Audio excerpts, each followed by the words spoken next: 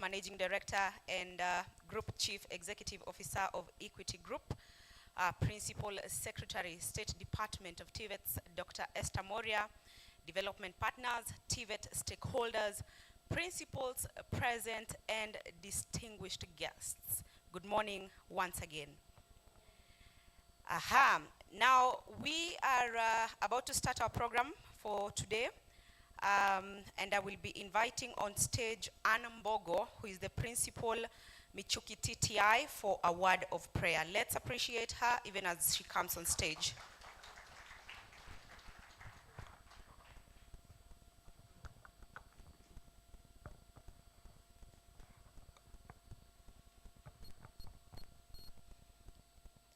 Let us all stand up for prayer.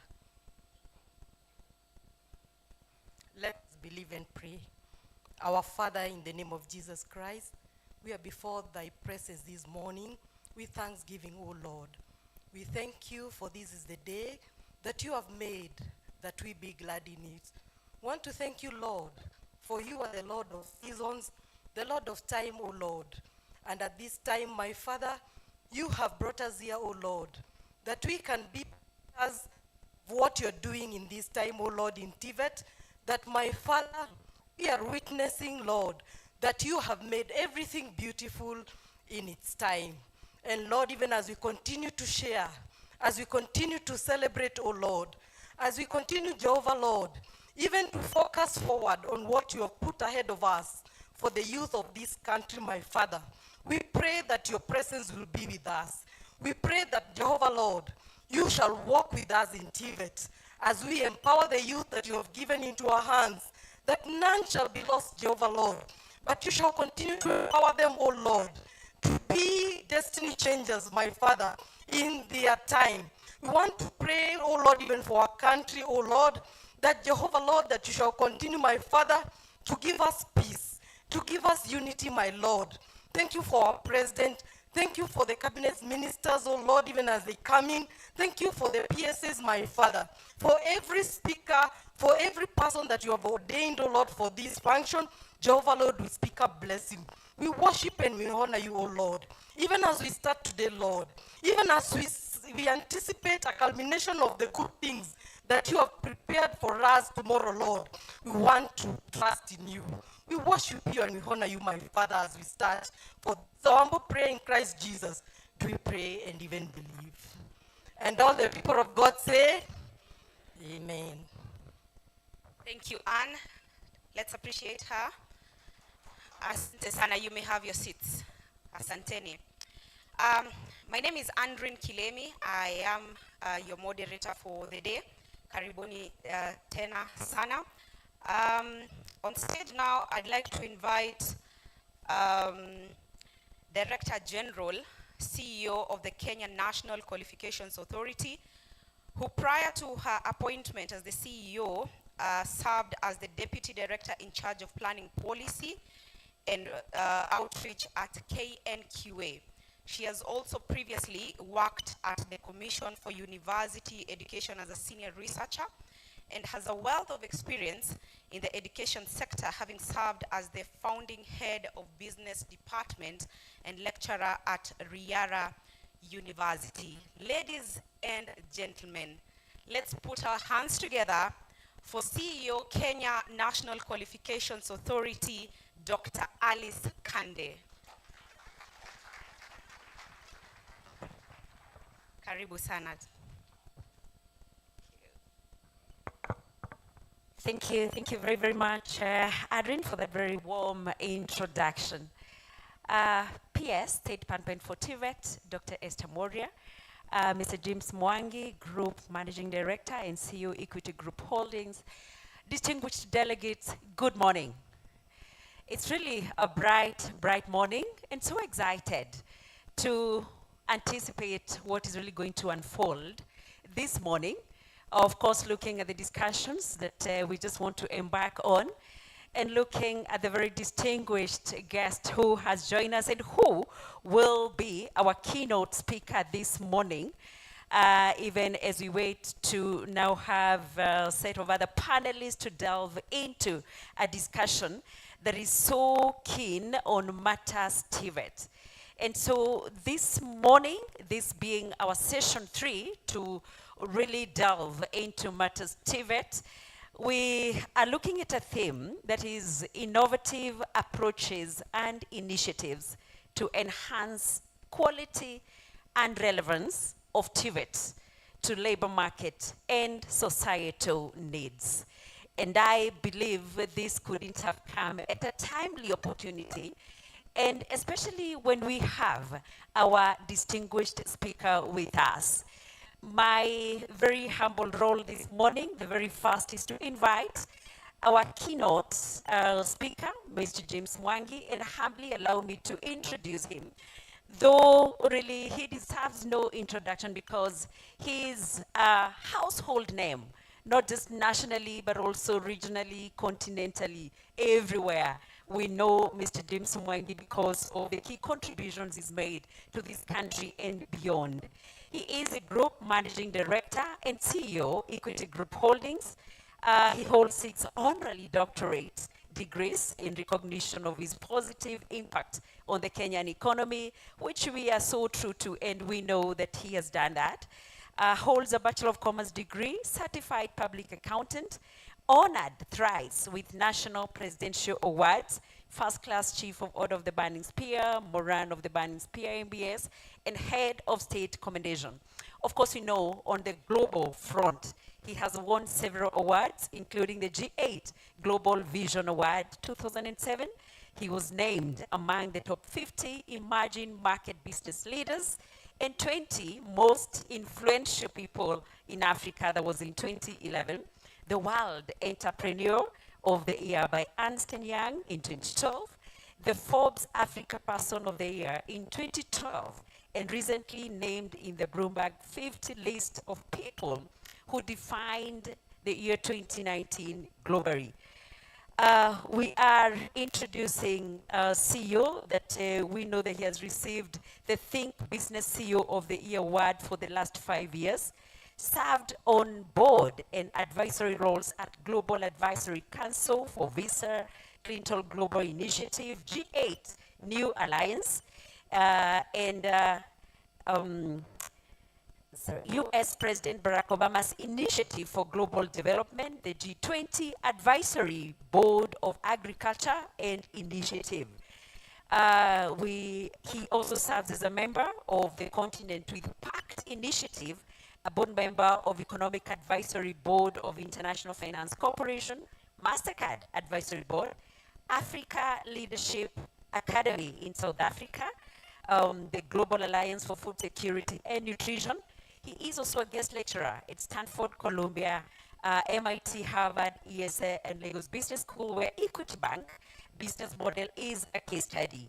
Locally, he has served as a founding chancellor, Meru University of Science and Technology, and the chairman of the Health Committee of Kenya COVID-19 Fund Board, and he is the chancellor of Open University of Kenya.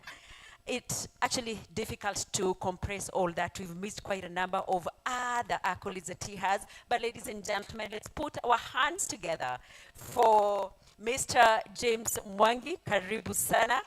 Karibu sana. Truly an honor to have you to come and speak to us as we celebrate TVET at 100. Karibu sana.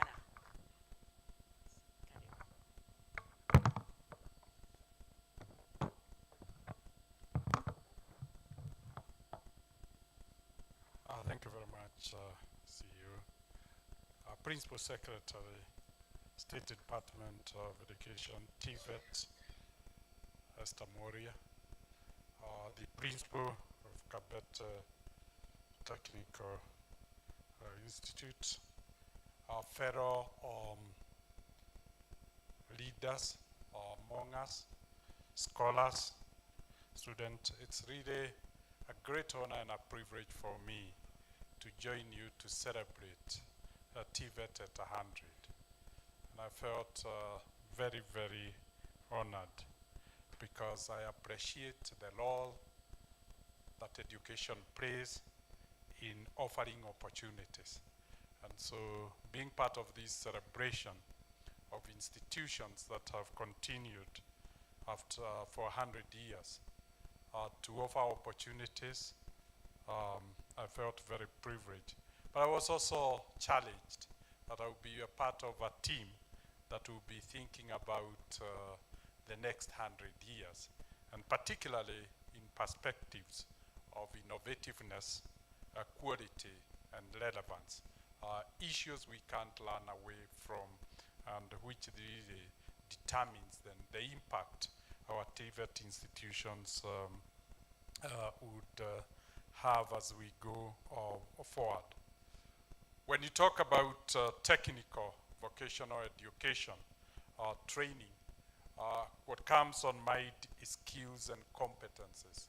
And if you look at the past, TVETs were associated with job opportunities straight away. When we were going to university not too long ago, but in the early 80s, we had that dilemma whether to accept to go to university or a TVET institution, because a TVET institution gave you the skills that you knew could lead you into a job. And so it's institutions that I celebrate, and I say it is not 100 years in vain, but 100 years of significant impact. And to the principals in the room, we could acknowledge the torch that they are carrying by putting our hearts together to appreciate them for the leadership there. Thank you very much. Thank you very much, principals. But let me now go to the subject matter. And the topic I was asked to speak to is innovative approaches and initiatives to enhance quality and relevance of technical and vocational education and training in Kenya. So three big words: innovative, quality, and relevance. And I will try to be as honest as I could, because this would be to me the reflection point that could lead or determine how the TVET will be the next 100 years. Sometimes, because of the structure that the TVET have gone through, and particularly for the last 100 years, initially TVETs were seen to be institutions that produced labor. Universities were institutions that produced, in the perception of the people, the white-collar job holders. And that perception forever did influence the psychology of the Kenyan people. And that, to me, is where we need to spend a lot of time. Because the psychology, the perception, was that if you were a student in TVET, you hadn't done as well as you could have done.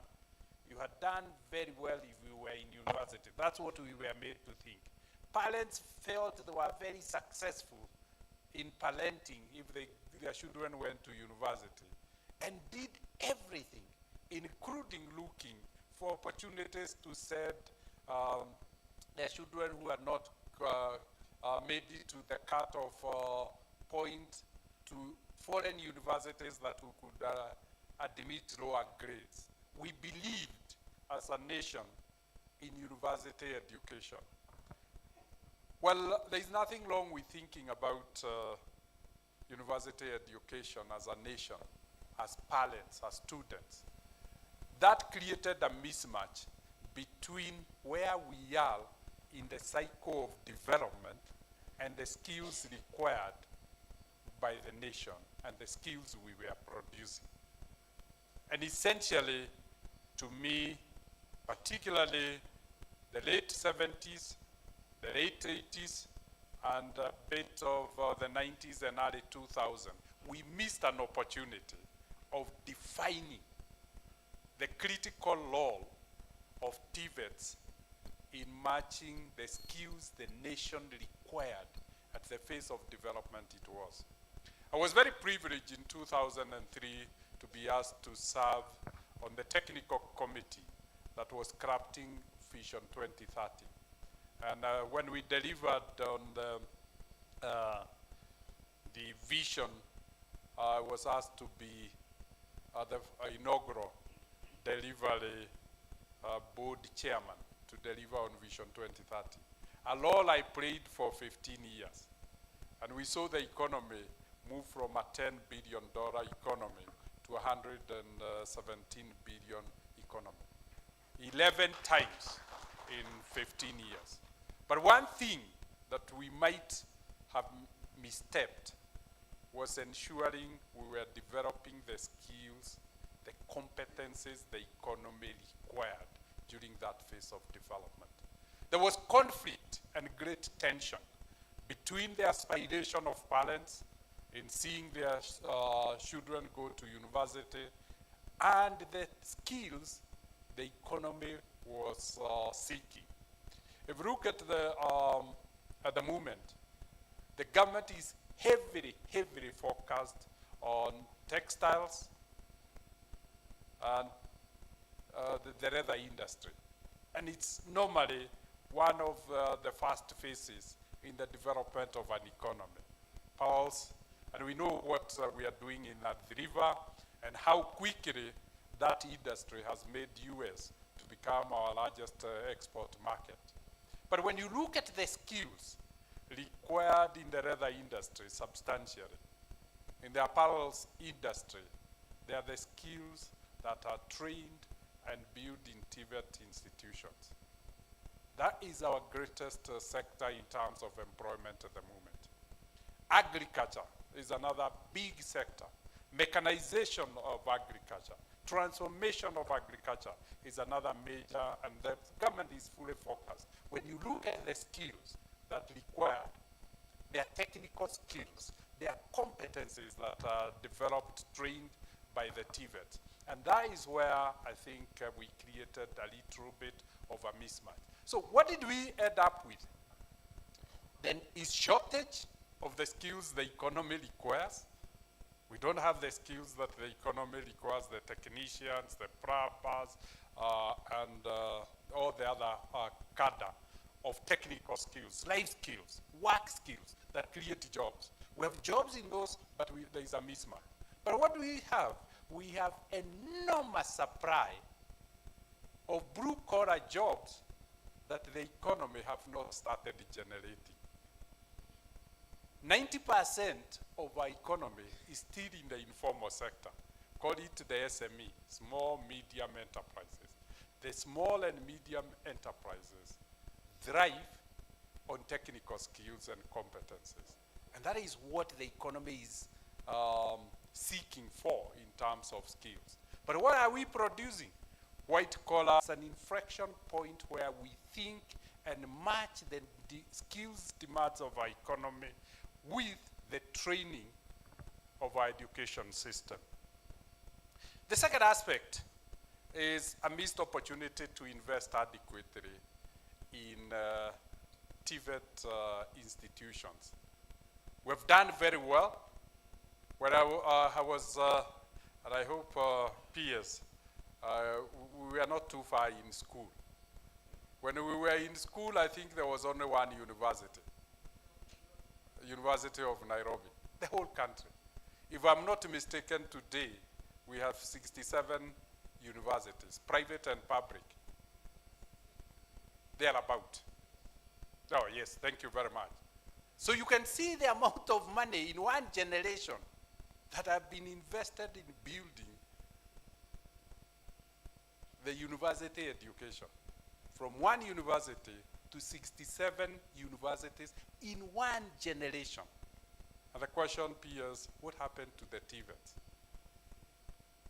The best TVETs we had, economy is not creating jobs for. And technical institutes producing the relevant skills that the economy require, but not as financed as the university education. And that is a mismatch I wanted to call out and say, as a nation, we need to think through and create what is relevant. As a result of underinvestment, the brand and perception of TVETs some of which then we used almost what PS I wish we could change. Sounded very derogatory to call a TVET a village polytechnic. Because when you call it a village, who wants to be in the village? Who wants the skills of a village? And yet the curricula is of a national nature. But the brand we adopted was erroneous, I dare say, to call them village polytechnics. Because it's how I perceive. It's the brand we create, and brand becomes reality. And then you see, essentially, people opting not to be associated with it. Underinvestment led to me, and lack of real focus, like we focused on universities, led to not only underinvestment, but lack of focus on innovation, relevance, and quality. And that is the three issues that then defined the challenges that we have. Quality didn't keep step with the global standards. And I'm glad we are saying we are benchmarking with the German TVETs. But when you look at the German TVETs, the curricula is very different from what we teach. The tools, because of our investment, we were talking with the principal as we walked in, and he said, he's building a museum. What is he building a museum for? For the tools that he has been given. They don't fit in a classroom, they fit in a museum of where we have been, other than where we are going. Principal. PS is here, let me tell her. So what we're saying is that for us to really achieve the quality, we need to massively invest in our TVET institutions. The tools of training, the tools and the equipment the scholars are exposed to are not the tools and the equipment in the marketplace. TVETs train for the private sector. When a TVET trains for a hospital, the hospital is using the latest equipment. But the TVET is using 10-year-old equipment. Again, so the skills are not of the quality that is expected. If you train computer skills for Equity Bank is using the next generation of computers, but you are being trained by the last generation of computers. That mismatch is what is creating the quality mismatch in terms of what we are producing and what the market requires. Research has not been very well funded in our TVET institutions. As a result, if you are not researching, then you are not innovating. And that explains why there is a drag in the innovation and innovative skills within the universities. And consequently, if quality and innovation are not keeping up with the demands, the question of relevance comes up.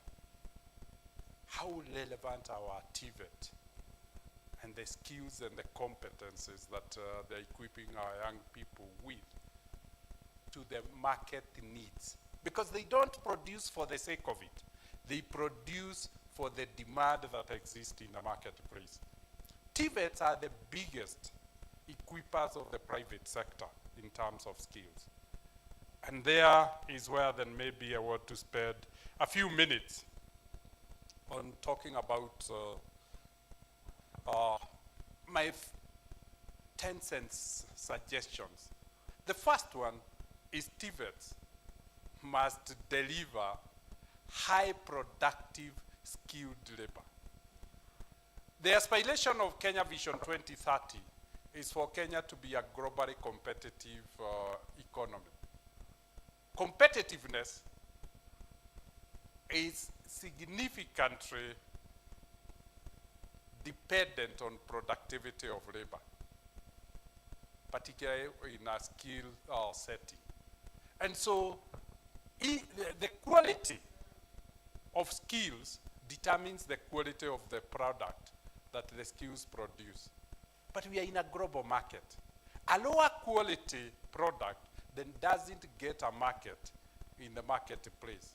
And consequently, there is no growth in employment and no growth in opportunities because there is no uptake on our products. And so what would I be advocating for?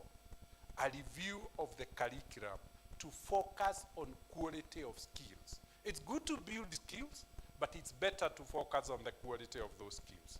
Why? Then it positions the economy to be competitive in a global market, and consequently the products of Kenya get a market in the global economy and can create opportunities within the economy. If the products are not competitive, then the world is not consuming our products, and hence the economy is not producing jobs. That mismatch is what needs to be addressed. And for me, there are two aspects to it. Let's look at curricula. And we don't have to reinvent the wheel. Germany has done very well in that sphere. Switzerland has done exceptionally well. And we have a very collaborative program with the two economies. But we need them to invest. We change the curricula, we invest in the tools, we invest in the training of the trainers themselves. If we don't train the trainers, even if we brought the best tools, there will still be a mismatch on how to use the tools. And productivity is on the skills and use of tools. So that to me means quite a lot. Now, the second aspect is mapping our curricula to the needs of the economy. We must be honest to ourselves where our economy is in the cycle of development. It is at an emerging market level.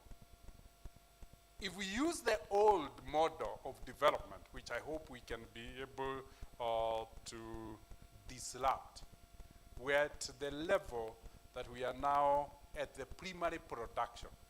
The best we are doing is to add value to our skins and hides, is adding value on our agricultural produce. That's where our industrialization is at the moment.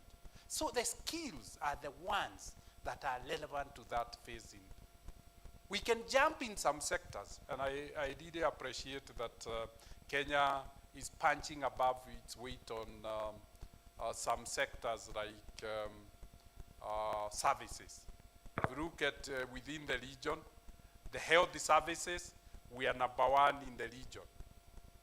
So our health system has really become maybe an anchor of health tourism. Almost everybody in the region. So there we need a higher level of skills. So the lab technician needs to be trained for that level of skills. If we talk about banking, and this gives me an opportunity to advertise a bit, let me step up. I see Equity Group now becoming a systemic banking group in the entire region. Being in #1 or #2 in 6 countries. In the 6 countries it is in the region. Now, so we have become an anchor, a hub for financial services. So when we train bankers, we are not going to train them for the emerging market. We must train them at the hub level in terms of skills. Our education is becoming very attractive. We have a big presence in DRC. And I see most of my friends in DRC asking, which school is it best to send my children to in Kenya? The way when I was growing up, I heard of India. The India has come to Kenya. So if we are training for the skills in those sectors that we have leapfrogged, we must match the best in the world because we are being chosen among a global East. It's, so that aspect must also be matched. So it is choose and pick. It's not a commoditized training and say, we are at this level. Kenya will surprise people. It may leapfrog and industrialize using the service sector as opposed to the traditional industrial sector. Why? Because our strength is in human skills. That is the biggest asset that this economy have. The second aspect we need to collect is the balance between white collar and technical skills. That balance must be struck. Wise men and women of this nation, together with the government, must say what is relevant for this country. What is the it's a very delicate balance because there is issues of ego, esteem, particularly with the parents. And then we must have a national dialogue of what is good for our children. Sometimes we are giving our children what is not good for them. And so the question is, how do we dialogue and how do we change the national psyche? Because that's a national psyche. And a national psyche is difficult to lead a change. It needs people confronting it between ourselves at the family level, at the church level, at the community level, at the county level, at the national level. An emphasis that we are destroying our children by assuming we can give them that which doesn't help them. That's something each of us as a parent must confront. Are you preparing your children for what is available for them? Or are you preparing them to psych your mind that every year you are having a graduation in your compound? For graduates who never get jobs. You know, that esteem aspect, training for esteem, other than training for relevance, is something we must confront as parents. Give your children what is relevant, not which rubs your esteem and pride in the village. That is, to me, it's a delicate issue because nobody wants to be told they are doing the wrong thing. Nobody wants to be advised about their children, but it's something we have to confront because it's relevant. Then we must also ask ourselves, this system, education system, we inherited from our colonial past, that TVETs provided labor and universities provided administrators, whether that is the structure of our economy today. And I'm glad that peers, I'm talking when you are there, because then now I have a topic to keep on bringing to the table whenever we meet. You have the power to do something about it. That our structure of the economy changed when we stopped being a colony. And so let's evaluate the second one, or the third one that we need to do, look, is cast our eyes into the future. A country that is not investing into the future is actively busy banning the future. And the question we need to debate is the future of work. It's my submission that what we really need for the future of work is critical thinking, analytical skills, and problem-solving competencies. We talk of a lot of challenges, but we never train ourselves how to solve our challenges. And that is where critical thinking, problem-solving, analytical skills are required. And to me, that is what we should. Not reciting. Our education system must move from reciting to developing the human capability and mind to identify problems, to think critically, and develop solutions to our problems.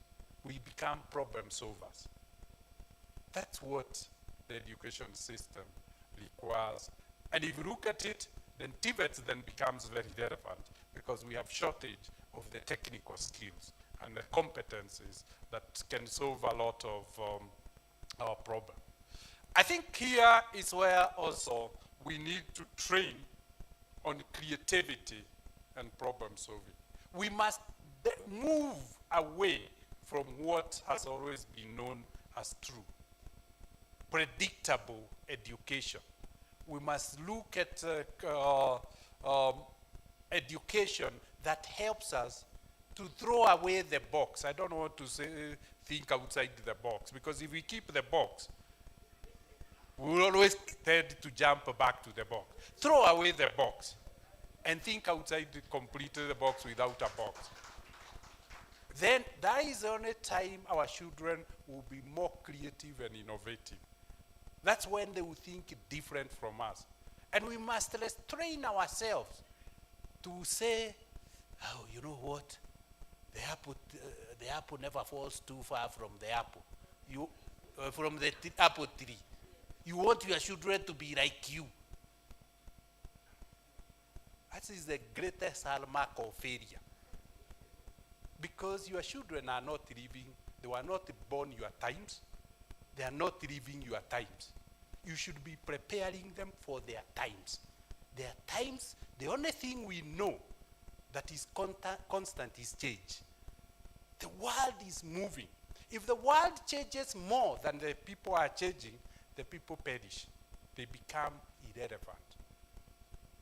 The issue is the ability to keep with the pace of change of the external environment. So if your children are exactly like you, I want to persuade you, you have failed. The only thing your children should look like you, if you are right, is your value systems.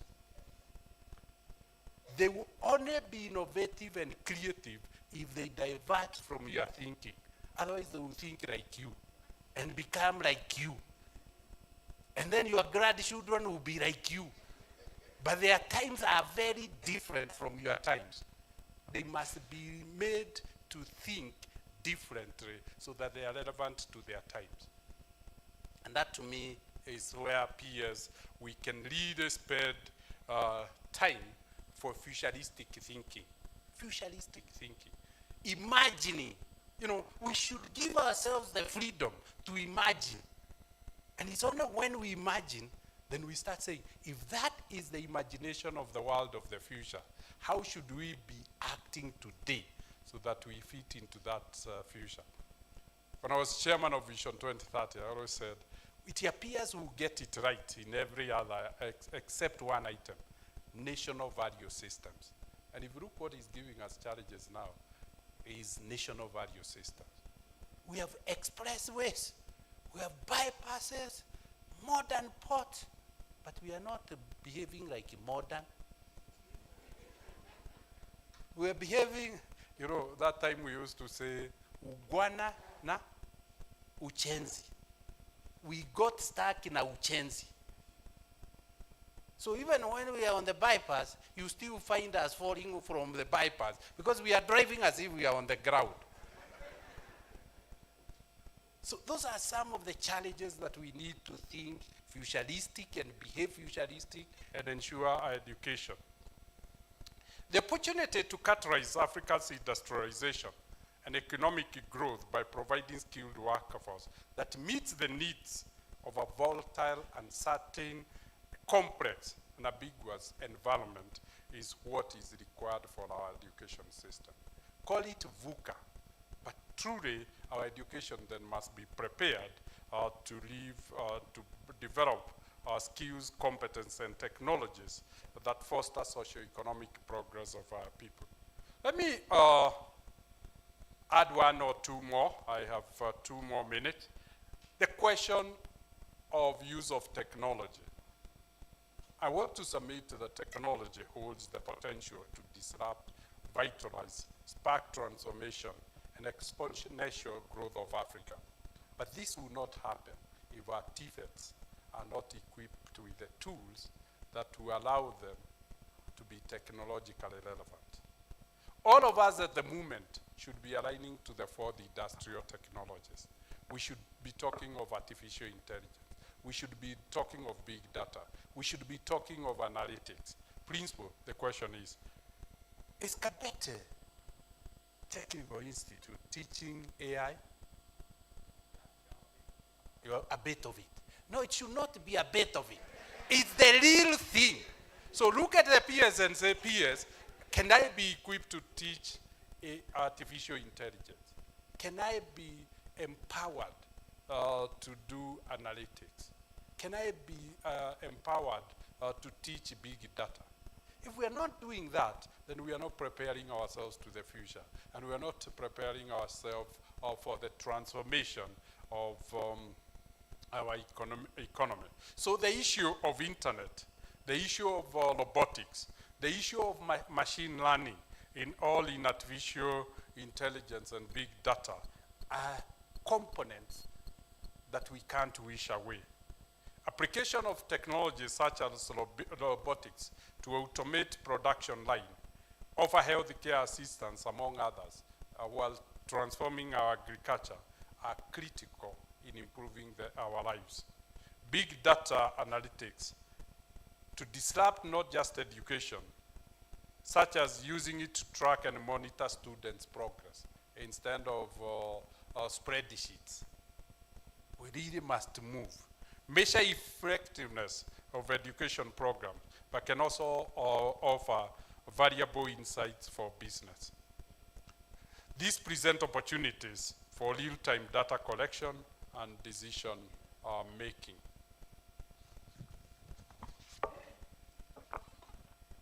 Let's talk a little bit about adopting innovative implementation of the dual TVET system. 60% on the job training and 40% of classroom learning. That, Madam Pierce, is something we need to embrace. That is what makes education relevant for the industry. That is the intersection of education and practice. What we are saying is that in the morning, we're in Kabete. In the afternoon, you are at Equity branch in Kagemi. You apply, then you see whether there is a mismatch. Where there is a gap, you go and tell the lecturer, I was given this assignment, this is what I thought, but this is what the industry is doing. That is how we consistently ensure parity between training and industry needs. And in Kenya, there is a very huge mismatch. When we get our scholars, the first thing is to put them on training for 3 months. And the question is then, what were they doing in school? There's too much theory. In industry, it's not theory, it's practice. We need to equip students with both theory but practice, because it's practice that makes them employable. It's practice that enhances the productivity of skills. So dual curricular education, very well done in Germany, leveraging on technology for smart classrooms, virtual jobs, because Kabete should be training skills that are being used by the global companies in California. But if they're not being trained then with the skills, the technology that allows them online jobs, then we are missing. Technological information in classroom learning is also necessary. Not train our students with the technology tools. Let's equip our TVET institutions. And given that the private sector, the SMEs, are the largest employer in Kenya, 96% of employment, it will be important to innovate and develop entrepreneurial training for to our TVET institutions. Let's train them to be creators of jobs. Let's train them to be the builders of our institutions as opposed to employees. And entrepreneurship is the skill that creates enterprises. So if there is a way we could train entrepreneurs in TVET institutions with the skills of making products and services, then we would do very well. Lastly, is the possibility of thinking innovation certification. It's not enough for me to wait for the 2 or 3 years in Kabete Technical Institute to get a certificate. Why am I not certified for every course that I take? Because then I will show it in the industry and say, I've learned this. I can come, and that is how they will get attachment, part-time jobs, hustle jobs, if I may use that term. That is how we could, when we can help students, not wait after 4 years, but to get them to be engaged as they learn and to be given an opportunity to practice before they forget. Whether it's courses like the use of blockchain, whether it is things like talent management, whether it's big data, just give them the certificate for what they have learned. In conclusion, we need to rebrand and reposition our TVETs. This will require a cultural change, and I hope it happens sooner than later, because what the power is in the mind. We are what we think. If we think TVET is not for us, then we don't support them. We need to shift from overemphasizing on theoretical to practical life skills that enable our young people to be more productive in today's world. Most of the jobs are technical, and learning needs to be responsive. Train people not just for jobs, but for self-employment in the name of entrepreneurship. I thank you all for the moment to dialogue with you. Thank you very much. Wonderful. Thank you. Thank you very much. A big round of applause. I think he deserves a standing ovation. Kindly, let's put our hands together as we thank this master captain of the industry, really speaking to us. Thank you so very much. Asante sana. Thank you so very much for really giving us a piece of your mind. We can see it. Thank you so very much. We are truly honored that you could actually share with us those very pertinent insights on how we can actually move next step, an inch higher from where we are. 100 years it has been. 100 years we've seen how TVET has unfolded, and you've helped us to make a candid reflection. Thank you so very much, Mr. Mwangi. And we are really determined as TVET fraternity to ensure that we change where we are, in spaces where we are, so that we really achieve what TVET really is capable of doing. Indeed, we know that TVET, as you rightly said, is the closest to changing the labor market in the education, in the sector, than any other in the space that we are. So that was really, really profound. We are just about now to get to a session to invite 4 of our panelists. But before we get there, we would give an opportunity to 1 or 2 people to probably just weigh in very briefly on what the conversation that Mr. Mwangi has just given us. Just 2 people.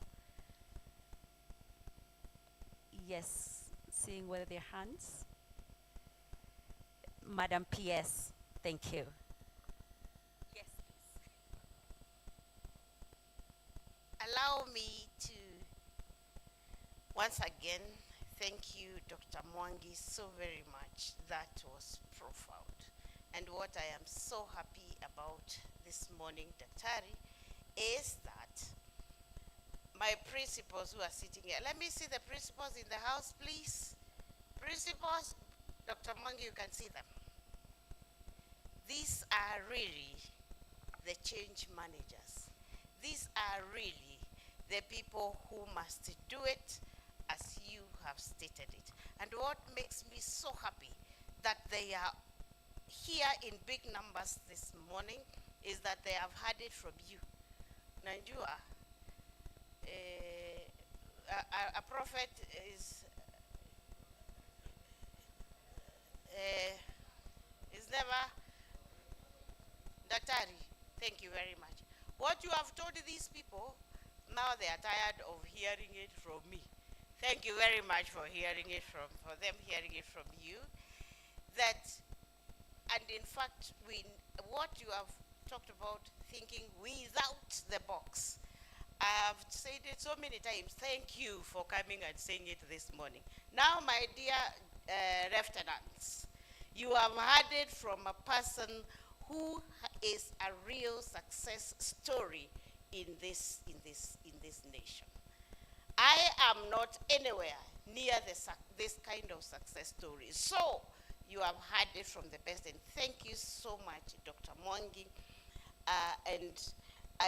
We were remembering when we met this morning that we were honored to honor him with a degree at JQuat, and you can see how right we were. Weren't we? Thank you.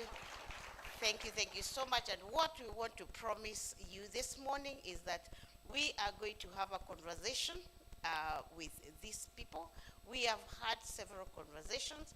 We have made baby steps, but with people like you speaking the kind of message you've spoken to us this morning, we trust that we are going to go somewhere. We know we have already initiated the German model of training. That's what we are using. You called it 60-40. We call it 50-50. Sometimes I tell them it is going to be 70-30, but we are somewhere around there.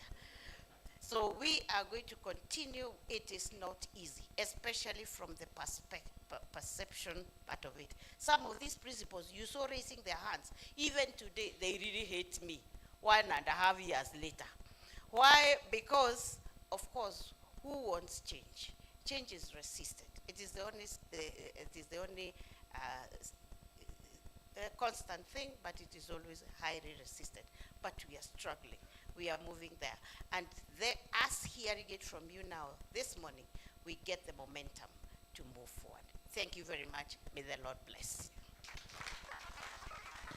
Thank you very much, Madam PS, for really putting in your weight on that very timely conversation as we talk about matters, innovation, quality, and relevance. And again, your parting shot, Mr. Mwangi, talking about certifying every course. And as we prepare the panelists to join us, we'd like to say that the Kenya National Qualifications Framework, that is what we're driving us. A flexible framework that recognizes any form of learning, whether acquired formally, non-formally, or informally.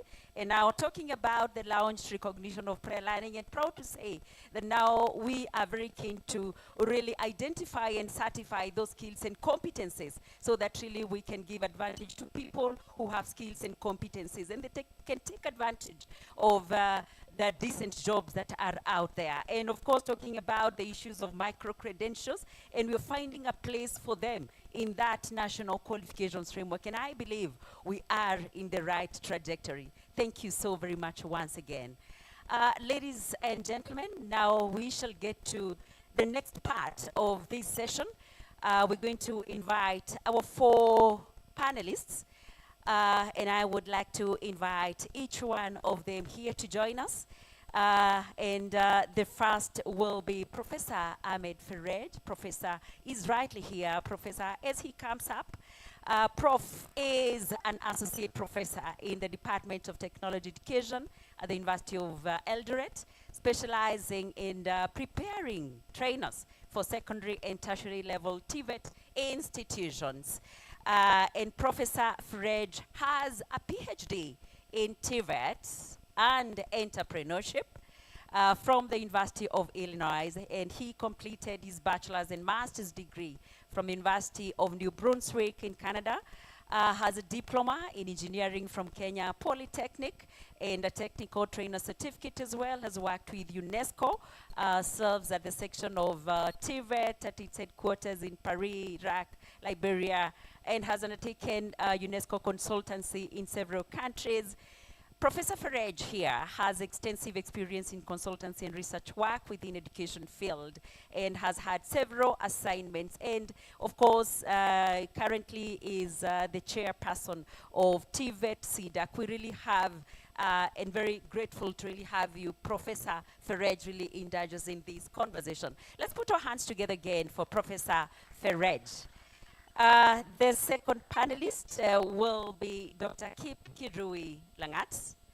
Dr. Langat, another household name in the TVET space. Dr. Langat is the Director General of TVET Authority with a wealth of experience in both public and private sectors with many, many years. Karibu sana, Daktari, on this side. Over 26 years of experience in TVET and academia. He joined TVET as an assistant lecturer and has rose through the ranks. He holds a PhD in engineering systems and management, a Master of Philosophy in Technology Education, a Master of Business Administration, a Bachelor of Education in Technology, and has served as an expert in development of training curricula in TVET at the University of Mechanical and Automotive Engineering. And again, Dr. Langat, we're proud to really have you here. The next panelist is Mr. Patrick Nyangweso, another key person in the industry. Mr. Nyangweso, as you join us, he is the CEO of the National Chambers of Commerce and Industry. Again, very proud to say that we shall be happy to hear your thoughts. Being a distinguished planning policy and project management specialist with over 2 decades of experience across various sectors in Kenya. And we know you've been very, very passionate in terms of linking industry and academia, and you've gone out of your way to ensure that dual training is actually becoming a reality in this country. Our fourth panelist will be Ms. Caroline Kariuki,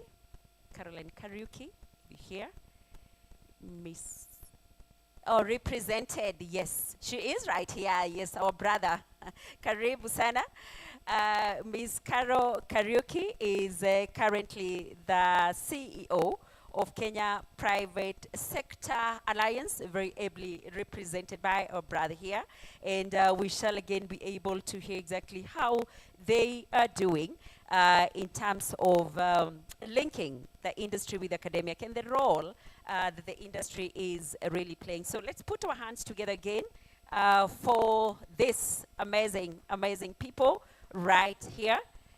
And we are going to continue with the conversation. We're still talking about matters innovation. We are talking about skills. We are talking about competencies. And I like the mix of where we are coming from. We shall just ask similar questions, but you will give us your thoughts in line with the space where you are at. And as we ask the first question, I will still ask you to speak a bit in line with where you are at. And I will start with Professor Farage. Professor Farage, we are looking at rapid transformation of economies, societies, work and learning in our country as it is in other countries. And in Kenya, through the sessional paper number 1 of 2019 on reforming education and training for sustainable development, seeks to mitigate the challenge of quality, relevance and inclusivity in education and training for sustainable development. It's just to give us a context of our discussion and whether we are staying true to what was envisaged then. And so here goes a question: to actualize the above, TVET systems are increasingly rethinking their economic models, understanding the e-learning market and adopting new approaches to meet competency demands. Where do you think we are in the context of an integrated qualifications value chain? We're talking about the linkage between qualifications and skills. Have we done justice in the spaces we are at? We're talking about labor market information system to facilitate easier regulation, standardization, and recognition of skills and relevance. Professor Farage, kindly.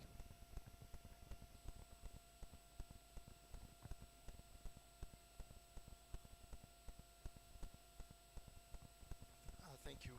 Thank you, Alice. I was actually hoping that our keynote speaker this morning would have stayed with us to hear the other side of the coin. He's on the receiving end, and we are on the preparation end. And he mentioned quite a few things that are really pertinent to training in the current ecosystem. If you'll recall, for those of you who've been in TVET long enough, I missed Professor Kere's presentation yesterday. I followed a bit of it on YouTube. And the issue of, I can actually summarize the challenges or the activities or the facts that go into producing quality graduates in the way that the previous speaker highlighted. Three things in my view. The first one is the trainer. The trainer is really key. The second one is the teaching and learning environment. And the third one is curriculum. Now, if you think about those three things, Dr. Mwangi actually spoke about them in various ways in his presentation. For me, I think the key is the trainer in all this. You can have the most wonderful training environment, but if the trainer is not the right fit or has the right skills and competency and attitude mix, then your work in producing quality and then of course certifiable graduates becomes problematic. And I'll speak about that a little bit later probably. Teaching and learning environment is critical. Ever since I was a student in the TVET subsect in the ecosystem, it's always been a problem, even as a student at various levels. How do you match the teaching and learning environment in technical training to match the labor market environment? Training seems to be always lacking. You buy your CNC today and you think you have the best, and 2-3 years later you are told, no, industry doesn't use that. You just heard what Dr. Mwangi said, that you teach certain things in ICT, and when that person goes to work for them, that person needs to be retrained because they are one generation ahead in terms of ICT development. So it's always a catch-up for the TVET sector. And for me, again, the trainer is key here. The trainer must be the one who is continually monitoring the change in the occupational area. If he doesn't, then he'll be teaching using what we call in the education and training sector as the brown notes. He was 30 years ago in college, and he took his notes longhand with his hands, and that's what he's using. I remember one time asking my colleague at the university, why are you still using these notes that you got when you were a student at Kenya Polytechnic so many years ago? He said, but Ohm's law is still Ohm's law, it hasn't changed. So why can't I use that? Okay? But I agree with him, Ohm's law is still Ohm's law, but there are so many ways now that you can find on the internet and YouTube and other tools on the internet that teaches Ohm's law in a much more impactful manner. But there was my brother still using his brown notes every year until he retired. The other one is curriculum. And that's where my role now as the TVET CDAC chairman comes in. Curriculum is really critical. And again, it's a catch-up for the institution. Because we at the moment we have sector skills councils that are helping us. These are the representatives from industry and working with the trainers and the curriculum institution to make sure that our curriculum remains relevant. And it's a catch-up situation because when industry is introducing new equipment, they don't tell you make a curriculum for this. They're introducing the new equipment to meet their competitive edge in their field. Now it's up to us in the training sector to try and understand what is changing. And here the training skills, the sector skills councils become very critical. And that's why CDAC is unique in the sense that it's our job. If we don't do that right, then we haven't done our job. And so it's a constant change, trying to learn from the Sector Skills Council, trying to learn from the trainers, because the trainers must also be on the edge, the cutting edge of their field. And of course, if they see something that has come up that is not being reflected in the curriculum, he must do something about it. And I recall my own personal experience as a trainer. I always try to learn what is new, even if, and teach my students, even if it is not currently in the curriculum. I remember many years ago when I was a teacher at Kenya Technical Teachers College, now Kenya School of TVET, and we went to Kenya Poly to discuss an exam that was being set for our technical students. The subject was automotive technology, or automotive engineering. The setter had all questions dealing with generators. Generators was a form of equipment for generating electricity for the car. So I asked him a simple question. I said, my friend, I don't think there's a new car on the road today that has a generator. Instead, they have alternators. He says, but I'm teaching what's in the curriculum. No, that is really wrong. To me, it is wrong. He, as a teacher, can still teach the principles of the generator, because the student might be questioned on the generators. But he must teach also what is current in the field, because when that chap goes out, he's not going to see a generator unless he sees a 30-year-old car. He will be seeing alternators. And that is, I think, the job of every teacher. The trainer should actually be ahead. Fortunately for the world, we now have internet space. We can actually learn. That's what the concept of lifelong learning comes in. We have to continually learn. You cannot teach using the yellow notes that you got 20 years ago, 30 years ago. You have to continually improve your teaching style as well as the content. Thank you very much. Very profound points there. Thank you very much, Professor Fridge. And again, underscoring that times have changed and they're changing, and we have to be agile enough to really do what that we must do to really rhyme with the pace of change. Dr. Langat, still on the same, and from the TVET space, kindly. Thank you. I think from the perspective of a regulator, the defining moment is really understanding the labor market, so that we are able to know what are the skills and competencies are required from the labor market, so that when we are preparing this individual, we know exactly what the labor market requires. And I think the challenge that we have currently in our country is having structured information coming out from the labor market. And what we have seen from successful jurisdiction is a structured labor market information system run by structures that develop this system to predict the requirements of skills and competencies, and especially a situation where it takes long to prepare an individual. So unless you are in a position to really predict and forecast the changes in skills and competencies that are required in the labor market, to be able to speak to supply and demand, is that there must be that structure in place. And I think that is the thing that we are currently facing in our country. As much as Prof has mentioned the sector skills, advisory committees that we normally use, the engagement actually is more of an ad hoc basis.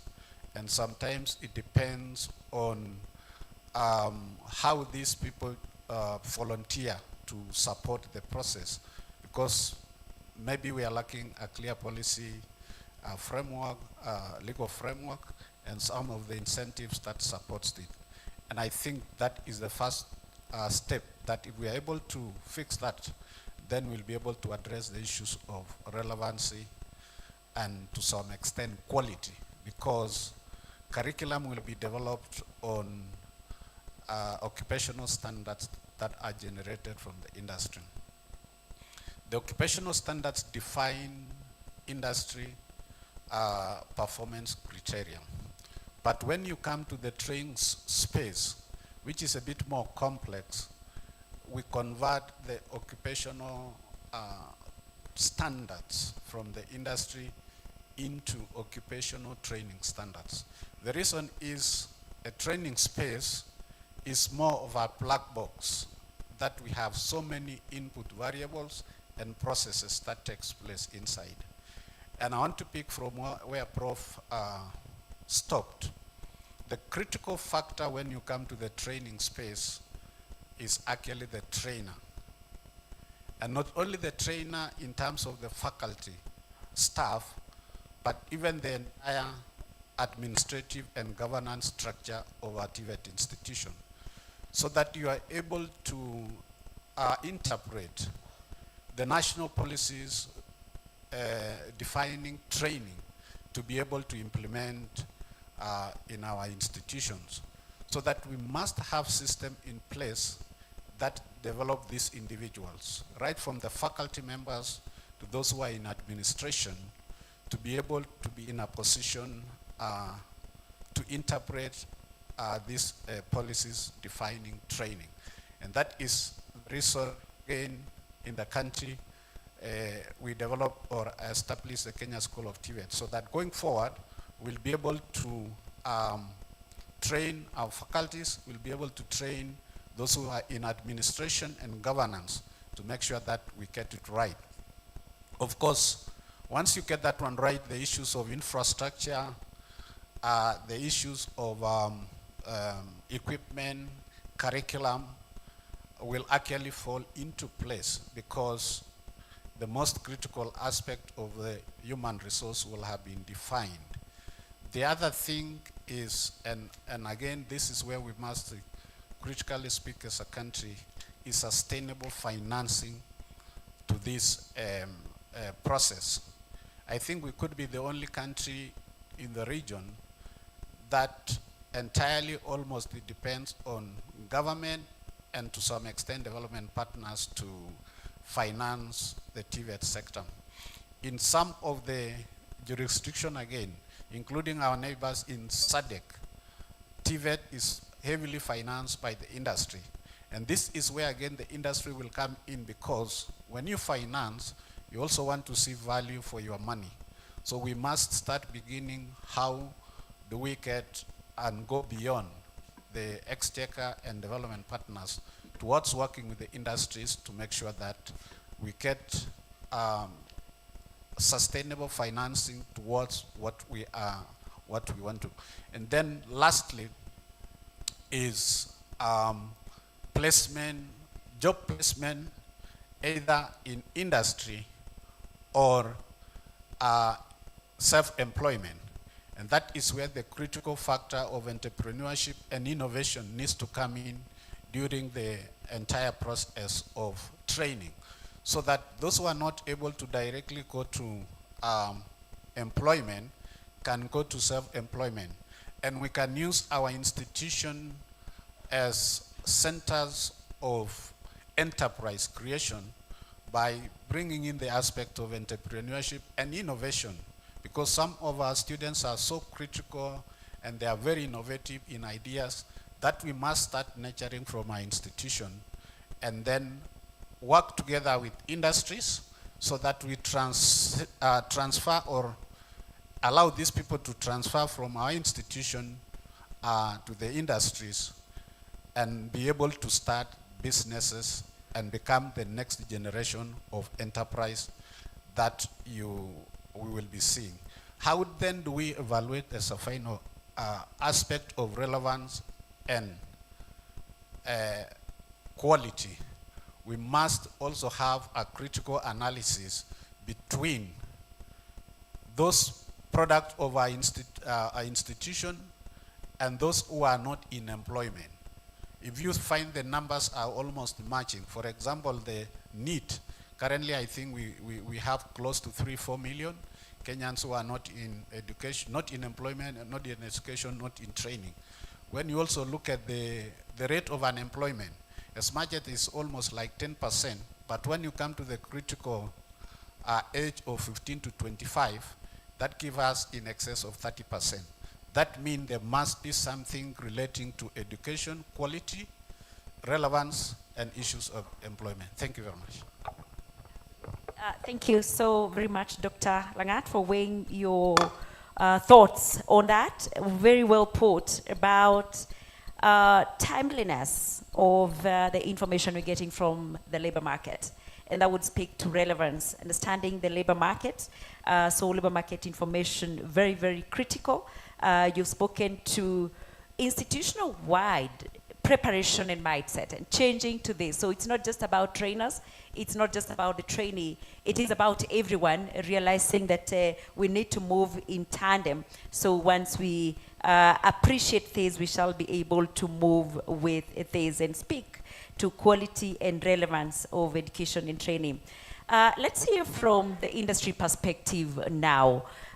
We are hopeful that within the 100 years that TVET has been in space, we've inched closer to really closing in this gap of skills mismatch. Hopefully so. What are your thoughts, Mr. Nyangweso? Thank you so much, Madam Moderator. First of all, allow me to appreciate all the principals who are here and other TVET stakeholders, including my brother as the regulator, for really contributing to the economy to the level that today we are celebrating TVET at 100. So, makofi to all the stakeholders behind the TVET development. From the industry needs, I would highlight some few areas that would address the innovativeness initiatives that would really be able to support the industry development and sustainability. One, I want to ask the Kenyans, just 2 days ago, I listened to the president, and he's really marketing, he's the senior marketer for the Kenyans, especially the youth to get the foreign jobs opportunity. But I want to ask the industry players who are here, one of the difficult things in life is to market a product you have not tested. I want to ask the industry players who are here to first of all consider absorbing our TVET graduates so that we train them the way Dr. Mwangi has just persuaded us, so that they help us to turn around this economy, rather than opening more borders for them to go and leave the country, and yet we continue importing other professionals or other skills players from the international organizations to come and transform our industries. Two, the issue of public-private partnership is very, very critical for us to support our TVET institutions to be able to change curricula that would meet the market needs. It is very expensive for government to do this, and the public-private partnership is very, very critical in this. And therefore, as industry players, constantly we persuade the potential industry players to support and integrate their partnership with the relevant institutions so that we'll be able to support and give our technical expertise, financial support, so that they would be able to change the curricula to meet the market needs. The third thing I want to talk about, there are a lot of emerging technologies. So adoption of the technology, relevant technology into our curriculum, into our training schemes is very, very important. I would give you an example, and I normally use this in any discussion on vocational training sessions. One of our investors wanted to put a plant in one of the counties. And when we were hosting him, he just challenged us that my worry is not about taxation regime. My worry is where I would get the relevant skills in Kenya so that I would be able to hire these 300 I'm targeting to hire for this new plant. And we asked him, what if you consider upskilling and retraining our TVET graduates, because Kenya, we have a very good endowed population with the desired skills. Of course, they are not really matching the industry needs. But he asked us, it is very expensive to train, and therefore I would have to import the skills, relevant skills to take up the jobs in this plant. This really posed a challenge to us, the moderator, and they were like, oh, we have people who are learned, but there is a mismatch of skills, both from the demand side and supply side. So from where I sit as the industry players, is something that most of us must really consider to invest and support the TVET institutions to really design programs or training programs that would be able to meet the emerging sectors. For example, nowadays, we don't talk about mechanics, we talk of mechatronics. So we have engines, look at the current engines that we normally get into the country. They don't need, they need a high sophisticated skills for even our mechatronics to really address the problems. And therefore, the emerging trends in the globally must also require emerging and change of the training aspects, especially on those emerging sectors. Look at the renewable energy, for example, the digital services. It requires additional information, and this brings me to another level. This morning, Dr. Mwangi talked about investing in research. Madam Moderator, we can only change and meet the industry needs in this country if we also empower our TVET institutions to invest in research. Today, as where I sit as Chamber of Commerce and Industry, a lot of potential and emerging markets requires robust research, so that, and also product investment in product development for us to even meet the global standards and specification of products. Another thing is about intense international collaboration and benchmarking. Last year, I joined you, Madam Moderator, and we visited Germany. You saw how the Germany institutions will really prepare our youth from the classroom to the industry apprenticeship, and also the dual attachment, to the extent that by the time now they leave to now seek for the job opportunities, or even begin their own businesses, then they are prepared well to the industry needs. They are prepared well to the competitiveness within our sectors, and this we through this we'll be able to produce graduates that would be able to transform this our economy.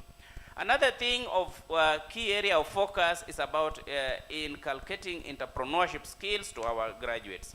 We must not wait until they graduate from the Kabete, for example, or Nyeri, because I'm seeing the Nyeri, my brother, the principal of Nyeri. Until they graduate is when they go to the industries, they need now additional training in entrepreneurship. Why can't we work with the other like-minded private sectors and inculcate the entrepreneurship skills in our institutions? By the time they graduate, all our graduates will be ready to face the economy. You see, Dr. Mwangi was talking about creating employment, making our TVET graduates to consider initiating their own entrepreneurship. They cannot do this if they are not trained on entrepreneurship skills. As Chamber will be doing this through mentorship and coaching. But it is better if they embrace this principle while they're still in colleges. This is very, very key. Another thing that I would want to talk about is support of the competency-based training, education and training. This would really enhance on productivity. And as private sectors, I want to persuade you that we support the institutions to really roll out TVET. it has proven to really add value to meet the desired job markets and opportunities. Last thing I want to say, all these things must be done through what we call the monitoring and evaluation framework. I know in the TVET policy, this is well captured. We need to invest in monitoring and evaluation so that by the time we prepare our youths before they leave and before they graduate, we have been able to design and evaluate in the training processes what could be the possible gaps.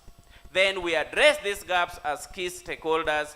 We are able to change the trend so that after 1 or 2 years, after implementing even curriculum, we are able to advise that we, in this way, we are not going to really add more value to our youths and to our competent youths. So M&D investment, M&D is very, very important. It will also enhance on continuous process improvement through frequent and regular supervision. Then apprenticeship and internship program is a space that we are playing as private sector. All the private sector players needs to really formalize a partnership with the relevant TVET institutions to provide apprenticeship support program, to provide internship program so that our youth would be able to get practical skills. This is a space that every key stakeholders in Kenya must really play. We should not leave it to only regulator, we should not leave it to only universities, we should not leave it to only TVET institutions, but private sector has a key role to play. Thank you. Thanks so much, Mr. Angweso. Great insights there, especially coming from the industry, and really a rallying call to your counterparts that we need to show the example, embrace these graduates, embrace our institutions, that we make this a reality, the public-private partnership, because in it, we shall really be able to see the change that we endeavor to see in sealing this skills mismatch, because indeed, it's very clear what the role of each party is. So thank you so much for weighing in your thoughts on that and reiterating on the need for collaborations and benchmarking and supporting competency-based education and training. And we hear again now from the industry again, Kenya Private Sector Association. With us is Dr. Ehud Gashugu, who is the Global Director, Youth Jobs, Skills and Jobs, and Ajira Digital. Right in the right place for you, Ehud, to tell us, where do you think we are in terms of realizing this reform as a country, and from the space where you are at in addressing the challenge of quality, relevance, and inclusivity? Thank you very much, moderator, for that great question. And I also want to appreciate the contributions and insights that have been provided since morning regarding what we need to do to be able to accelerate TVET development and job creation in this country. From our perspective, we have made tremendous progress in terms of addressing the need of TVET development as well as the private sector needs, particularly on the lens of making sure that the skills that are being trained in the TVET ecosystem are relevant to the industry. And I wanted to just frame the context in which rapid change has taken place for the last 3, 4, 5 years, that then are redefining and helping us to really frame the right programs that then speaks to the needs of the industry. Post-COVID, 2020, the industry has completely changed, and various approaches, various postures, and even in terms of what we considered as the most pressing problem in the industry is really, really changing. Industry has moved from just the concept of efficiency to the aspect of productivity, and this has really been deliberated quite strongly here. And what that means is that the industry's role now has just moved away from just focusing on profit, but also to people and planet. And this is a huge, huge shift. And one of the things that we have seen in the last couple of years as we work with educators and trainers is the fact that the pace of change in the industry has not been matched with what we see as the pace of change in the training and particularly in the TVET system. Three key things that I really want to underpin as changes that are speaking to what the private sector currently is looking at.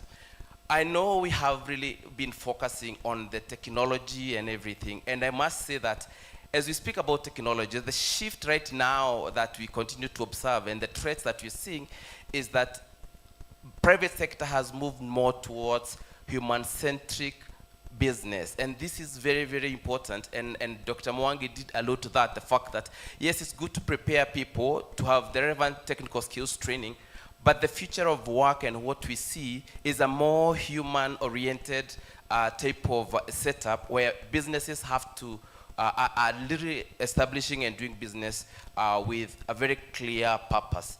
The second one is from efficiency to what we call resilience focused. And I will be talking about this because this is really important.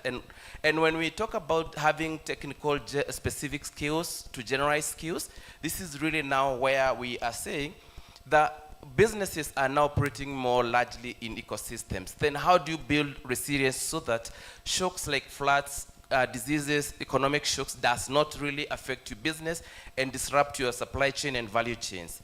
The third one is where we're talking about moving from being profit-driven to what we call sustainability-driven. And the concept of ESG, the concept of SDGs is now a common phenomena in every organization. And one of the things that we have seen is that embedding those sustainability agenda with the training and development has better bearing for business environment. Now, let me speak to a very important discussion that we have been discussing here. You know, when you look at the TVET, most of the times, and I was even actually tempted to ask how many private sector businesses are represented in this forum. You realize we do not look at TVET education as an ecosystem. We always look at it as one specific vertical that we can address certain pending issues regarding the product development, but then how that product fits within what I call product market fit is completely misaligned. And there are three things here I want to talk about. As we move towards TVET in the next 100 years, and as we continue with the journey of ensuring that there's very clear private academia linkage, the aspect of understanding each other is very important. I have for the long time, because I have been in this craft for quite a while, one of the areas that has been a big of an issue is the communication. The TVET has very good products, and the private sector definitely needs the TVET. But there has been a serious communication barrier. Each do not fully understand the other, but then there's a perception that we understand each other. So as we move towards looking at a framework for the next 100 years that will then accelerate and produce the manpower that is relevant for the industry, but also not just the manpower itself. Industry has extreme motivation and incentive to build capacity and put economic opportunity in the hands of the people because their own existence is dependent on that. So really, the interest is there, but then how do we then enhance the collaboration?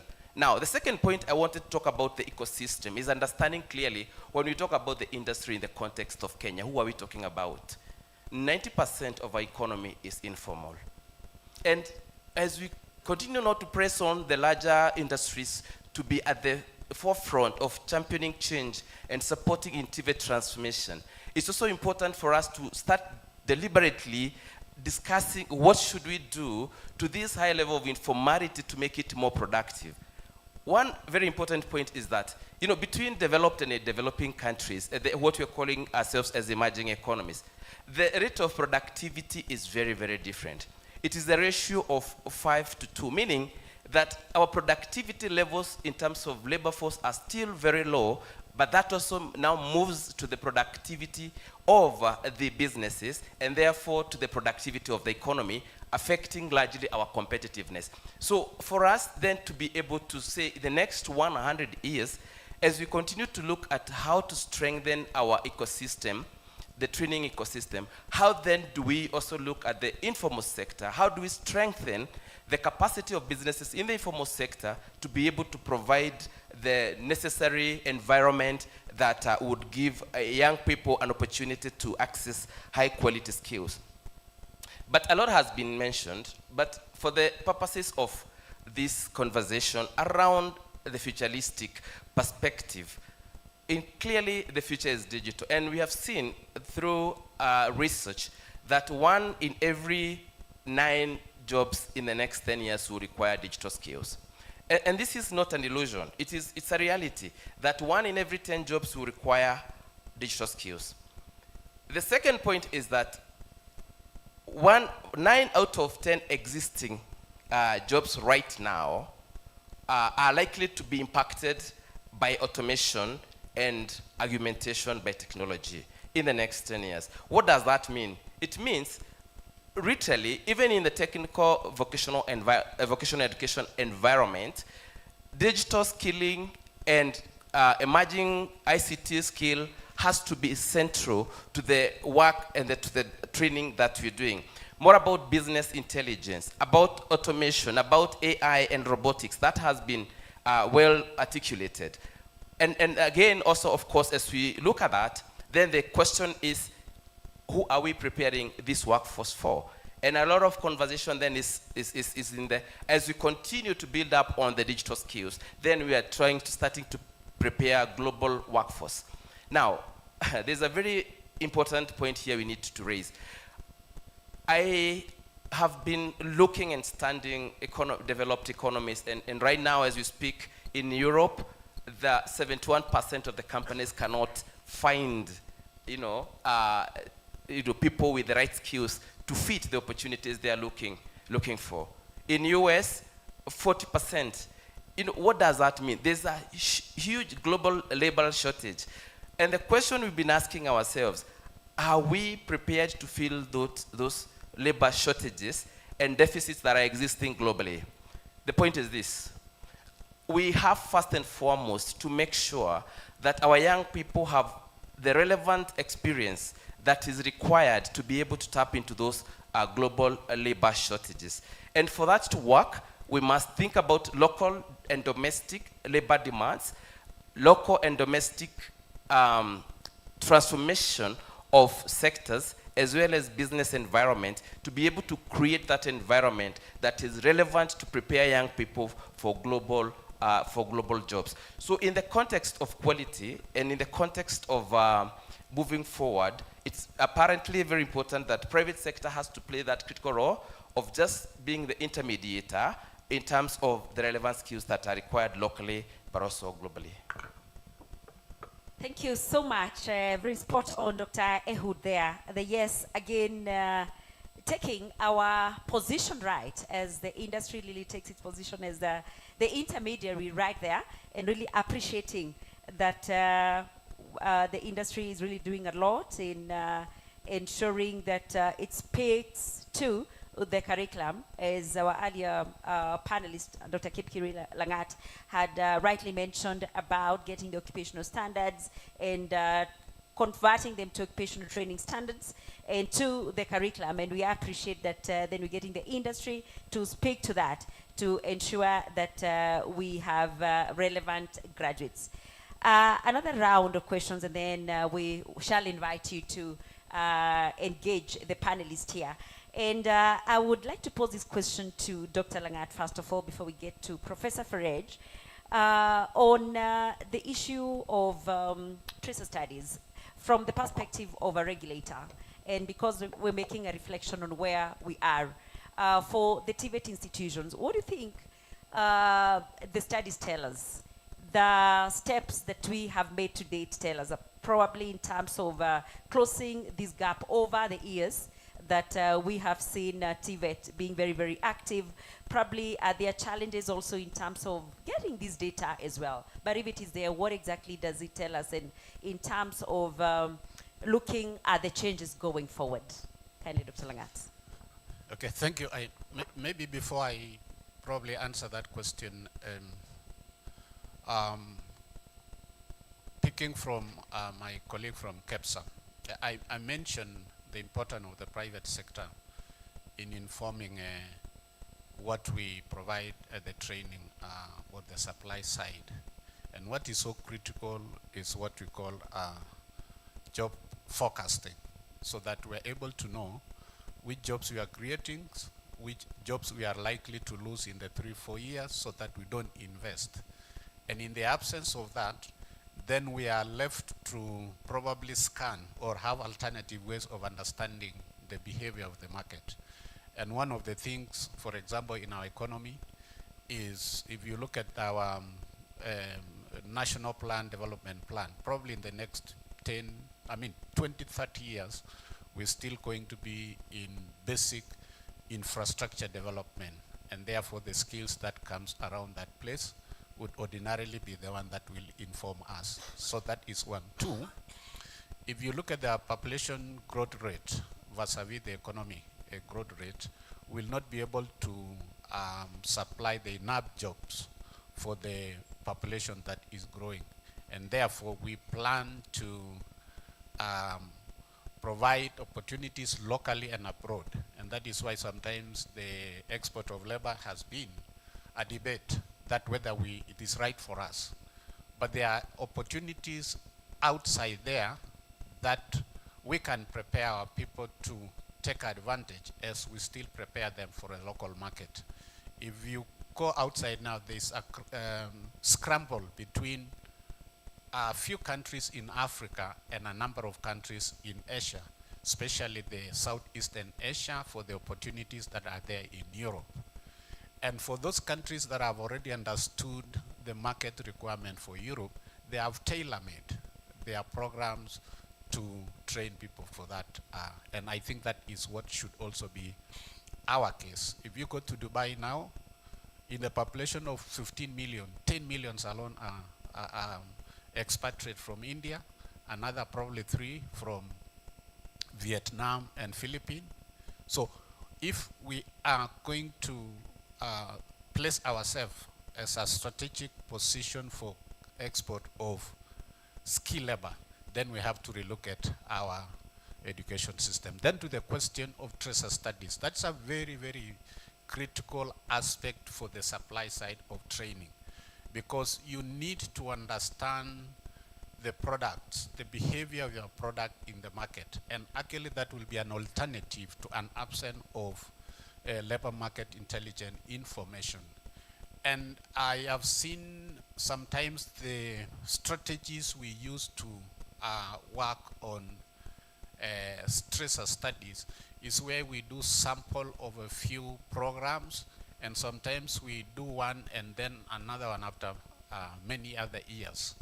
What we were thinking, and if you look at the TVET Act, the provision of what we're calling annual return by institution was actually to include the element of the tracer studies, so that every year, you can imagine every year each institution is doing a tracer study of its graduate. And the best way is doing it after every 6 months for 18 months.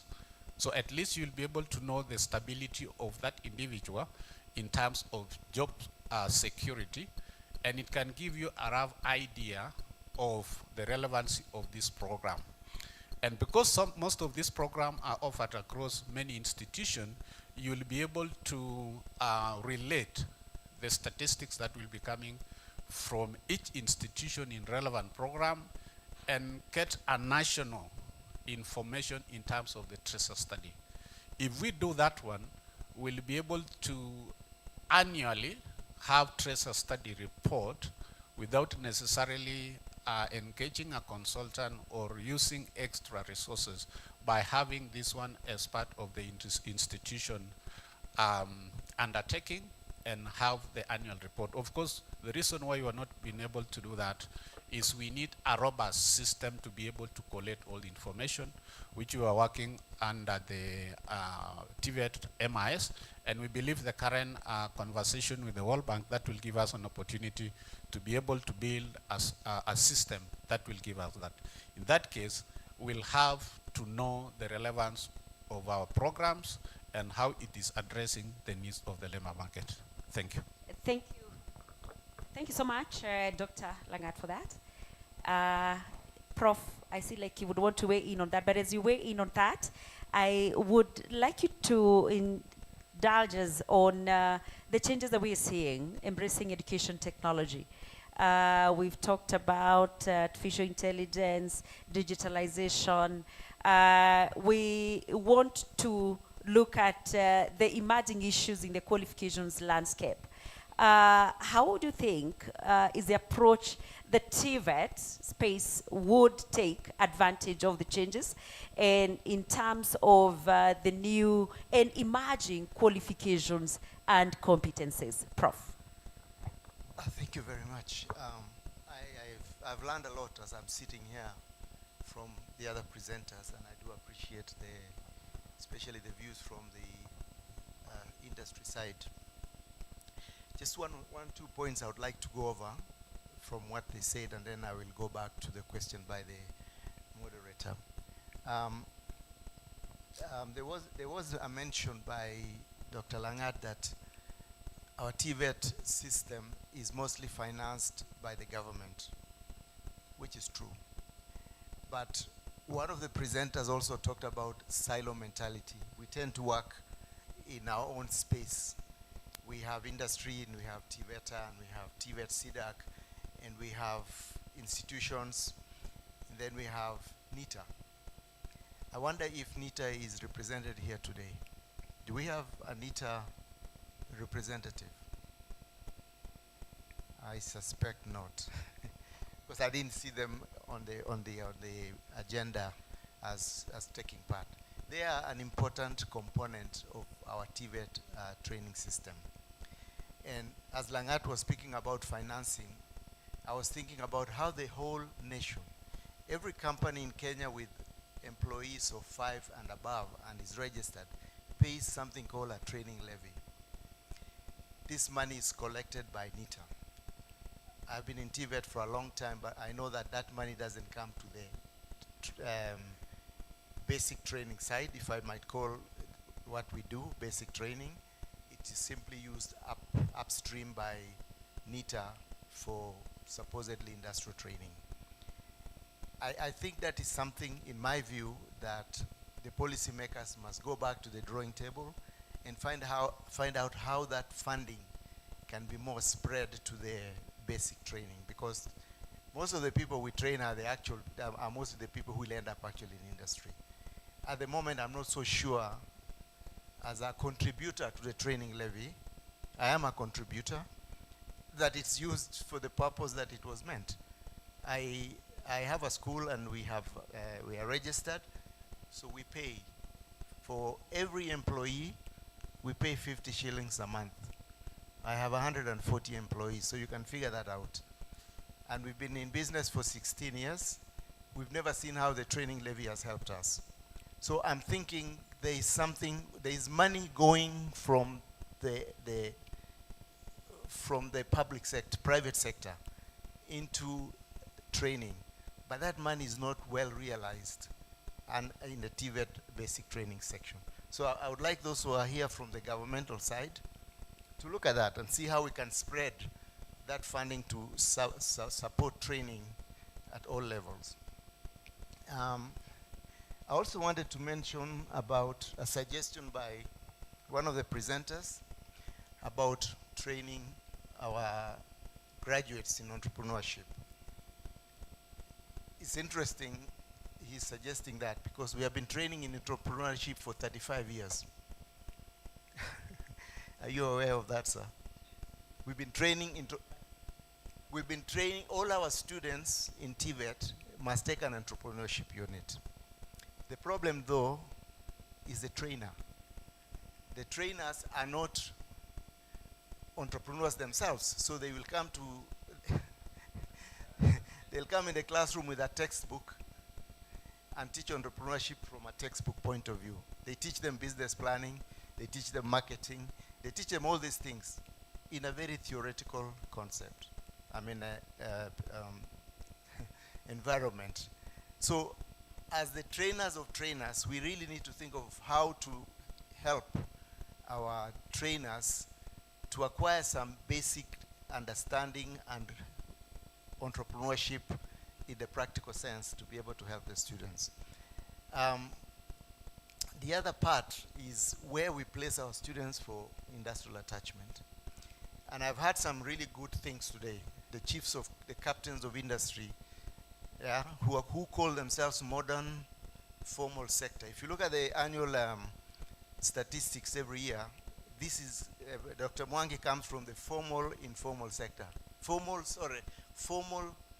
employment sector.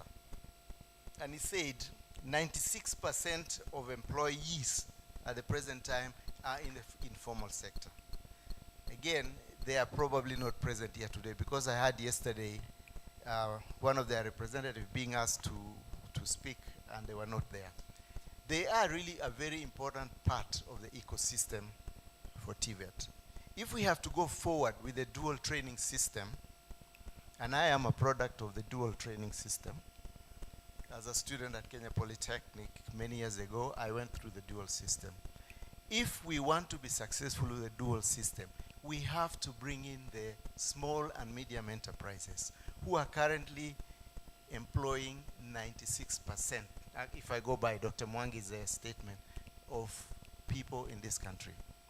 They really are important because just think about it. One of the problems we are making with locating our technical colleges, I don't know whether it's a mistake, but as it is now, many of the new technical and vocational colleges, as per our constitution, one per constituency, are placed not strategic to the labor market, but strategic to the interest of the MP.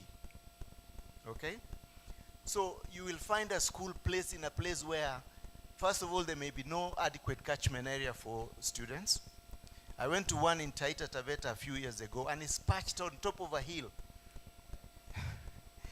And I was wondering, how did they even get the equipment and the building materials to put up that institution? Okay, there is not even enough room around where students can be accommodated because accommodation is now private. So I met the principal yesterday. I said, how many students do you have now? He said 120. Big improvement. When we went there were 25 students. So you can see there wasn't very good market study of where to put those institutions. Now, when it comes to now having this public-private partnership, it becomes impossible because the nearest industry must be 50 or 60 kilometers away. So where will this principal and the trainers develop that partnership with industry that does not exist? It's just peasant farmers around. So probably only the most successful program might be agriculture, but the others may not be successful. So that is something, it's a bit late in the day, I guess, because we were told yesterday we now have nearly 200 and something institutions, so there may be only 50 or 60 more to go. You can imagine in the county of Turkana or Marsabit or Garissa, outside of Lodwar, Garissa and Wajir, where would be the industry or labor market for these students to go and be attached for the dual training system? So when we talk about dual, we have to think about the whole ecosystem of TVET. Many of the older institutions like Kabete, Thika, and the others are based in industrial centers, so it's easier for them. And that is why I would really like for us to embrace the SME concept, because even in those small places around the country, you will still find small and medium enterprises, mostly small micro enterprises that provide basic services like construction, electrical installation, and so on. So if we do that, then we can be able to at least find places to take our learners for dual training. Otherwise, it will be very, very difficult to equitably conduct training. I also heard about both Dr. Mwangi and one of our colleagues here speaking about human-centric approach to training. This is really important, and it's really coming late for us trainers in TVET. When we were told industrial attachment, we usually talked about the big industries. We take our students into the factory side, and all they learn are the technical skills. Okay? They don't learn other things like human resources and things like that. That's why SMEs are very important, because it's so small. You can see everything on a daily basis. You can see how business is conducted. You can see how the materials are procured. You can see all this. So tomorrow when you tell that young man or young lady, go and start a business, they know. They have seen it. And they keep thinking, if this guy can do it with little education, why can't I succeed?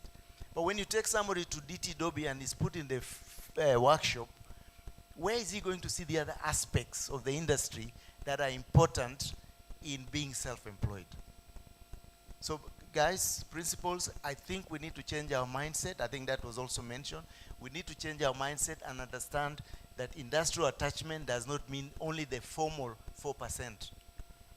It actually should include the other 90% in terms of where we can take our students. I'm happy to announce that human-centric concepts are now being introduced in our TVET institutions. I recently went to a classroom for my other duties as a trainer, and the student was teaching employability skills, critical thinking, analysis, teamwork, and things like that. Unfortunately, he was teaching it all theoretically. I guess he himself didn't understand. I can appreciate that. But this is where we say you cannot be taught everything in college. Most of your learning actually happens outside college. So those of us who teach these guys at the college must teach them how to learn, how to find information by themselves. Internet is a blessing. Yeah? If I'm teaching people about teamwork and how to relate, communication, and so on, it's better to give them a problem-solving task in a group of 5 or so. Then they learn to work with themselves and challenge themselves and come up with ideas. But now if I go there and talk to them, when you work in groups, this is what you do. When you communicate, this is what you do. All theoretically, because in the exam, that's probably how the person is going to be questioned. Sorry, coordinator, for taking too long. EdTech. I'm really glad you asked me to speak about this. One of the biggest problems we have in TVET is the cost of training and learning materials. We consume a lot in training learners to be competent. You can imagine if you are teaching somebody carpentry, by the time they know how to do a nice table and a nice chair and a nice bed, how many feet of timber will they have consumed and is thrown away? Okay? I even see now most TVET institutions have driving school. They train, people can learn how to drive. You go into the car and they take you around and so on. I think we must learn to embrace ed technology. A few years ago, Dr. Langat and I went to a conference in Canada, and I saw a virtual learning tool for welding. You go into that machine and you close it up and you start to weld, and you're not welding metal, you're actually welding virtually. But you get every sensation of a welder. And you cannot, what you see in front of you is actually a welding thing. At the end, you get a lot of feedback. You are going too fast, you are too far, do this, so you keep trying again. So that by the time you transfer yourself to actual welding, real time, you will have spent 60, you would have learned 60% of your skills from virtual. So ed technology is absolutely critical.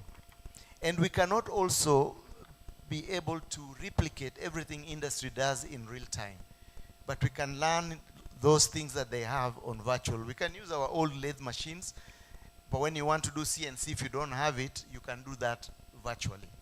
So ed technology is the future. If TVET has to survive in this seriously constrained financial environment, we must go ed tech. And I don't know who in our system at the moment is helping us go in that direction. I don't know how much School of TVET is doing. I don't know how much the ministry is doing. I would really like, especially when you go on benchmarking and find these things, try and bring them back. Try and give our trainers opportunities to be in service, because this is the future. If we are talking about future TVET, digital and digitizing and learning to do things on digital is the way to go. If you look at that driving school, if you learn on a console for 60-70% of the time, by the time you go to drive in the car, you actually need very little time. So there's no wear and tear on tires. There's no, you save a lot in terms of real materials. So thank you very much. I think. Thank you. Thank you, Prof. You've actually expounded on that point very, very clearly. Thank you very much for sharing your thoughts with us on that. In the interest of time, we would want to open up for 2 questions or comments. If you have a question to any of the panelists, kindly. Yes, I see a hand up there. Anyone who can take a mic around? Yes, I see a mic. Yes, as the mic gets there, Mr. Nyangweso, just briefly. Thank you. Before maybe we give the participants to give us questions, allow me to observe the following. I think we are here to celebrate TVET at 100. And from tomorrow or from the next month, we need to now think differently on the next of 100 what TVET we want. The TVET we want, I remember when we were growing in our village, you will be asked, study hard to go to Kabete. Do we still have such kind of dreams? As we sit here, Madam Moderator, you want to be surprised to find that we have very few Kabete alumni. I want to persuade the ones who have been prepared and made by relevant TVET institutions to consider going back if you have been, you have ventured into entrepreneurship, to consider going back to their relevant TVET institutions as alumni and do something. What is this something? Work with the principal, work with the trainers to identify gaps. Today, as we celebrate today TVET, we are aware TVET lacks sufficient resources. These sufficient resources cannot only be provided by the government. The private sectors, the alumni must be very creative. Today we were taught to not to think out of the box, but to burn the box or throw it away. We must learn to throw it away and see how to support our institutions to grow. For the principals, normally organize regular meetings or regular stakeholders engagement where you also get the case studies. I remember we celebrated here when we were just inaugurating this TVET at 100 in this institution, Madam Moderator.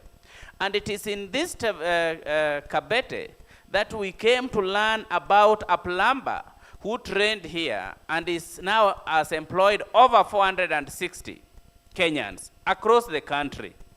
So what such kind of case studies, practical case studies, success stories would really be able to motivate our trainees, our trainers, and also develop a robust data within your ecosystem.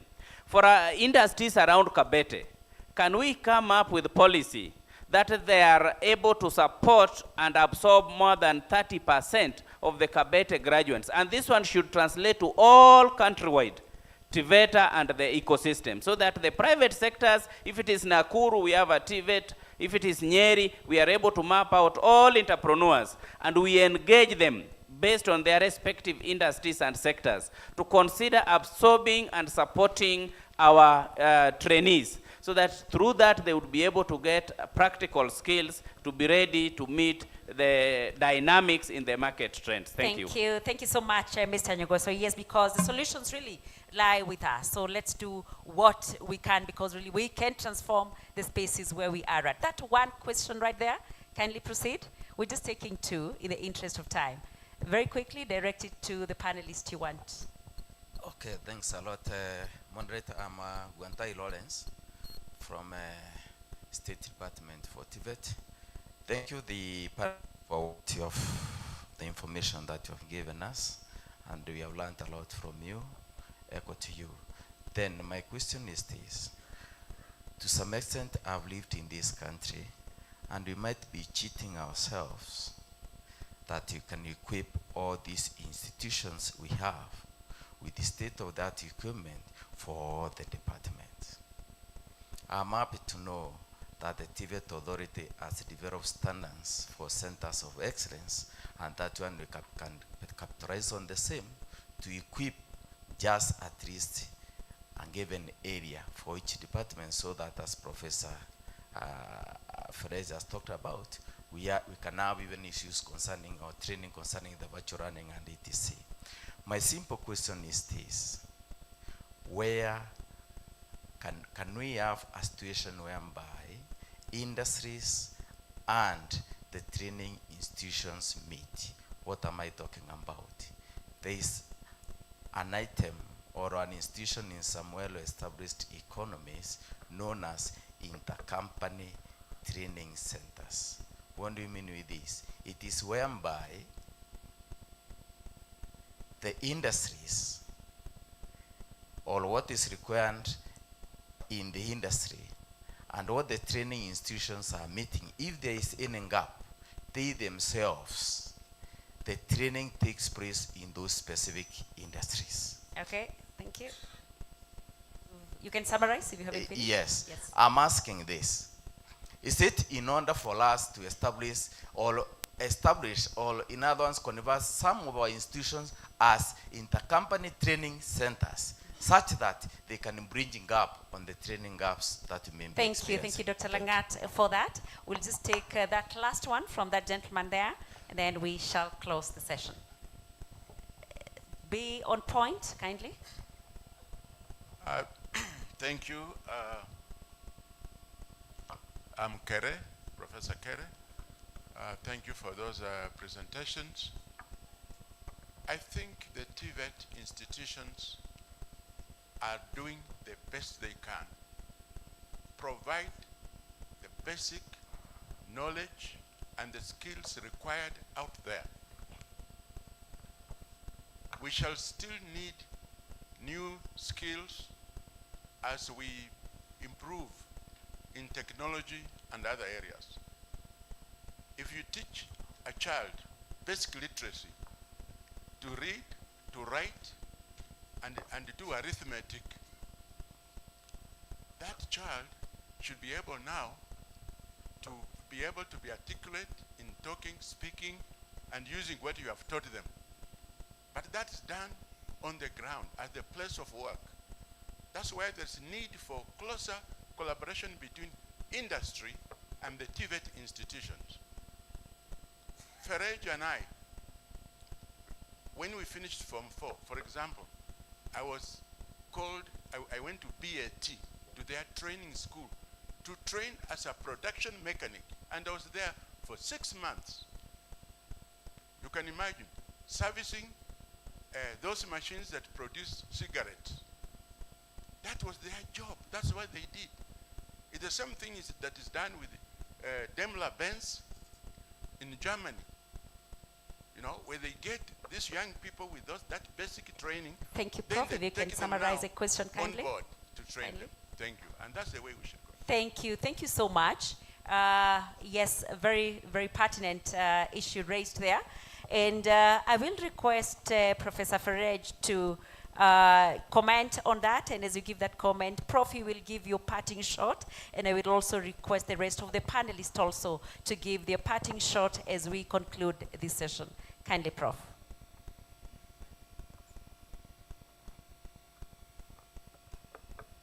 Thank you very much. The question by Dr. Guantai is important. It's what I alluded to earlier. We work in silos. I think, as alluded to by colleagues on the stage, we need to work together. We need to work together. Industry and all the institutions in the training and education sector. Because we are trying to solve problems in one sector, but we can't solve the problems in that sector without working with the people in that sector. So I think this is, in the next 100 years, as we take the first step, this is something that we need to do. It is something that has actually been coming up. I know our PS is a very big advocate of this, that we must work with the labor market, the industry. And for me, I will say industry is not the 4%. but let's work with industry, the 100%, the small and medium, as well as the large industrial sectors.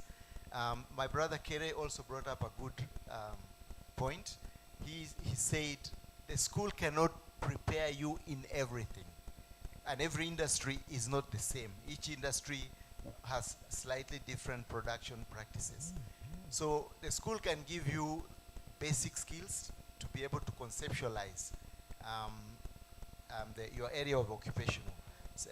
Understand. So when you go to industry, then the industry can now prepare you for their specific tasks, the things that you need for that to do for that industry.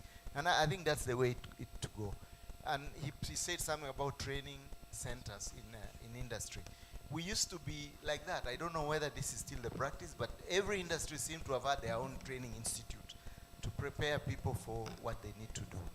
I was asked to use also this opportunity to make my closing remarks. I think this is a great opportunity to bring us together to celebrate 100 years. And as a person who's been in this ecosystem for a while, I think we are now making really giant strides. I know there was some years at the speaker, I was very impressed at his understanding of the education and training sector, Dr. Mwangi, where there was almost stagnation, and where the universities were very busy capturing successful TVET institutions, and that was stopped. And I think that is the best thing that happened in this country. Otherwise, we would have been beginning from zero. So let's build on that. Let's understand our problems. Problems never end. We should always be able to sit and discuss problems with a way to finding viable solutions. Thank you very much. Thank you so much. Dr. Langat, your parting shot kindly. Yeah, I think on my side, I want to mention something on entrepreneurship, because I think that is something that created a lot of discussion. And from the Dr. Mwangi's perspective is that 80–90% of our economy is informal, and we are preparing our graduates to go there. And the preparation that we do in our institution is very important. So the moment we are teaching entrepreneurship using our trainers alone in the institution is not the entrepreneurship required in the industry. What we have envisaged was establishing innovation and production units in our institution as a place for training entrepreneurs. And what we have in the innovation is bringing practitioners from the industry to be part of the faculty, so that we learn from them as we transit this individual. And we must go back to working on those innovation and incubation centers in our TVET institution and bring the industry to work together, so that by the time these people are leaving, they live together. Two is, by nature of our institution, we're supposed to specialize. And that is the reason why even when we gave you equipment, we gave you equipment depending on the areas that you are going to specialize. So we also need to specialize, draw a niche, so that we are known for that specific one thing that we can do. If we do that, we'll be able to impact our economy based on geographical location of our institution and what we produce. Otherwise, we have a lot of potential as a sector which is preparing to receive 80% of our graduates from basic education, and this is how we are going to impact this country. Thank you. Thank you so much. Thank you, Dr. Langat, for that. Ms. Nyangweso, kindly, in a minute. Thank you, Doc. TVET, if TVET is the master key, then dual training is the product of that key. Therefore, I join you to persuade you also to appeal to every private sector here to adopt a TVET. So the adopt a TVET strategy would help the TVETers to have sufficient resources, sufficient equipment, and also to realize their goals. Two, let's embrace entrepreneurship. The entrepreneurship is the cornerstone of the economic growth of this country. Private sector work closely with the TVET institutions to make this a reality. Thank you so much. Thank you, Ehud. Finally, your parting shot. I think I don't want to overemphasize the fact that we are living in the age of transition, and there are many transitions happening across different sectors of economy, from digital to green to demographic. I must underscore the importance of engaging young people who are really, really key in helping us shape the right agenda for TVET in the next 100 years. For the most part, they are the ones to deal with the complexities of these 100 years, and so their voice is so central in ensuring that we are really tapping into the innovation, potential, and capabilities. My second point, that it can never be a one-size-fits-all. As we talk about the next 100, gender and inclusion agenda should be at the center of our conversation. And it cannot be any better if we don't really address the specific needs of women, persons living with disability, even as we dualize and bring in new demand-oriented models. And private sector is at the center of this, and we are ready and available to support in these transitions. Thank you. Thank you. Thank you so much, Ehud. Big round of applause to these gentlemen who have done a wonderful job delving into the discussion, thinking about innovative approaches and initiatives to enhance quality and relevance of TVET to labor market and society needs. Thank you so very much. As we usher them to the seats, let's once again give them a round of applause. Thank you so much.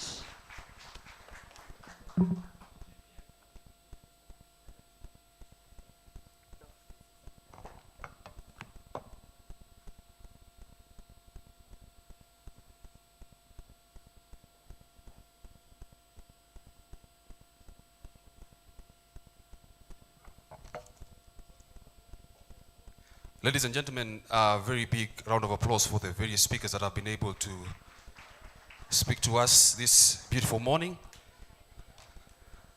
I know we are pressed on time, so I will take the shortest of time to introduce the next session.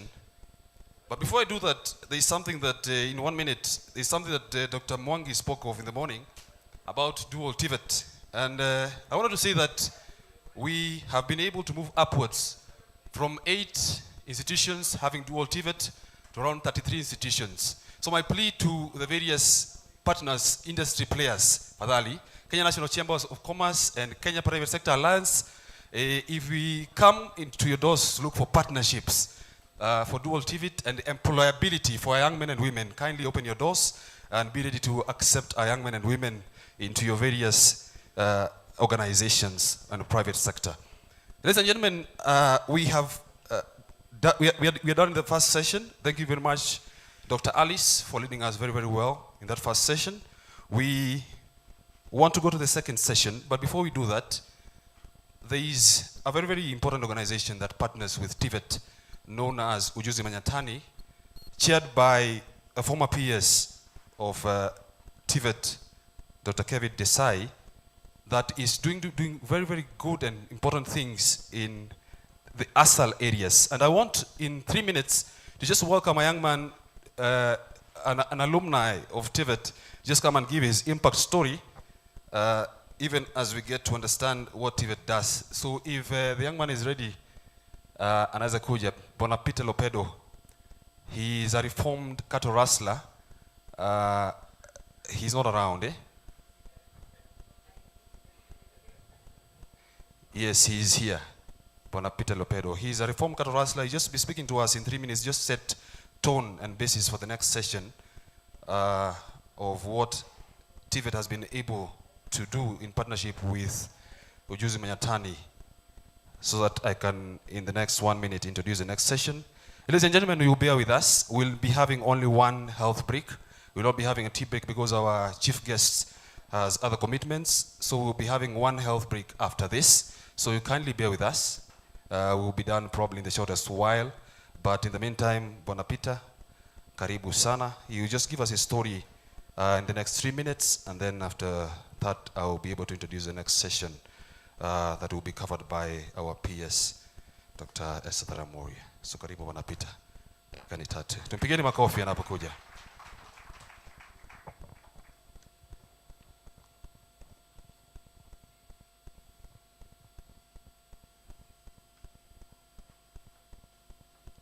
Okay, habari zenu. Mimi ni Peter Lepedo kutoka Marsabit. Mimi nilikuwa mchungaji wa ng'ombe. Mimi nilikuwa mdogo, nilikuwa nachunga ng'ombe kwa Baragoi. Kitambo kidogo. Wakati hiyo tulifahamiwa na wajambazi huko. Nikapigwa risasi. Ng'ombe yote ikaenda. Nikapeleka hospitali. Huko nikakatwa mguu, nikapona. Alafu baada hiyo nikarudi nikaenda nyumbani, nikakaa nyumbani. Sasa siwezi kuenda mbali ama kuna msaidizi yote naweza fanya. Bali nilikuwa nakaa huku tu nyumbani kuchunga mbuzi hapa karibu na nyumbani tu. Sasa nikasema nitafanya aje? Niona sioni kazi naweza fanya, nikasema wacha tu nikae tu kidogo. Sasa naogopa kuomba. Unajua kwa kwetu wewe omba kikombe unipe ni kama aibu. Sasa unakaa tu nyumbani. Sasa kitambo kidogo nilikuwa nakaa nikaona kuna ujuzi manyatani inaendelea nyumbani. Nikasema hiyo nini? Nikaenda kuona nikamwambia kuna ujuzi manyatani skill. Nikasema kama wale wamesoma peke yake. Kuja kuona nikaona kuna community wamesanyika pamoja na chief huko. Nikasema hata wenye hawajasoma ndio inahitajika sana kuliko wale wamesoma. Pia nikasema sawa, hata mimi nasaingia huko. Nikamwambia sasa nikajoin niko nikaingia nikajiandikisha jina, nikasema mwezi mmoja tutaanza. Na mimi nadhani kama tunaenda mahali kama huku, kumbe huku nyumbani tu. Nikasema tunasema mpaka mwezi 3 ndio tunasoma huko. Sasa nikakaa tukajoin huko kwa kanisa, tukasoma, tukasema groups, lakini watu walikuwa wanataka baada kumaliza skill hapo tukapata skill mzuri huko. Naona sasa hata mimi naweza fit tu. Basi nikasema tukakaa baada kumaliza basi tukaenda graduation huko Isiolo Ngaremara. Tukamaliza tukapewa tools. Baada hiyo nikaanza kazi. Hata mara ya kwanza watu kama wanagoba kidogo. Akiona sasa jamaa ameenda mbele. Sasa huko kwetu nyumbani Karare, Marsabit Karare. Kama mtia huko. Hapo sasa ndio mahali naishi. Mimi peke yangu ndio fundi. Hata sasa wanalalamika wakati nilikuja huko. Sasa wanasema utakuja lini? Nikamwambia 2 days ndio wasikasirike sana.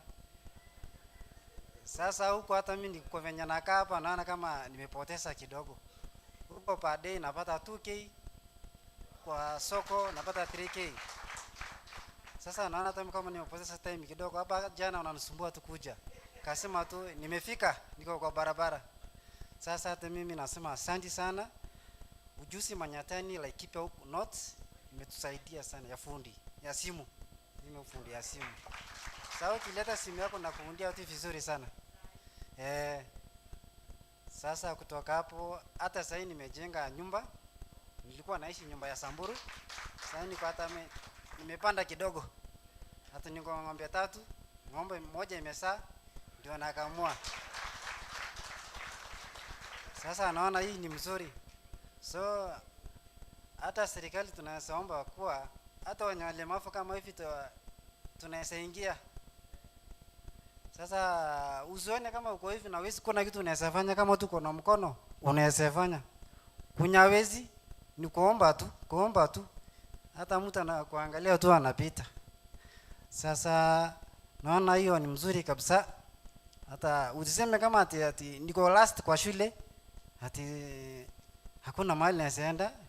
Ujuzi manyata niko, unashona nguo, unatengeneza simu, unatengeneza viatu. Hapo manyata tu. Hakuna hata pesa mingi unatumia, hata maskini asiingia tu. Sasa tunasema asante sana. Hiyo ni mzuri kabisa. Tuendelee mbele. Usione kama uko hivi na unajidharau. Kuna kabisa anakaa chini na anatengeleza na anajifanyia. Samahani tunasema asante sana. Karibuni. Ladies and gentlemen, we can have a better round of applause for this young man. Asante sana. I remember Mr. Mwangi telling us during the handing over of the torch pale Nanyuki, akituambia sema hapo na Kizungu, TVET is not about English or Swahili, it's about the skills that we're able to impart on these young men and women to be able to better their lives. And if education is the key, then TVET basically is the master key. So tupigieni TVET makofi. That is the impact we are doing, and they're in partnership with like Kipia North TVC. They're the ones that have been able to take them through the various learnings, and Kiriwa TVC. So TVET is playing a very, very critical and important role in making the lives of these young men and women to be good and beautiful for posterity. So ladies and gentlemen, I want to welcome the next session in a while, in a minute. But let me just acknowledge the people that, the key dignitaries that are here. I want to acknowledge the PS State Department for Higher Education and Research. I also want to acknowledge the chair, Kabete National Polytechnic. I also want to acknowledge the representatives of the PS Labor, who is the CEO of National Employment Authority, Mrs. Koki. I also want to acknowledge the representative for PS Basic Education, Dr. Abi Alias. So ladies and gentlemen, we want to open the next session that will be covering or unpacking the theme, if education is a key to employability, TVET is the master key. And ladies and gentlemen, there is none other better person to speak on this particular topic other than our able PS. So ladies and gentlemen, kindly let us all be upstanding as we welcome our PS, Dr. Esther Moria, to just come and take us through that session. Tupigeni makofi anapokuja tafadhali. Tumpigieni makofi anapokuja tafadhali. Asante. Thank you. Please be seated.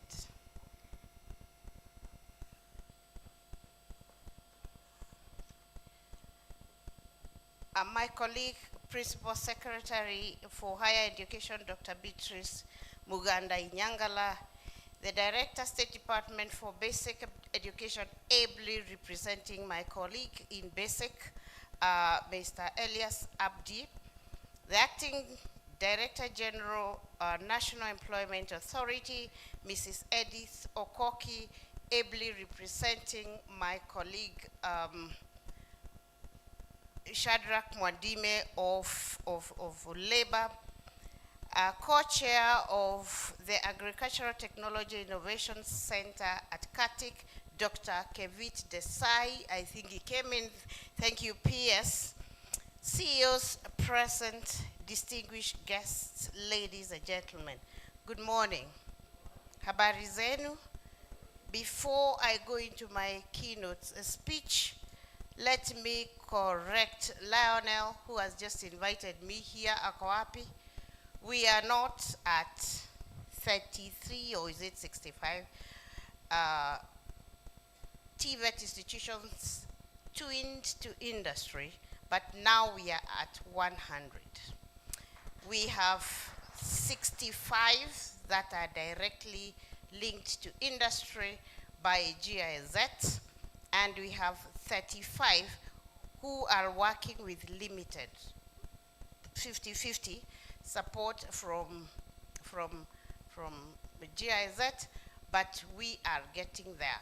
But the institutions that are now dual to industry, which is the point that we are insisting on, are 100.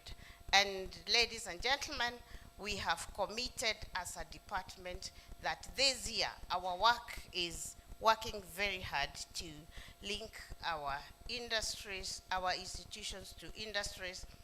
And sorry, I came just as these gentlemen who are here were finishing their parts, but the little I got to hear was something like Dr. Wantai saying that we should have industries in our institutions, or some institutions as industries. And I couldn't agree more. And I tell all of those I speak to from time to time that Rome was not built in a day.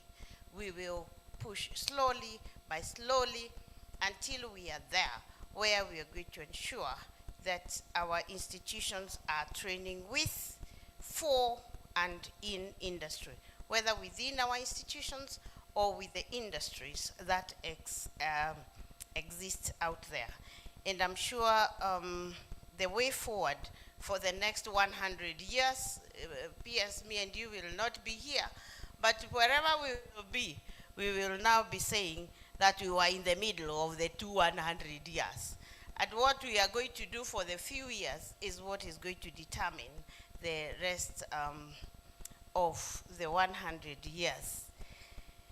So what is very exciting to me is whether the gentlemen who are here or people like Professor Kerry who are sitting right there, we are all to a very large extent speaking the same language. So what we need to do now is to brave ourselves to actually do what we know in our heads is what we should be doing. Because you speak from what is in your head or in your heart, isn't it? So because we are speaking it, these people who are here, these people who are out there, let us now brave ourselves. Be brave enough to be able to actualize it from wherever any of us is seated. And I'm sure if we commit ourselves, we are going to be there. I have been telling Professor Kerry, those I have been speaking to, that entrepreneurship is not calling all the students, that's what I've been telling these principals of mine. It's not calling all the students to one room and teaching them entrepreneurship. I've been telling them selling a car is not like selling vegetables, isn't it? Yes.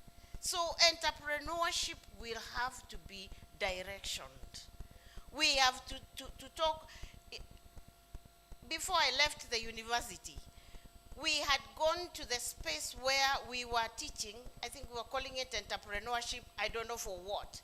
Entrepreneurship for what? But somebody else had come with a coinage where the entrepreneurship was being called together with the name of that space. Mechanical entrepreneurship, something like that. Mechapreneurship, whatever. Ask Donna, I think she was in that space more than I was. So this is what we have been saying we are going to do. The question of getting people in one class to teach them communication. You know, one thing I know, I still have a speech to read. One thing I know is that teaching an engineer to communicate and teaching me, who is a social scientist, to communicate are two very different things. I think it is easier to teach me communication, isn't it? But an engineer, where are the engineers? Please forgive me. I think the guy is an engineer. Professor is an engineer. Now teaching these engineers how to communicate is so don't put all people in one class to teach them communication skills. It is not the same to teach somebody how to communicate to another one that I have a car here that it needs to be sold and I have domas here that it needs to be told. It is different. So ladies and gentlemen, what there is that our plate is full. We still have so much to do. But you know what? Somebody has got to do it. And that somebody is me and you. God does not put us here just to be. Allah has not put us here just to be seen. No. He has put us here with a purpose. So our plate is full. I like the commitment of people like Nyangweso. Nyangweso, you talk kuja TVET you know, he's got so much passion. Somebody has got to do it. And you see, when PS Desai first came to my office, just when I had landed, and started telling me these things you are seeing him doing here, I thought he was joking. By that time, PS, I was still ladding. I was still looking at what space. But I was in the graduation where these people were graduating in Isiolo. I was there. And the ones he presented to us that day were not speaking Kiswahili like this one. They just don't speak any English or any Kiswahili. They were repairing people's motorbikes on phone, wakiongea hiyo lugha yao, so we simply cannot hear what they are saying. But sasa what they later told us that imeguruma, and he is repairing it on phone. That is how skilled they are. That is what PS Desai is doing for this country, and it is beautiful. Please give him a clap.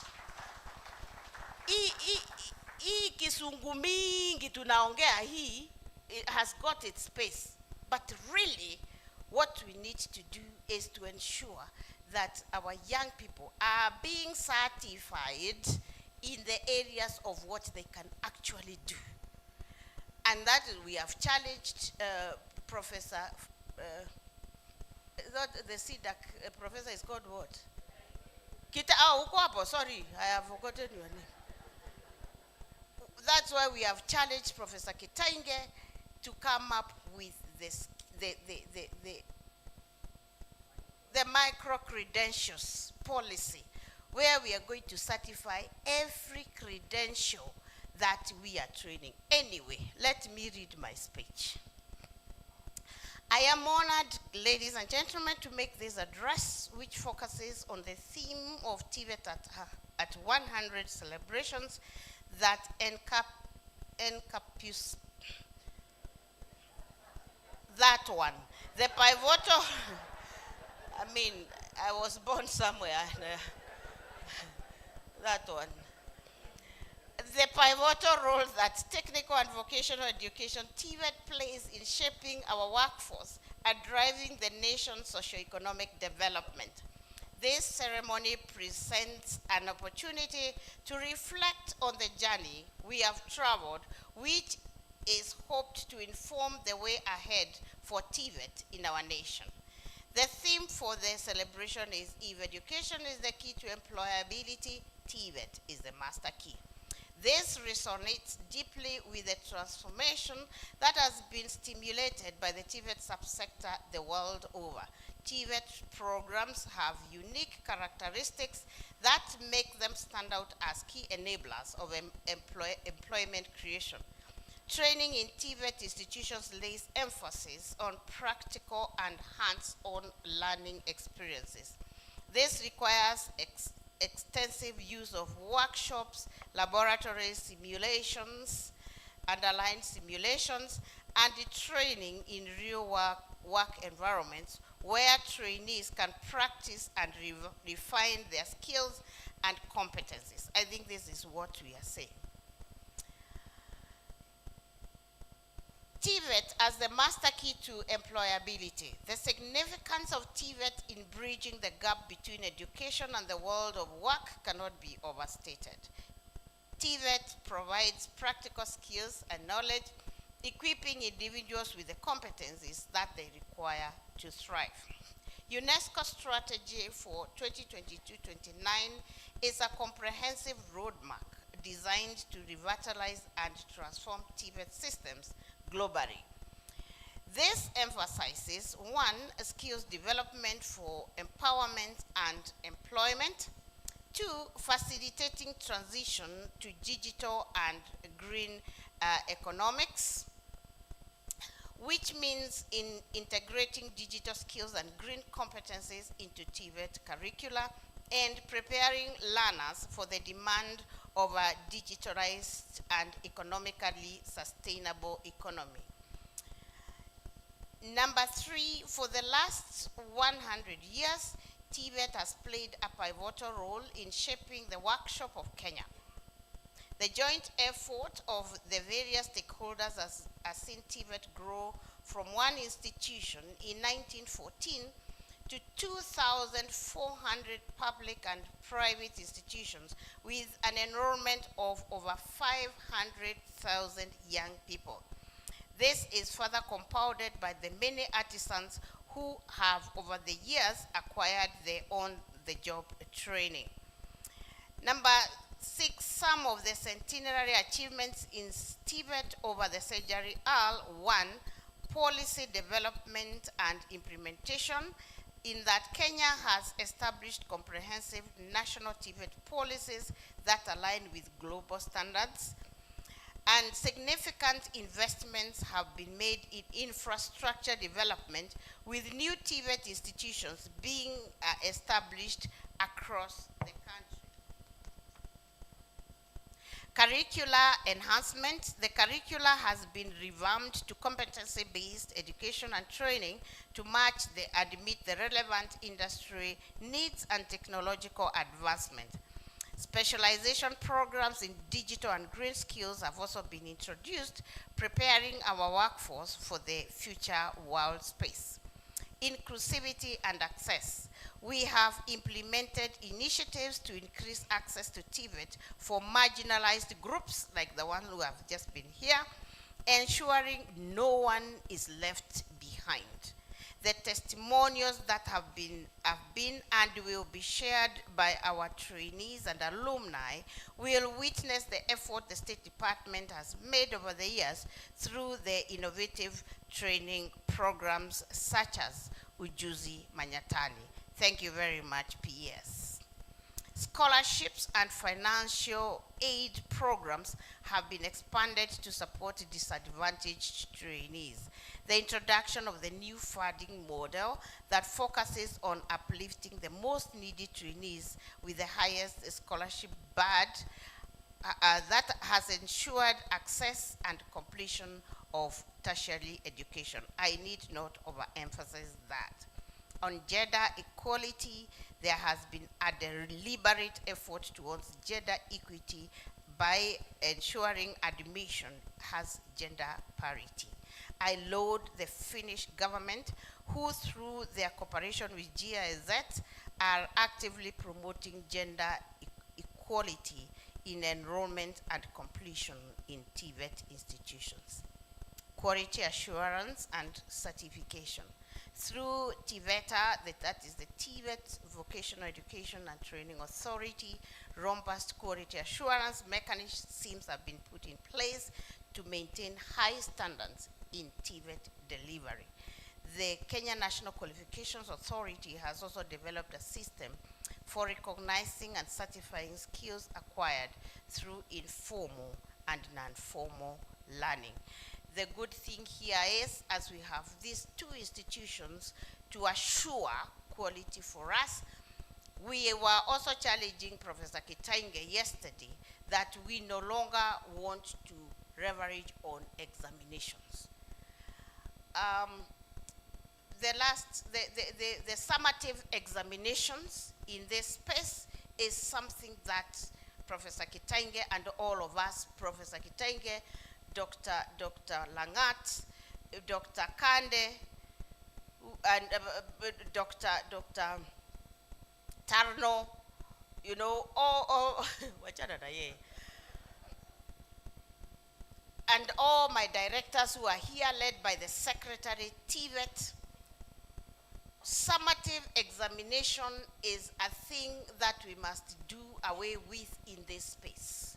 Portfolio of evidence is what we must leverage on. Because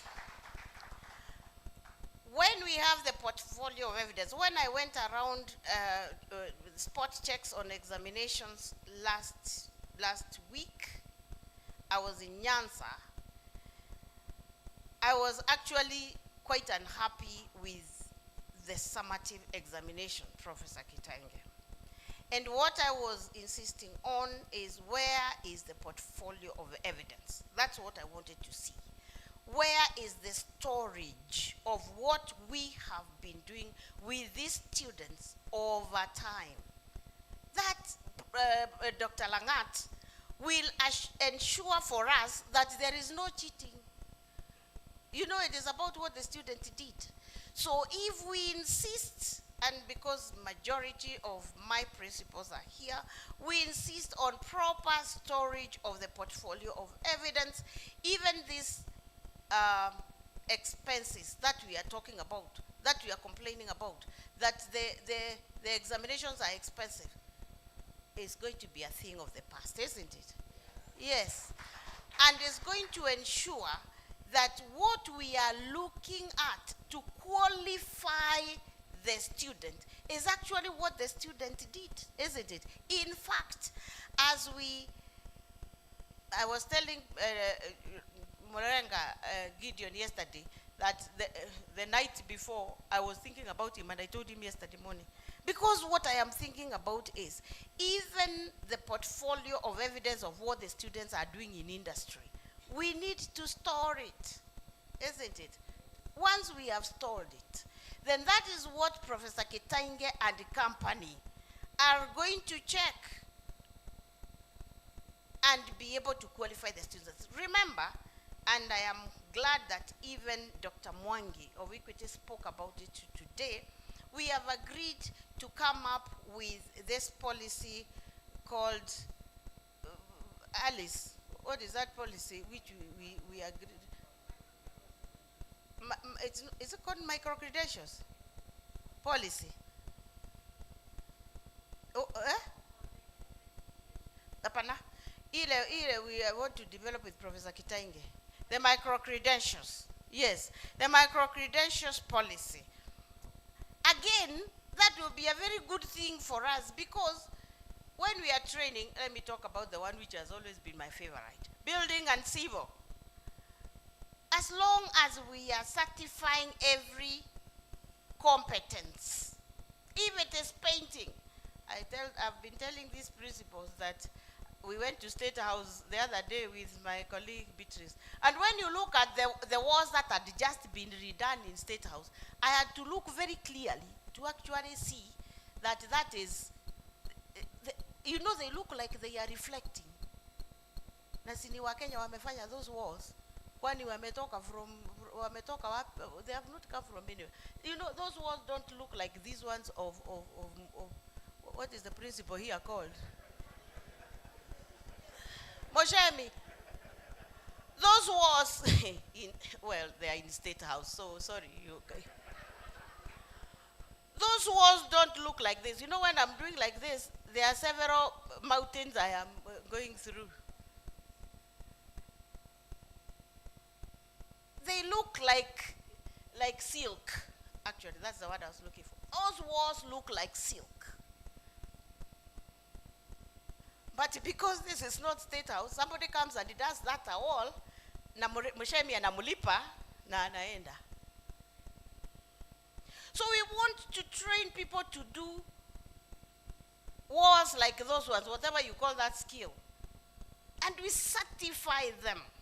And we have the portfolio of evidence as that wall that person has done. Then we don't need the summative exams, do we? No. That's what we talk about. I only also just talk about what order. I went to Mawego last week, and they have come up by themselves. By the way, they never asked me for is the principal Mawego here? Amanda, happy? And they did not ask me for a single coin.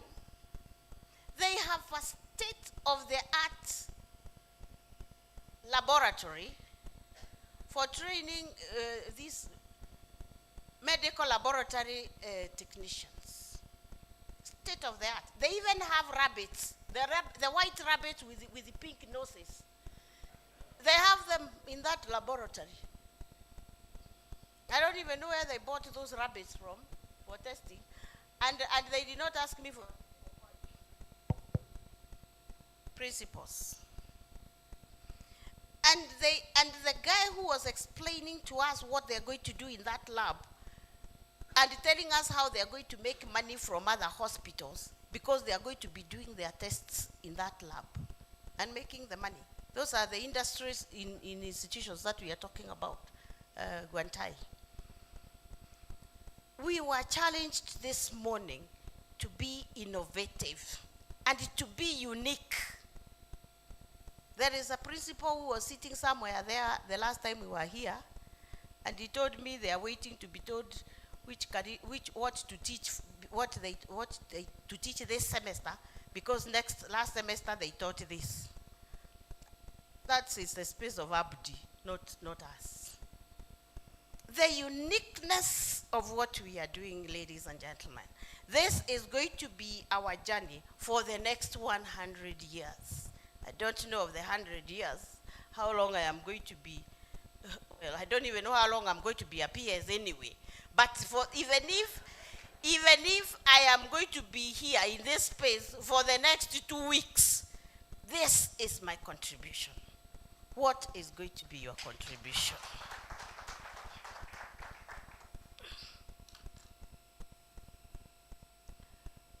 Where was I? Stakeholder engagement, I think, I went there to talk about quality and assurance, so I'm sure I'd talked about quality. Strong partnerships with industry, I don't think I need to repeat that we have really emphasized on. However, despite these achievements, we must also acknowledge the challenges like the funding and the resources.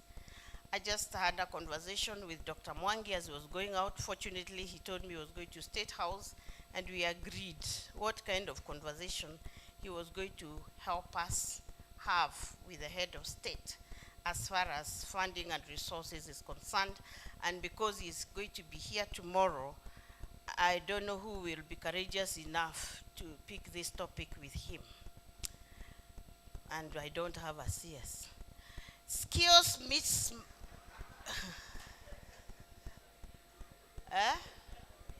Oh, I am the CS for TVET. You are the CS for higher education. Tutaona vile hiyo maneno itakaa kesho. Skills mismatch is not anything that I also need to emphasize on. I think we have all gone through that. Capacity building, especially of trainers. Dr. Tarano is here and he has done a good job in that, but my brother, there is still a lot to be done. There is still a lot to be done, and that is why we have to talk about funding because Dr. Tarano still has a lot of work to do as far as recruiting our trainers is concerned, because we are not just talking about different pedagogy, we are talking about especially the mindset, because we have to agree as a team as to where we are going. Technological integration is something else that we have talked about, and I am challenging our institutions. Please, I have talked about Mawego. You know, oh, you are here, my brother. I have really said you are the best.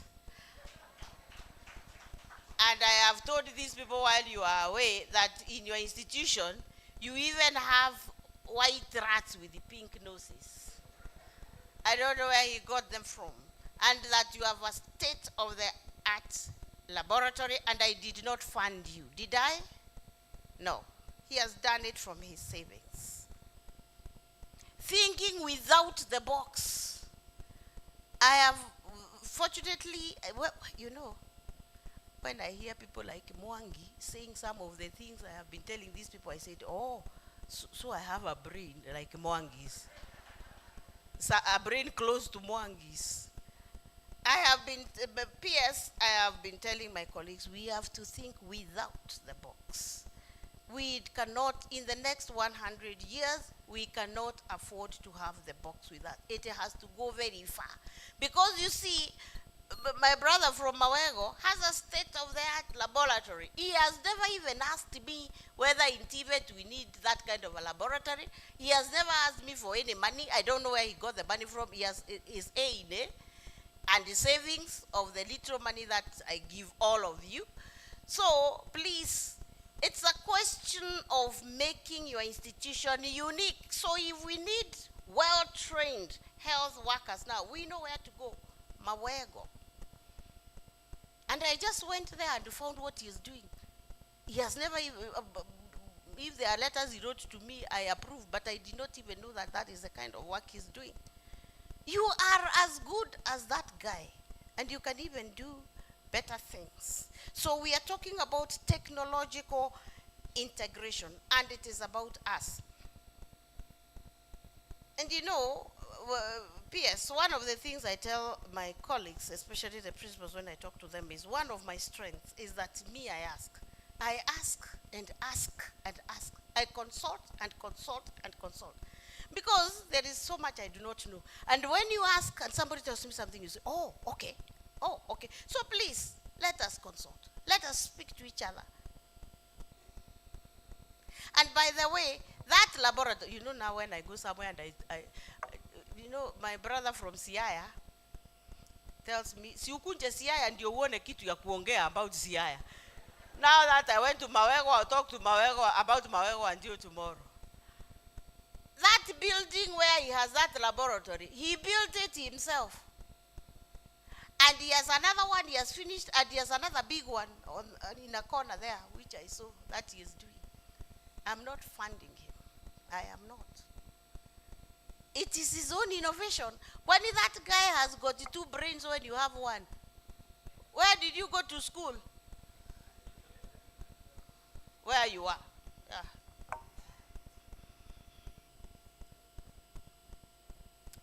Social perception, overcoming social biases that look down on technical education and training is vital.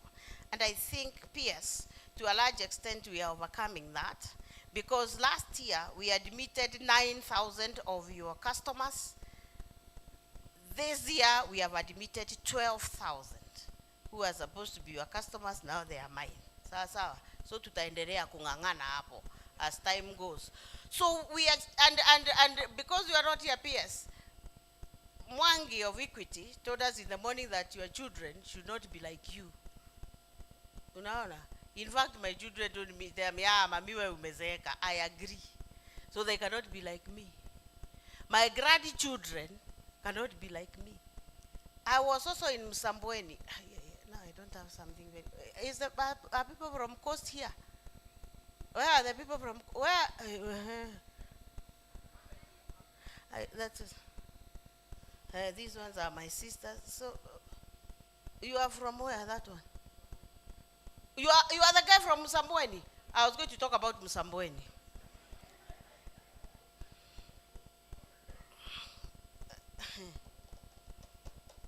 Sit down. Msambweni, the people from around there are not coming to school. Yes.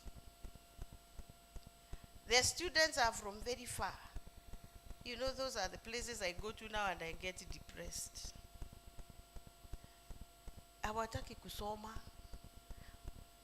I did not find the PS. It was a Saturday, I understand. I did not find the principal, but I will have a conversation with him now that he's here. Hawataki kusoma. They're not going to school. They're not coming to the institutions. They're even saying that you pay them. Kanyi, they were saying you pay them to come to school.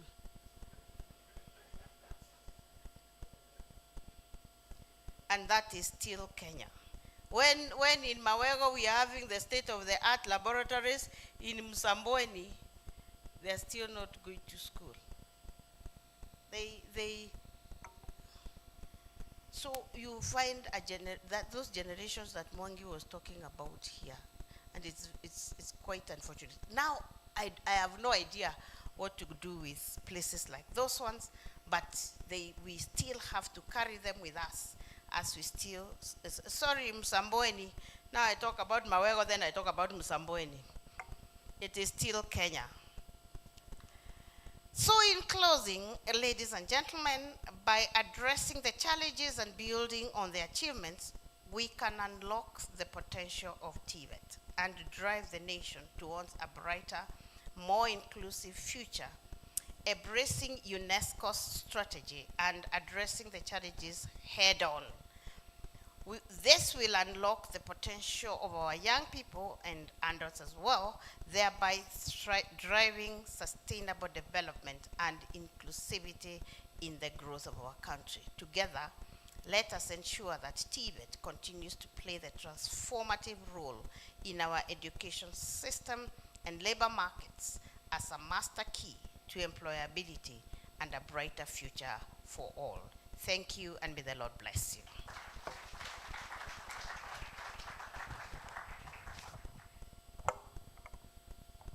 Ladies and gentlemen, a better round of applause for PS. Thank you very much, Madam PS, for unpacking that particular theme of that session. And apart from the walls here, Madam PS, I have loved the architecture of the roof. This can only be TVET. How they are carved, can only be TVET. So apart from the walls, Bwana Mwangi, kazi mzuri huku juu. Mwenye alifanya, this is marvelous job. Probably the walls you can work on later. Ladies and gentlemen, the man I'm about to invite is a man of many talents. He is a full professor of music, specializing in African ethnomusicology, African musicology, music composition and music performance at Kabarak University, Nakuru, Kenya. He has been the founding dean of the School of Music and Media since 2015, August. His exceptional musical skills and unwavering commitment to education, research, and cultural preservation have earned him accolades, recognition both locally and internationally. This man is a versatile musician, composer, arranger, choral trainer, choreographer, and adjudicator of music and dance. He has dedicated his life to preserving African music and promoting programs globally. He was a panel chairman who drafted the music and media programs now offered at the School of Music and Media at Kabarak University. His passion for research and documentation led him to establish Utafiti Foundation Publishers, a unique research and documentation center in Eldoret, Kenya. As a founder, executive director, and chief executive editor at the center, he provides a platform for researchers and scholars to document and preserve African music, art, and culture, significantly enhancing the creative industry in Kenya. Ladies and gentlemen, there is no other better man to introduce this particular session other than Professor Mellitus Nyongesa Wanyama, who is the founding dean of the School of Music and Media, Kabarak University. Tumpigieni makofi anapokuja. Tumpigieni makofi anapokuja tafadhali.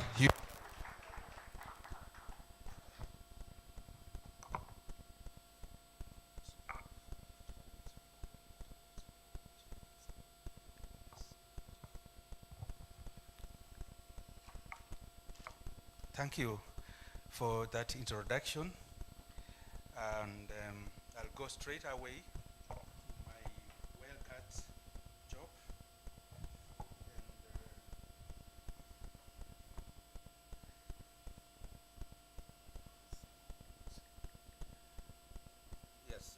This session will focus on unpacking the theme of TVET at 100 celebrations. That is, if education is the key to employability, then TVET is the master key. You know, any key is inferior to the master key. The master key is the one that bypasses all the normal keys and opens all the doors that are opened by other keys. So I want to invite the panel over here, and I will go straight to just inviting them here. I'll start with Dr. Abdi Elias. Just come over here. We will be introducing you. I will be introducing you later in detail. Then I have, yes, Mrs. Edith Okok. And I have here, sorry.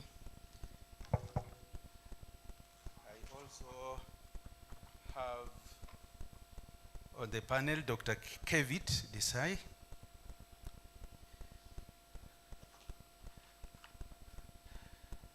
On the panel, I also have Dr. Beatrice Muganda Inyangala. And then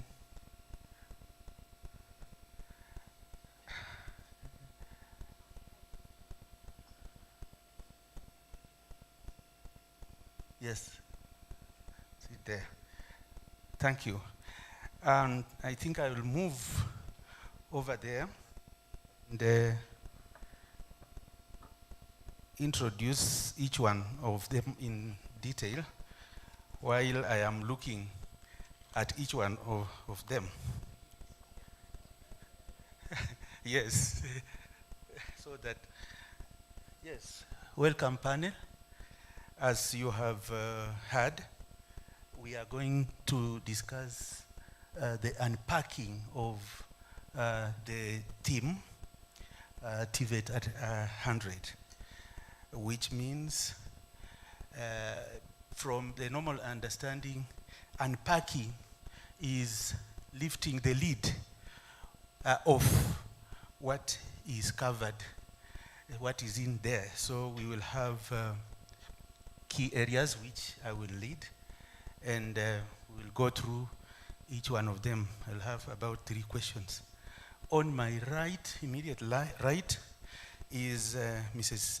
Edith Okok, Director General, National Employment Authority. She has a vast experience in employment policy and management. Her qualifications are, she has a BA in economics, and a BA in law, and a master's in business management. At the National Employment Authority, she has developed employment policy, and she participates in matching job seekers to employment on available jobs. Let us give her a clap. Welcome her. On my far right is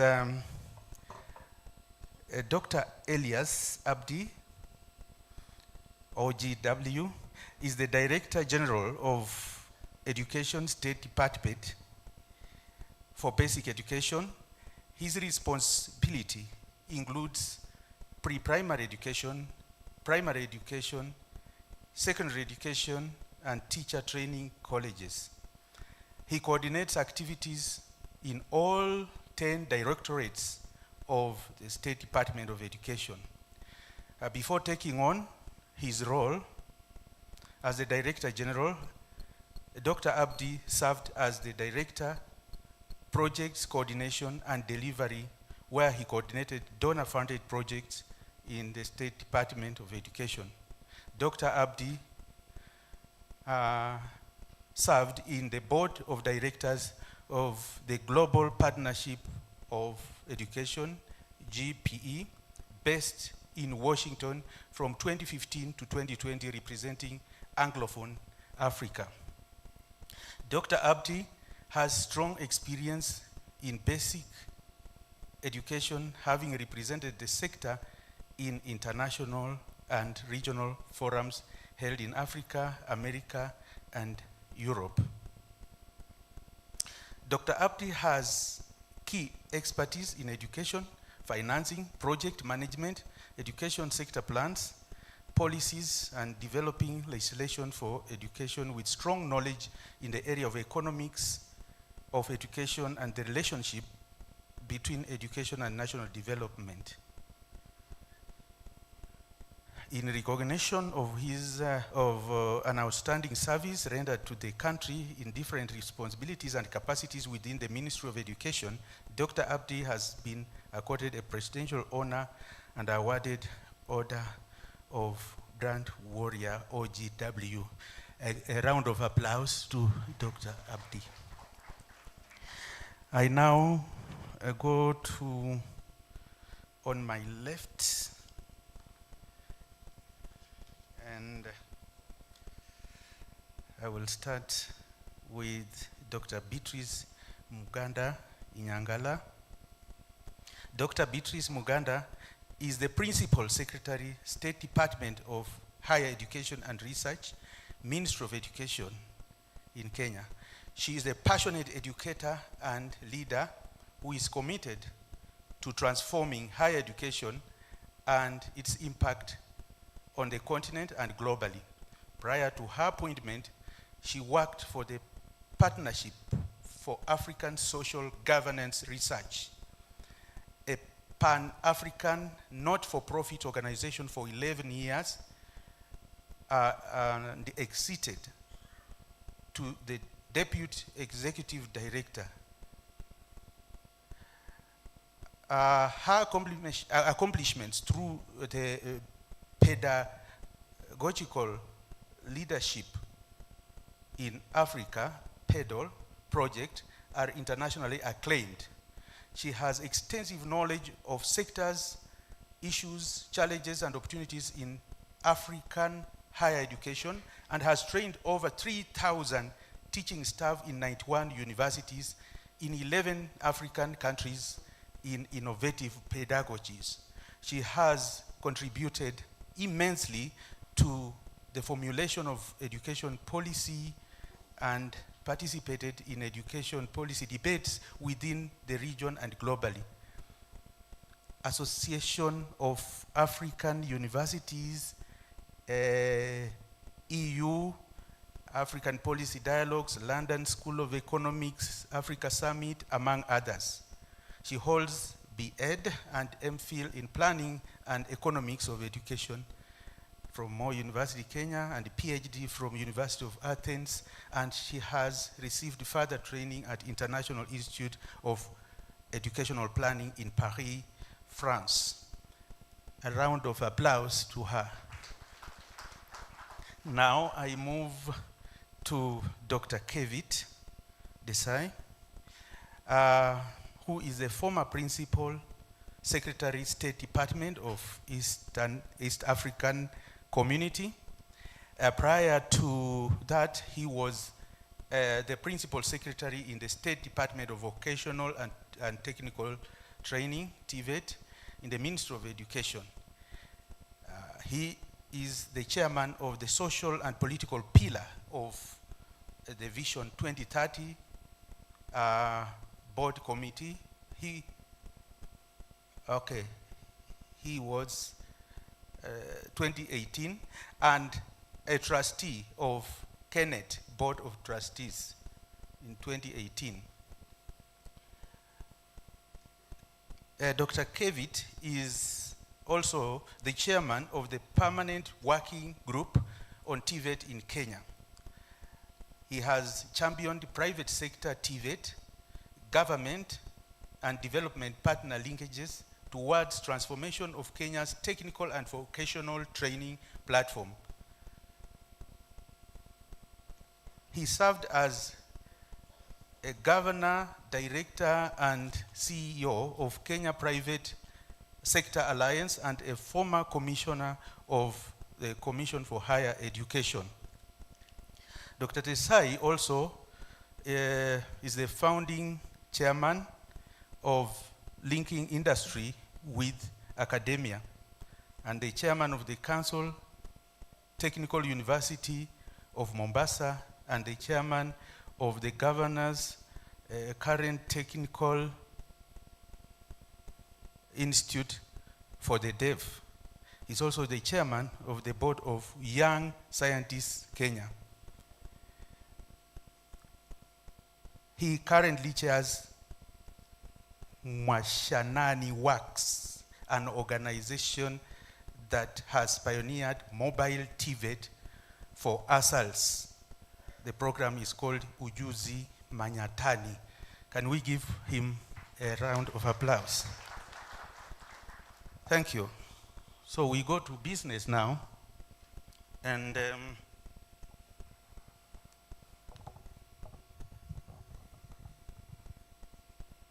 would like us to move on straight and just to give a background information to our discussion.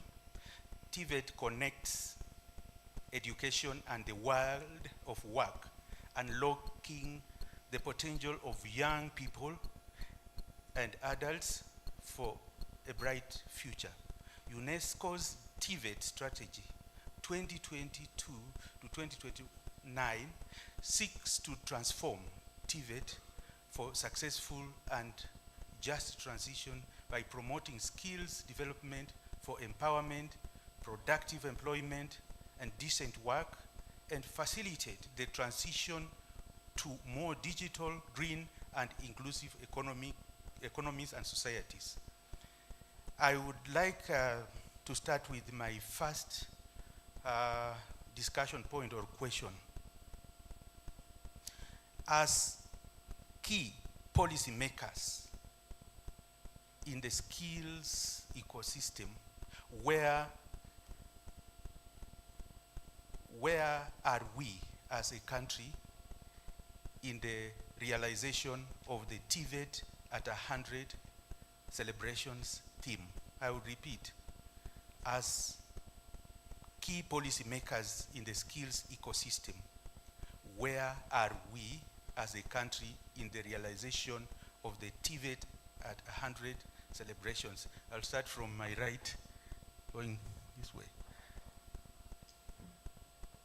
Thank you. Indeed, this is ladies and gentlemen, this is a very exciting moment with respect to taking stock of what we've achieved within the context of education reform over the last 100 years, and specifically how we cherish and are constantly trying to promote innovation around key values like promoting access to technical vocational training. We've heard about countless schemes and initiatives which include the funding models and the initiatives within the context of the expansion of TVET to each constituency being a key success of access to technical vocational training. But we've also seen great success by way of ensuring that we promote technical vocational training and its training benefits to all young women and men. And this has taken place not only in terms of the location of the colleges, but also how we have encouraged initiatives like Ujuzi Manyatani and creating platforms for mobile computing that will greatly transform and greatly create equity within the context of TVET. There's also the very aspiration of quality, and we've seen various initiatives within the context of relevance and quality, not only in terms of enhancing and maintaining standards within institutions, but also finding ways in which we're able to profoundly promote relationships with industry. We're grateful for the leadership of the government of Kenya under P.S. Moria as she was demonstrating the refinements of walls. In one sentence, she's saying that we have to train to standards that are measurable. Those measurable standards have to be in agreement with the productive sector. And I think that this indeed is fascinating because we've seen the relationship grow from an isolated structure to having various sector councils, creating joint curriculum, profoundly addressing and implementing a very important policy, competency-based education and training. We've also seen aspirations within the context of creating pathways for young people, creating greater levels of equity through recognition of prior learning. And today we're discussing more innovations.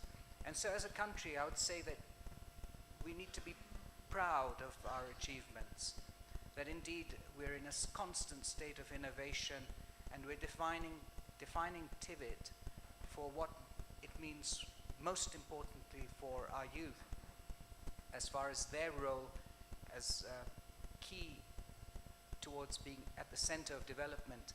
And we all know that from all the stories and the incredible success the government has positioned as far as the enrollment, which now sits at almost 500,000 students, what an incredible achievement it is, because all of us know, those that have experienced TVET firsthand, is that the more you use your hands and your mind, the happier you are.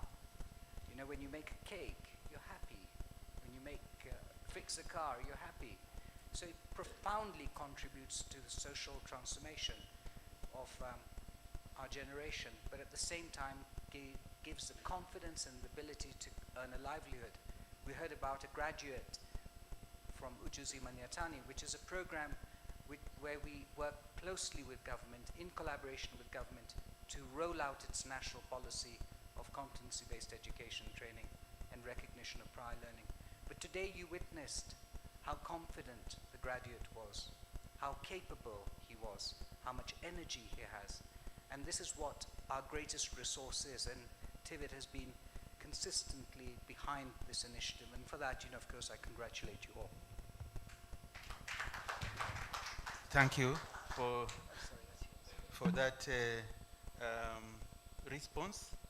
What I picked is your elaboration on access to TVET resources, and you remarked that the more you use your hands and mind, the more happy you should be. And that is my takeaway. I will move on to the next. Yes, the next. Yeah, you can go ahead. Yeah, thank you very much. It's truly a pleasure to be here to witness this great celebration. So for me, when I look at TVET at 100, I see a mature woman. I see, a mature woman that's very proud of the family, taking care of the grandchildren, the husband, and the village at large. I see a story of transformation from that institution that was associated with the village, that institution that very few people wanted to associate with, to the rise of TVET to the national level, to the international level. Now we have a subsector in the education system that is so highly recognized internationally that when we have companies coming from abroad, they come looking for TVET graduates. So that really is a very profound story. How have we gotten here? We have gotten here by investing heavily in the TVET subsector. Look at the room we are seated in. This is a perfect example of the journey we have traveled from a few small rooms in the villages to such a huge, lovely compound with amazing buildings that testify to the importance that we attach to this subsector. I look at the journey of recognizing the qualifications from a place where anything and everything counted for TVET, and that is why that respect was not there, to the standardization of qualifications, of competencies, building a recognizable brand that is appreciated internationally. Truly, it is an amazing story, and I am really happy to be associated with this and to recognize TVET as that leader in the middle. Leading from the middle is not easy because the responsibilities are so heavy. But here you are. You've created products that permeate every aspect of this society because they can reinvent themselves, they can multi-skill, they can upskill, and that truly is very, very innovative. So 100 and still counting. We expect bigger and better, and we shall be there all the way cheering TVET on. TVET hoye! TVET at 100 hoye! Thank you. Great. Thank you.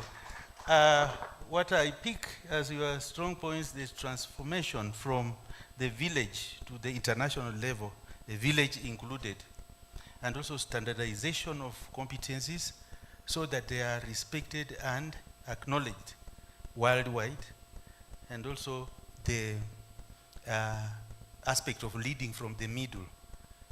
I think it was alluded to one time by late Mandela, and the challenges that come with it, or a good thing about it is that everybody can see the leader in the middle, and that is what where we are. I hope I'm in agreement. So I move on to the next response on my right. Thank you very, very much. I'm quite excited to be with you today because my role here is to ensure that the market gets the right people for employment. And so being here today and knowing what TVET is doing to create that gap in the market, to us it's an excitement. I also just want to pass greetings from my PS, Mr. Shadrach Mwadime, who is engaged in some very pressing issues, and he has asked me to step in his big shoes, and I hope I'll be able to do justice to what he had intended to pass to the gathering here.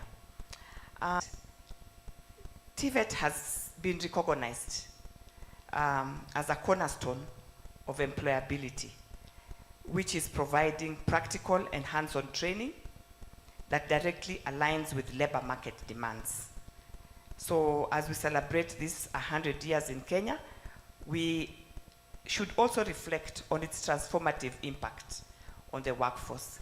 I talk from a place of no, because I know what employers outside here are looking for. So we are saying that the curriculum at TVET is really relevant to what the job market is demanding. And so the introduction of competency-based education and training has been pivotal in ensuring that students gain relevant and up-to-date skills that employers seek. Employment outcomes. We have graduates from TVET institutions who are actually experiencing a higher rate of being absorbed in the job market compared to what has for a long time dominated our market, that is graduates from the university.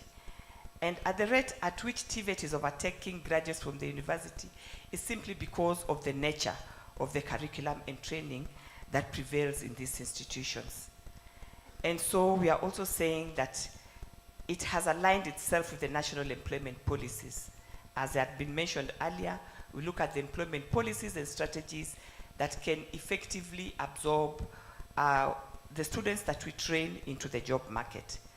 So our national employment policy emphasizes the importance of TVET in addressing skills mismatch and fostering economic growth. So key policy frameworks and strategies in that policy include the Vision 2030 and the medium-term plans. We all know that if we are to meet this Vision 2030 and the medium-term plans, then TVET is a critical component in achieving the country's development goals by promoting skills development and entrepreneurship. These plans emphasize the need for industry-driven curricula, modernized infrastructure, and increased access to TVET. I was quite excited when my able peers talked about Mawego. My daughter is actually married in that area, and I've visited Mawego, and I know what you're talking about, madam. So one, what we just want to emphasize is that I don't want to be political, but what I'm saying is that in the space where you are given, the space that government has given you, there's a lot that you can do. That area looks like it is remote, but we know that that institution stands out in that area. So under the National Employment Policy, it also outlines the role of TVET in developing skilled workforce that meets the demands of a rapidly changing economy. We all agree that the economy all over the world is changing. And if you have to keep pace, because TVETs look at really hands-on training, then I think we are. The current curriculum and training orientation is relevant to the skills that are imparting skills that are required. And you have emphasized rightly that industry-driven curriculum is what matters, as well as the centrality of policy to guide the process. Thank you once more. I will move on the same theme discussion. Thank you. Yes. Thank you, Professor, the moderator. Well, I'm also happy and excited to be here. It's good to see a number of my classmates seated in the audience here. I know we have been, we trained with Muchemi, the principal. Is he here? Muchemi, we were classmates. I'm seeing him now for the first time since we left Moi University. I'm also Dr. Lagat of TVET. It was glad also seeing Professor Ahmed Faraj, our lecturer, and pleased to be in this hall. Well, Prof, the issue you asked, where are we on this in terms of the skills? From the introduction, you are now aware I'm based at the basic education subsector. And I'm glad for the first time the journey and the evolution of TVET to where it is now. Because now it is completely recognized as a standalone subsector. In the past, because you remember in the 80s, an institution like this place, Kabete, used to be a technical secondary school.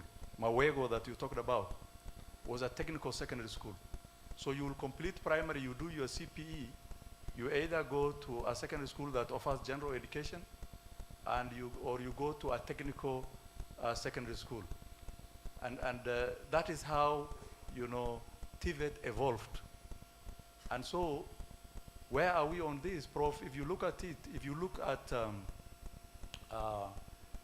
basic education where I am, basic education, we pass over the learners to the rest of the subsectors, university and, you know, higher education, to, you know, TVET, so on. But in basic, our main, because if you look at basic education, what is it anyway? It is 12 years of education. That's how basic education is defined globally. In some countries, they have it as 9 years of education up to junior secondary school. But for us, the Constitution says we offer free and compulsory basic education. The Constitution has not defined basic education, what it means, but we have domesticated that to mean 12 years of education up to high school. And is what to teach. What is going to be offered? What are you going to teach? That question is answered by the curriculum. Luckily, in the TVET space now, we have a formal curriculum, you know. And then, where would you teach this curriculum? The institutions, and Dr. Desai alluded to it. Now, every constituency in this country has a TVET skills in order to earn a living. Would they be graduates from high school? They could be graduates from primary education. You give them the skills. And the issue of who is to teach. Our trainers, the teachers in this space, are also there. And then the issue of course, when it comes to quality, relevance, because largely education has 6 thematic areas. Access, availing the institutions, they are there now, all over. Now 290 constituencies. We're encouraging the private sector also to invest in it. So access, the quantity part of TVET is, you know, has largely, you know, is expanding. And therefore, when it comes to provision of these skills and providing the institutions, we're doing very well in that area. Equally, when it comes to the quality part of it, the issue of, you know, ensuring that we provide the right trainers with the right knowledge, ensuring that we provide the right teaching and learning materials, because if the TVET subsector itself is exclusive, is excluding others, then it might not be of help. When we talk about equity, we talk about our people living with disability. In terms of gender, are both male and female participating? Are those with hearing impaired and the blind, are they taking part in TVET, for example? Then, if that is the answer is yes, and then regionally also.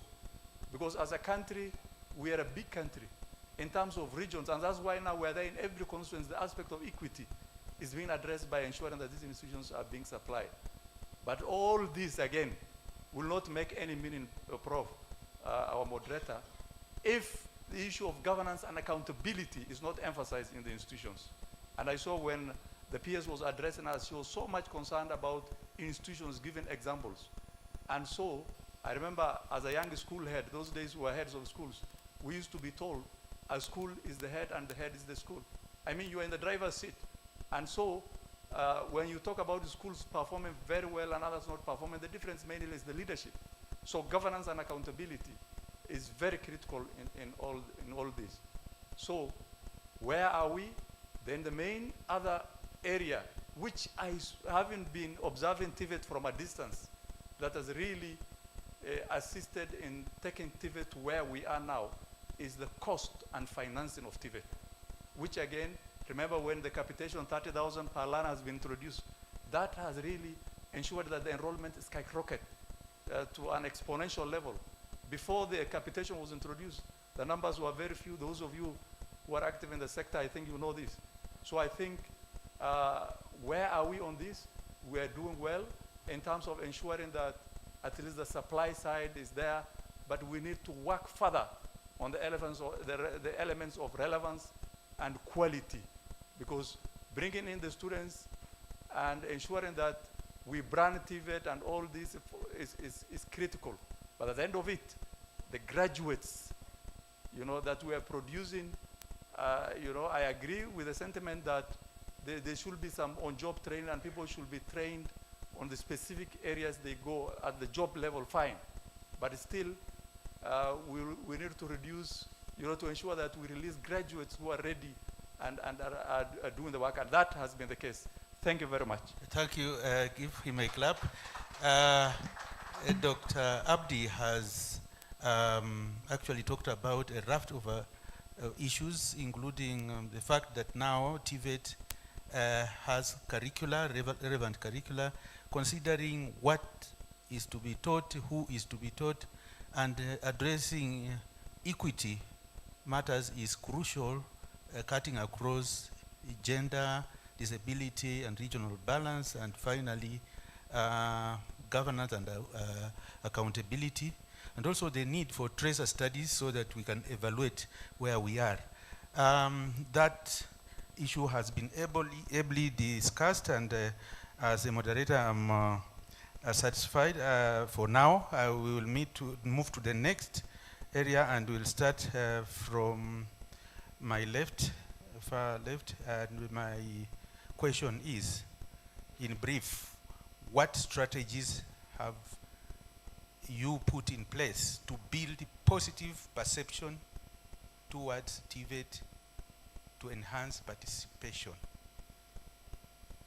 What strategies have you put in place to build positive perception towards TVET to enhance participation? In brief, please. Ladies first, so I'll go.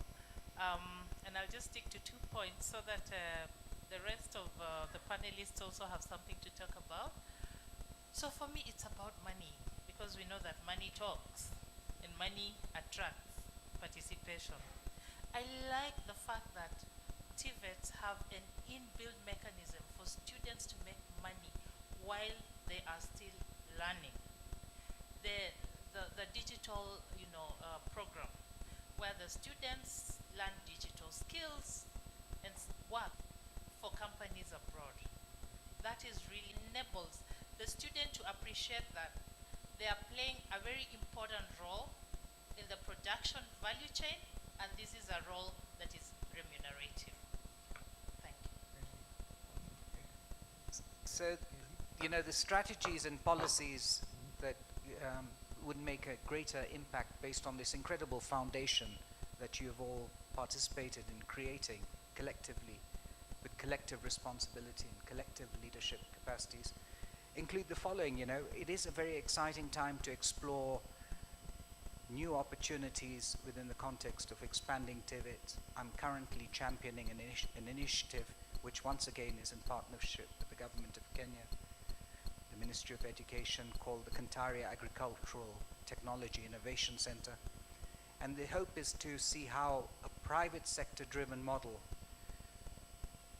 creates a link between the universities as well as technical vocational training institutions to create outcomes of extension, skills, education, research across some 15 broad value chains. And we've been talking about this with PS Moria to create clusters around thematic areas where a specific agricultural produce grows naturally, and how we're able to create natural end-to-end value addition capacity.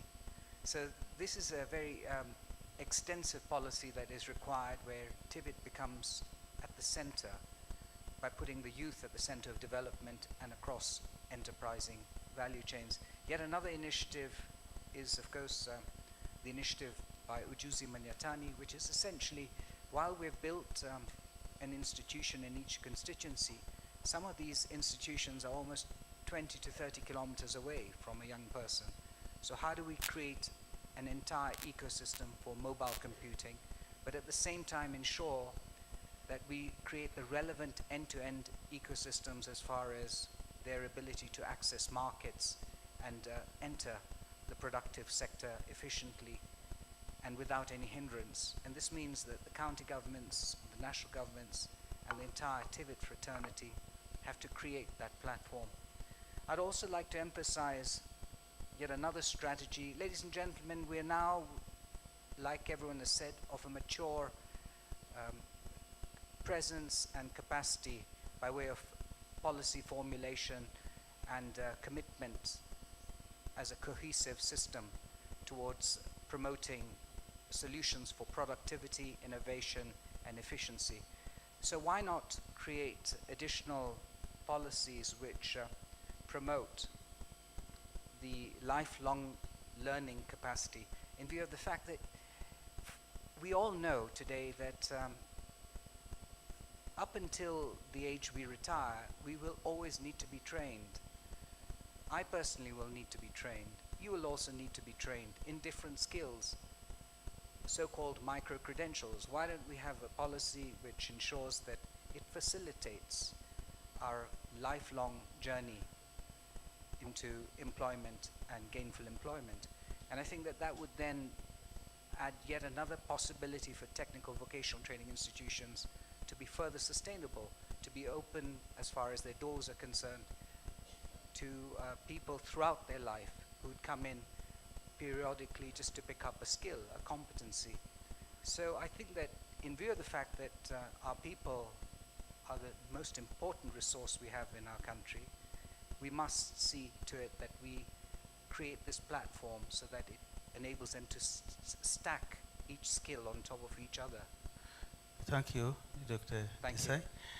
In that line, I want you to remain there and just mention one key challenge encountered in making TVET a master key to employment and mitigation measures that can be taken. I think briefly. that, you know, in realization of the outcomes, we have seen that TVET is a master key. I would think that one other opportunity is the mobility, the policy on mobility, not only nationally, but within the East African community. While we have started that initiative, we need to see it through so that young people can travel. And I think that that would be a key as far as how it becomes transactional across countries, so that we're able to harmonize to this fourth industrial revolution, to this green economy.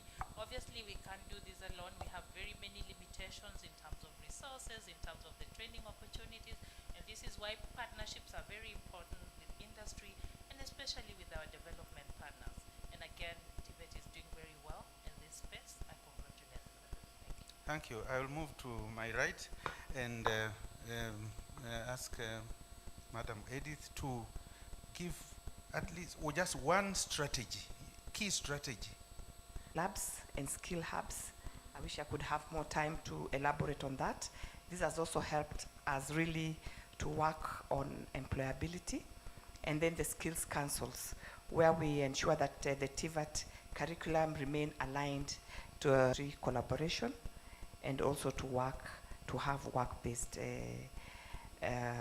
learning that will integrate opportunities such as apprenticeships and internships into TVETs.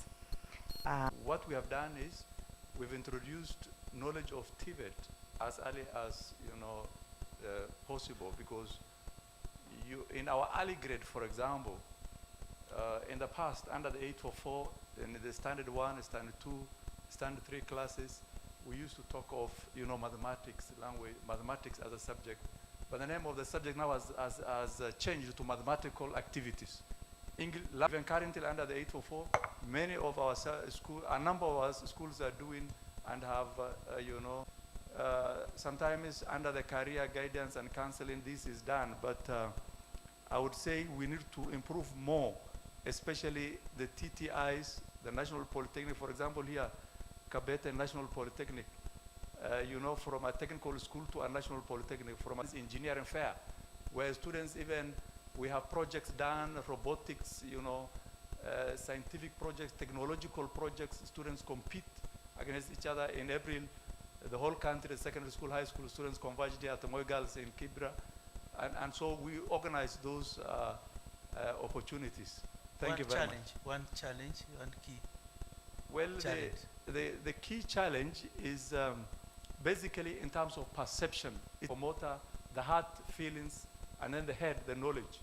And so it's like during the colonial time, the whites were given, you know, TVET mainly skill-based courses. The people who are doing are mainly the natives, and the others were doing other courses. So that, again, has been a challenge, and I think we are overcoming it. Thank you very much. Point taken. And now, I like the theme. Where are we? If all of us asked ourselves in whatever we are doing, where am I? I think it will make us to reflect where you have been, for you to know where you are, and also look at where you are going. Am I right? So that is very important, and we should move in that direction if we have to make TVET the master key. Now, for now, I will just want to ask each one of the panel members to make a statement in terms of a parting shot. Yes, Dr. Tisai. I'm quite options towards productivity, innovation, and efficiency. So the time has come, with all this investment, all this capacity, that they share into the obligation of financing. This makes sense because the kind of trainings that we provide are for their productivity gains, their profit gains, their social gains, and so it's absolutely critical that we create models to transition now as far as financing is concerned. Dr. Nyangala. Just to thank all the leaders who are gathered here today. You know that your role in this ecosystem is very, very critical, and we will get better, bigger results. I thank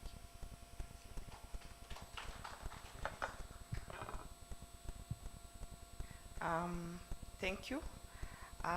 We can make TVET to become the master key to employability. And so I want to say that the future of Kenyan development lies in the hands of our skilled graduates, and TVET is the pathway to their success. The pre-service courses the trainers have undergone, very critical, but at the institutional level, there is need to have an institutionalized, in-servicing of TVET trainers. In other words, we should focus now, on the quality. Yes.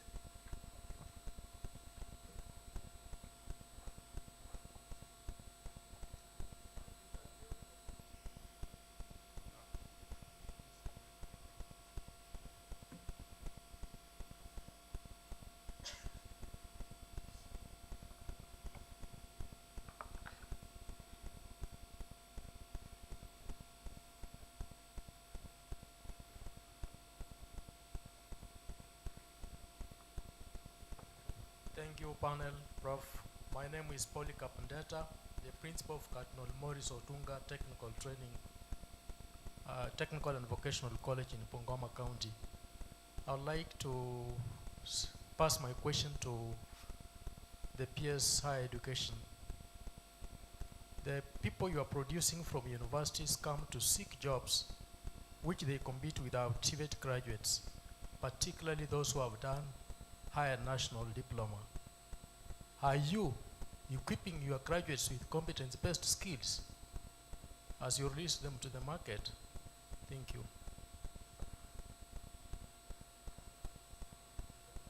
Okay. Another, yes? Yeah. Thank you, panelists.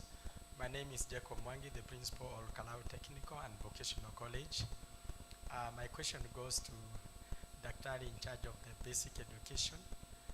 Now the fraternity of the TVET, the principle, we are changed, and we are focused on the TVET as a master key.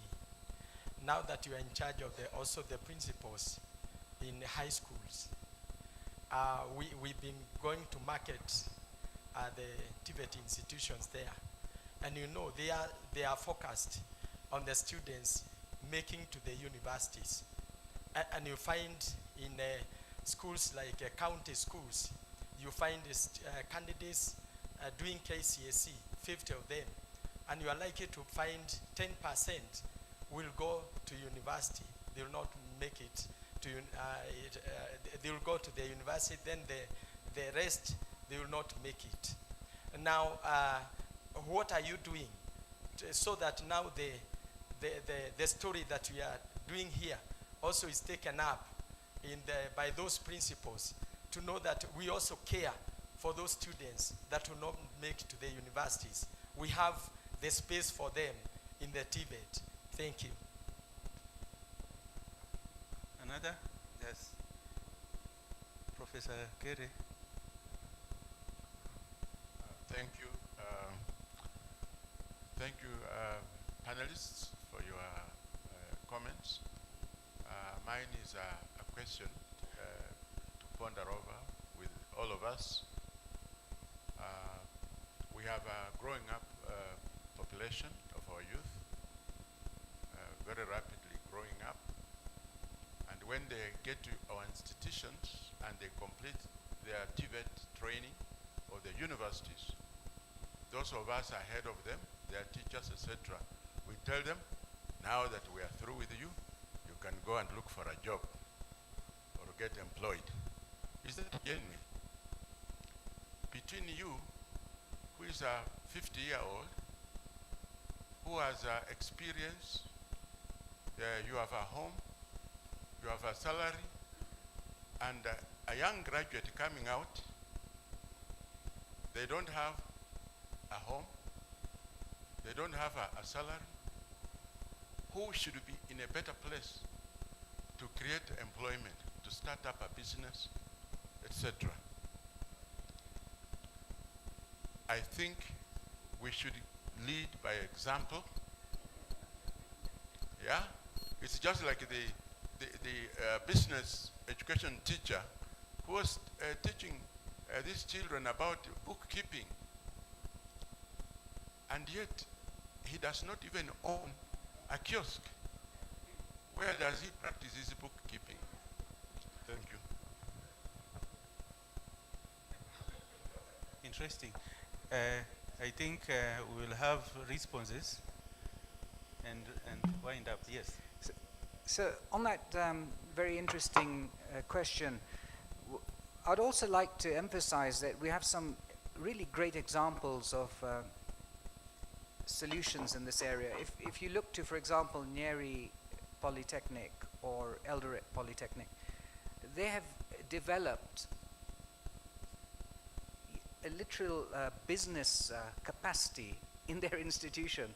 So even the trainers are accustomed to engaging markets, which is absolutely key, because if you can't engage markets, you can't earn a livelihood, you can't be productive, and you can't do business.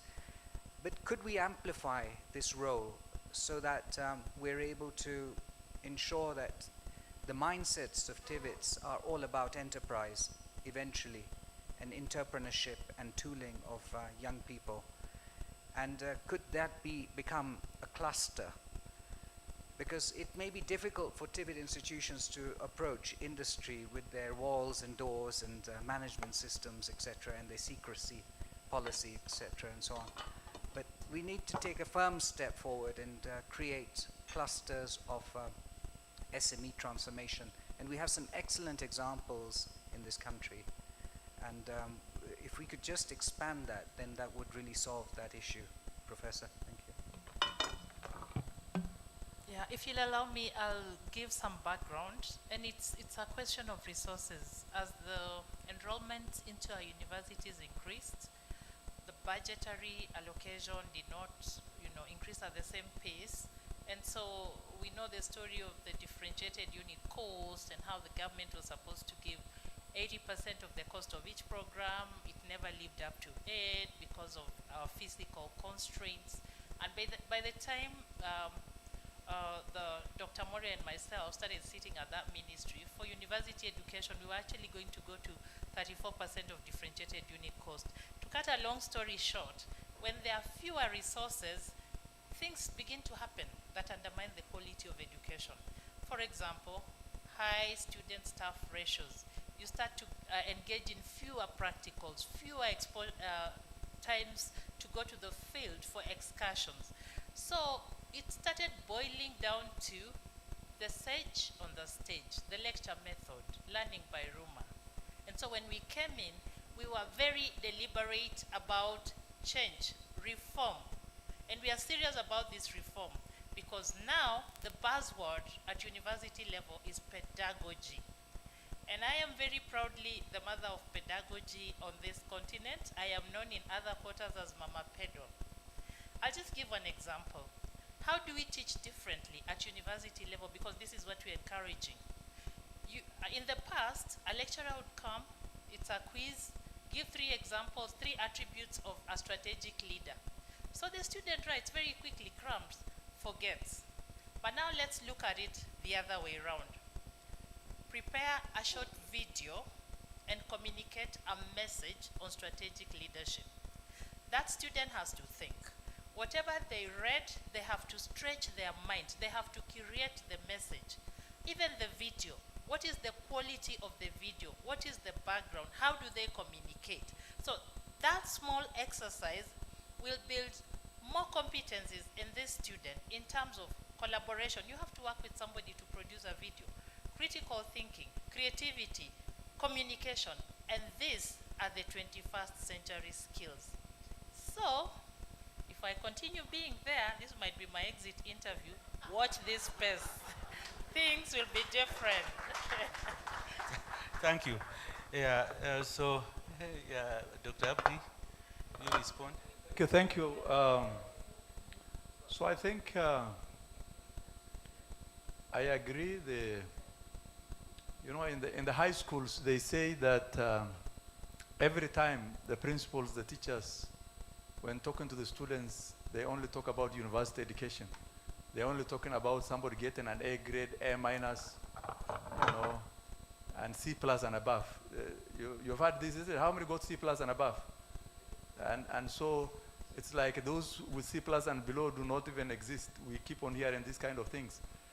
But I think it has already been said here, this change is gradual. It can't be abrupt like that. And we're already seeing, some effort, especially the last few years. I must give credit to the TVET subsector. A lot is taking place. The issue of visibility of the TVET subsector, you are coming out very strongly, including even this 100 years celebration, what is taking place. Sometimes I see Dr. Lagat, my classmate, once in a while, he has a whole pool in the newspapers, graduations, and this again will change the perception. We have already been told every time COOPS now releases the results, they say this number, who had C plus and above decided not to go to university. It was even said here this morning, isn't it? Yes, so the change is coming, and the reality of the matter is that in the past, even our education system used to be closed, If you want to go to the university, then the only way was for you to repeat again in school, so that you get a C plus and above. But today, even as we meet here, there are Kenyans who got a D plus, but they have their PhDs. Are they not there? Yes. They did not repeat high school. They went to a TVET institution, did a certificate course, they go for a diploma, then go for your first degree, and there's even credit transfer. That first degree, some credit transfer is given, they go for their masters, and they're there. I know myself a number of them who had Ds, but today they have their PhD. And some of them are even teaching at the university. They are there. So I think we have started the journey. But I also want to toss the ball to you, Bwana Principal. Take an interest. Our high school principals, they meet every June for their national conference. Kati should come and also make a presentation there, involve them. When they're having their regional conferences, we can invite you, you speak to them. Thank you very much. Thank you, panel members, for your candid contributions. And now you can leave. It has been a pleasure to work with you. I hope we'll be given another opportunity to extend this. At this juncture now, I will invite the PS, Dr. Esther Moria, to come over and close this session. Thank you.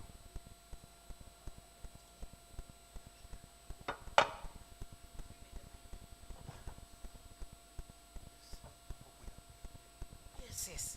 I just want to thank the the group that is just exiting, Prof, thank you very much. You have ably besat that session very, very well. We are well impressed by this kind of support. Thank you so much. The panelists, my sister and my brothers over here, thank you very much for that job well done. Of course, you can see I have a notebook. I am taking note of everything that you are telling us or that is going on, because after this, after all this, we are going to follow it up with several conversations. And I'm sure all of us, those who are in TVET, are going to be more than ready, more than willing, so that we follow all this that our colleagues from other sectors are saying, because it is very important that you not only hear, but you also implement. Me, I am a do person. So what we are hearing, we will have a conversation, we will have a sitting, be able to put together what it is that we must run with from here. So mine is just to say thank you very much, my sister. The other day we were invited, Abdi, to Mombasa, and my two PS colleagues were there, and I really missed. I don't now actively remember where I was. That made me miss the session in Mombasa, because yes, it is in sessions like this one that we can help change each other's mindsets. Because Dr. Mwangi once again told us that, and I said it again, that my children must not be like me. So we need to also speak to these principles that belong to Abdi and be able to tell them, we now even have a policy called K-Cuts. I don't know where Dr. Kanda is. That is Kenya Credit Accumulation and Transfer. And that enables one to be able to move all the way. Nobody is locked up. You know, getting a D because you sat an examination does not make you a failure. And anyway, I've been telling my customers that nobody is a failure until you decide to be one. Being a failure is your decision. So we must tell the Kenyan youth that everybody has an opportunity. This is a message that must go out there, and these opportunities are available. And we who are educationists sitting around here are the people who have got to spread this message. The other thing we are doing, ladies and gentlemen, to ensure that we are attractive and changing perceptions is beautification of our institutions. My colleague PS was, when she came, she's very, where is Mushemi? She is very, my colleague PS is very impressed by this institution. She's like, what? And I was telling her, go to Eldoret National. Where is my brother? Go to Eldoret. It is like a university. It is like your institutions. Go to our institution. But there is one. Lakini tutatengeneza. There is the principle of what is the name of that institution now? Uko Pokot. Something Capel. Yes, she is. This one. She was in my office yesterday. Guy, and I'm still calling myself a PS. And she was showing me walls of a building with the cracks which are coming from somewhere here, all the way like this. That is a class where, is it your students or your staff who sit there? The students. Then she was showing me photos of some toilets that have sunk. And they are trying to salvage those stones before they go down the pit. And I'm so embarrassed. My sister, what you made me after you left my office is that I was very embarrassed. So we still have a lot of work to do, even as we pride ourselves with institutions like this one. Eh? You go to Sigalagala. Where is the principal Sigalagala? Is he here? His place where you come from looks like some kind of heaven. So we are operating in a space that is from top to bottom, but we are working very hard. I am going to concentrate. You know, we are very prepared. If I am going to be here long enough, I am going to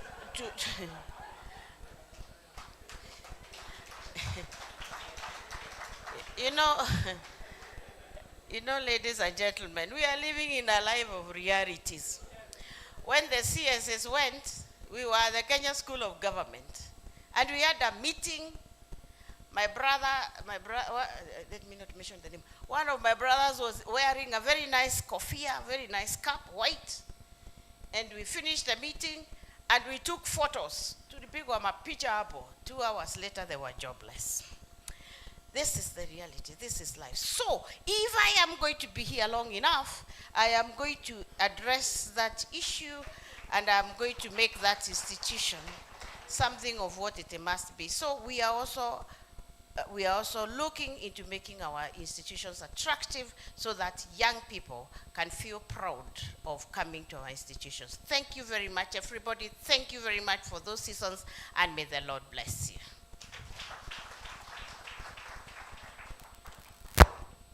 Thank you, Madam PS. Thank you, our distinguished panelists, for very insightful and very inspiring words on this particular topic, very critical indeed.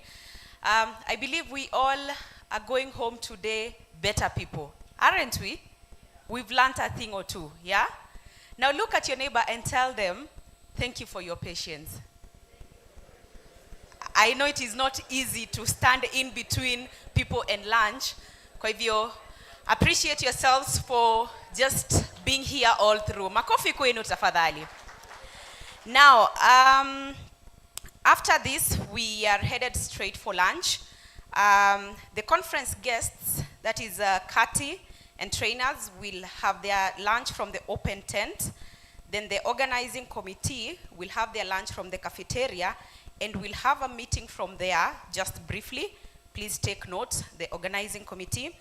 Then the Kabete Governing Council will have their lunch from the cafeteria, the small upper room.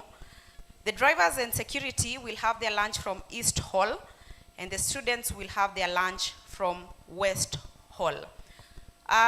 We will take roughly 45 minutes for lunch.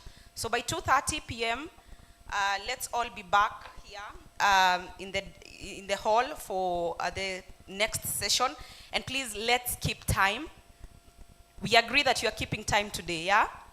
Once you're done with lunch, just come back to the hall at exactly 2:30 p.m. Now, for the second session, which will be our last, actually the third session, which will be our last session, we will have a keynote address from Dr. Wanjiro Karaoke, who is the Secretary, Skills Development, State Department for Labor and Skill Development.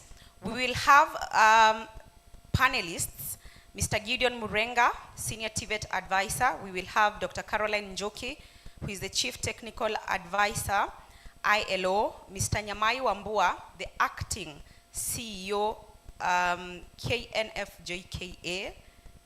And then, and then we have Mr. Agre Ndombi, Senior Technical Advisor, and Dr. Paul Wanyeki, who is the Acting Director, Standards TVETA. So let's keep time for that last session.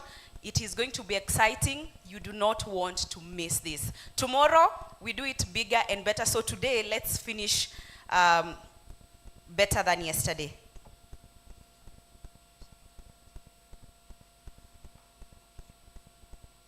Okay, I am being reminded of tomorrow, which is our big day, when we will be having the president as the chief of guest. So it's just a reminder that we all arrive here quite early. By 8 a.m., everyone should be seated, ready for tomorrow's celebration. It's just a reminder that tomorrow is our big day as we mark TVET at 100, the main celebrations. All of us are required to be seated at 8 a.m. Remember, our theme is if education is the key to employability, then TVET is the master key. Appreciate yourselves once again. All right, without much ado,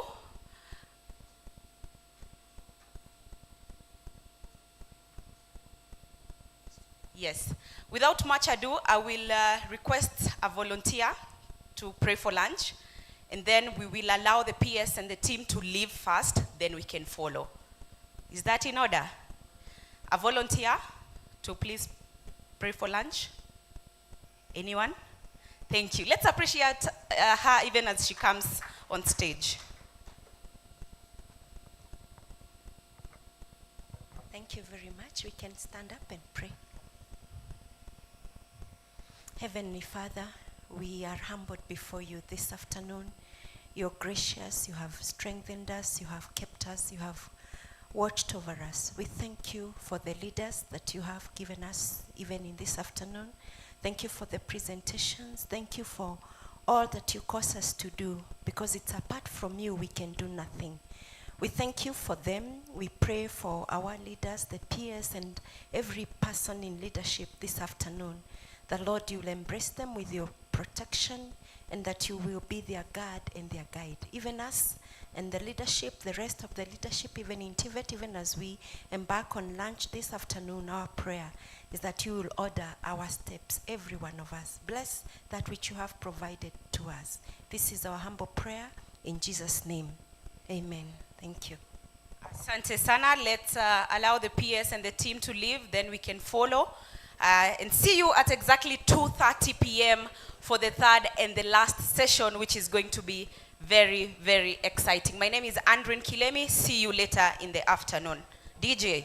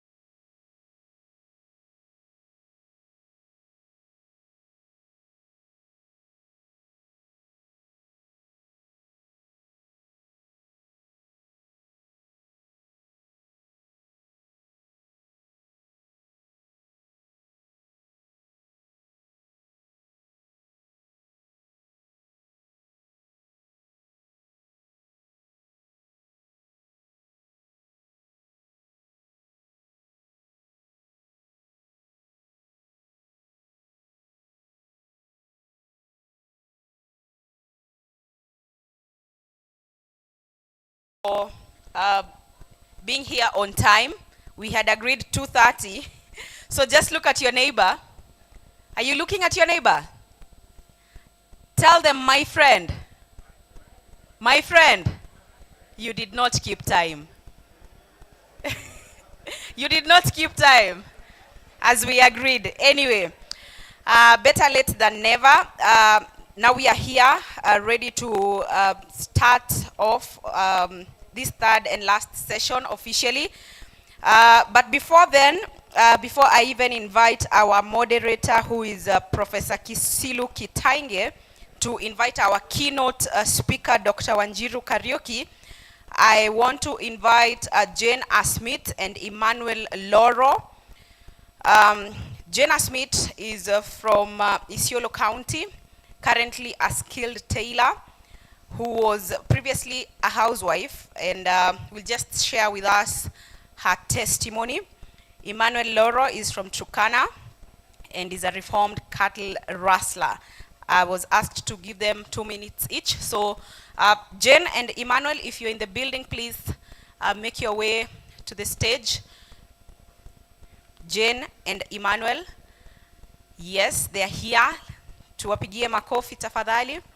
We just want to hear these inspiring stories of people who have been through TVETs and what TVET has been able to do in their lives. Karibu sana Jen, you have at least 2 minutes.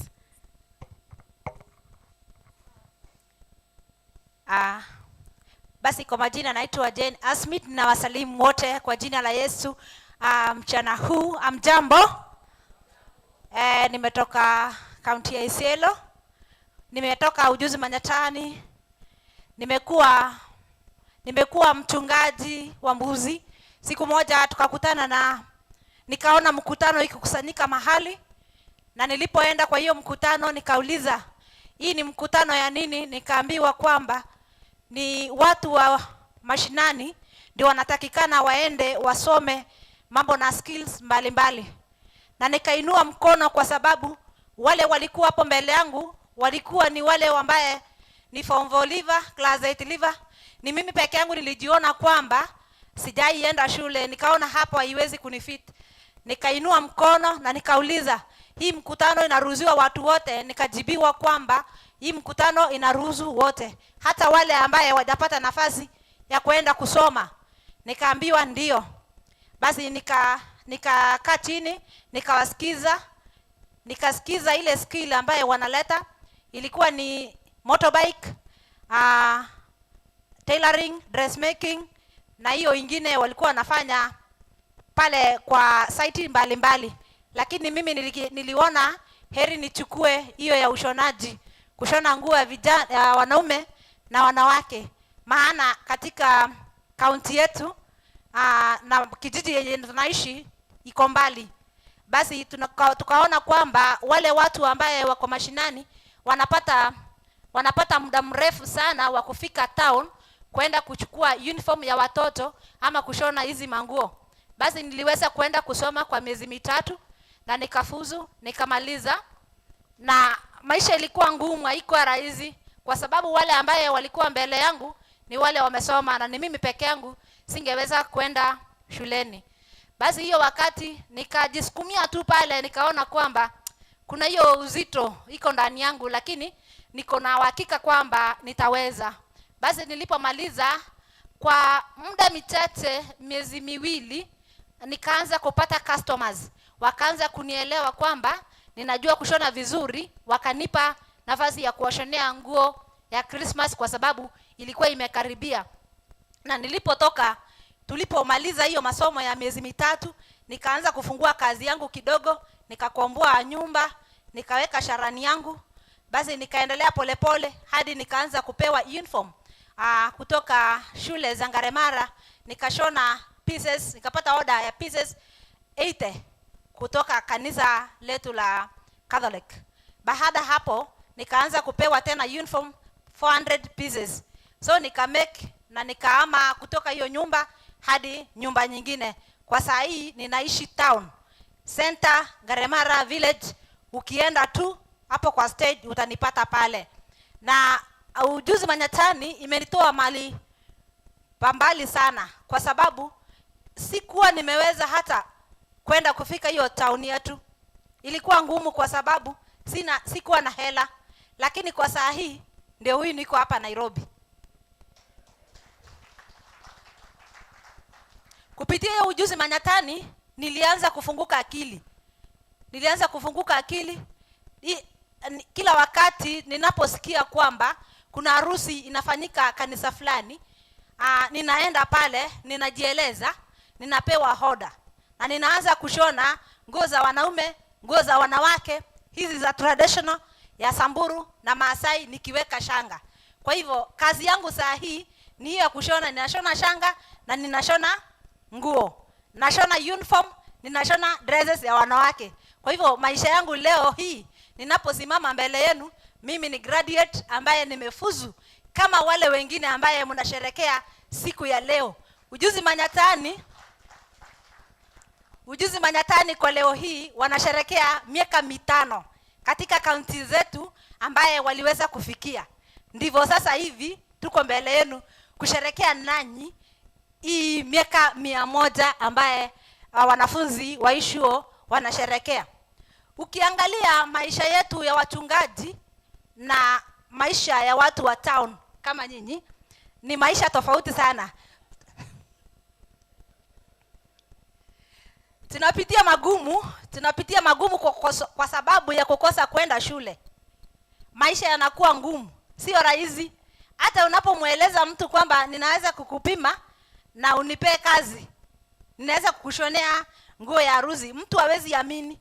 Lakini unapoonyesha kazi ya mikono yako, unamwambia ndio hii, anachukua akiamini kwamba utamfanyia vizuri. Kwa saa hii hivi mradi wa NRTT ilituweka kwa hiyo miezi 3, na baada hiyo miezi 3 tukapata skill na bado tukapata machine ya kazi. Siku moja miradi wa Nawiri ilipitia kwenye kijiji chetu, wakitafuta walimu.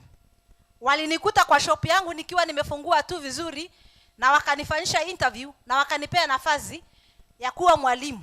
Saa hizi hivi nafundisha vijana hizi skill ya tailoring and dressmaking kwa muda hiyo miezi 3. Sasa hivi pia niko hapa, ni klasi inaendelea, lakini nimeachia mwenzangu ili niweze kukuja kusherekea nanyi miaka 100 katika kukosa kwenda masomo. Inanifurahisha maana imeniweka katika hali ambaye sikuwa natarajia kwamba ninaweza kaa siku moja na waheshimiwa kwa meza moja ama kwa nyumba kama hii. Kwa hivyo ninashukuru shirika ya NRTT na wakishirikiana na shule ya Keirua Polytechnic na Laikipia North. Ninashukuru kwa hiyo muda yote. Mungu azidi kubariki. Hasa nyinyi walimu na maprincipal ambaye mnasimamia chuo, muendelee kutuombea hata sisi tukua huko mashinani. Mkipata nafasi mtupe, tutafika na tutasherehekea pamoja. Asanteni. Asante sana Jane. Such an inspiring story that teaches us the value of practical skills. Now she can make her own money.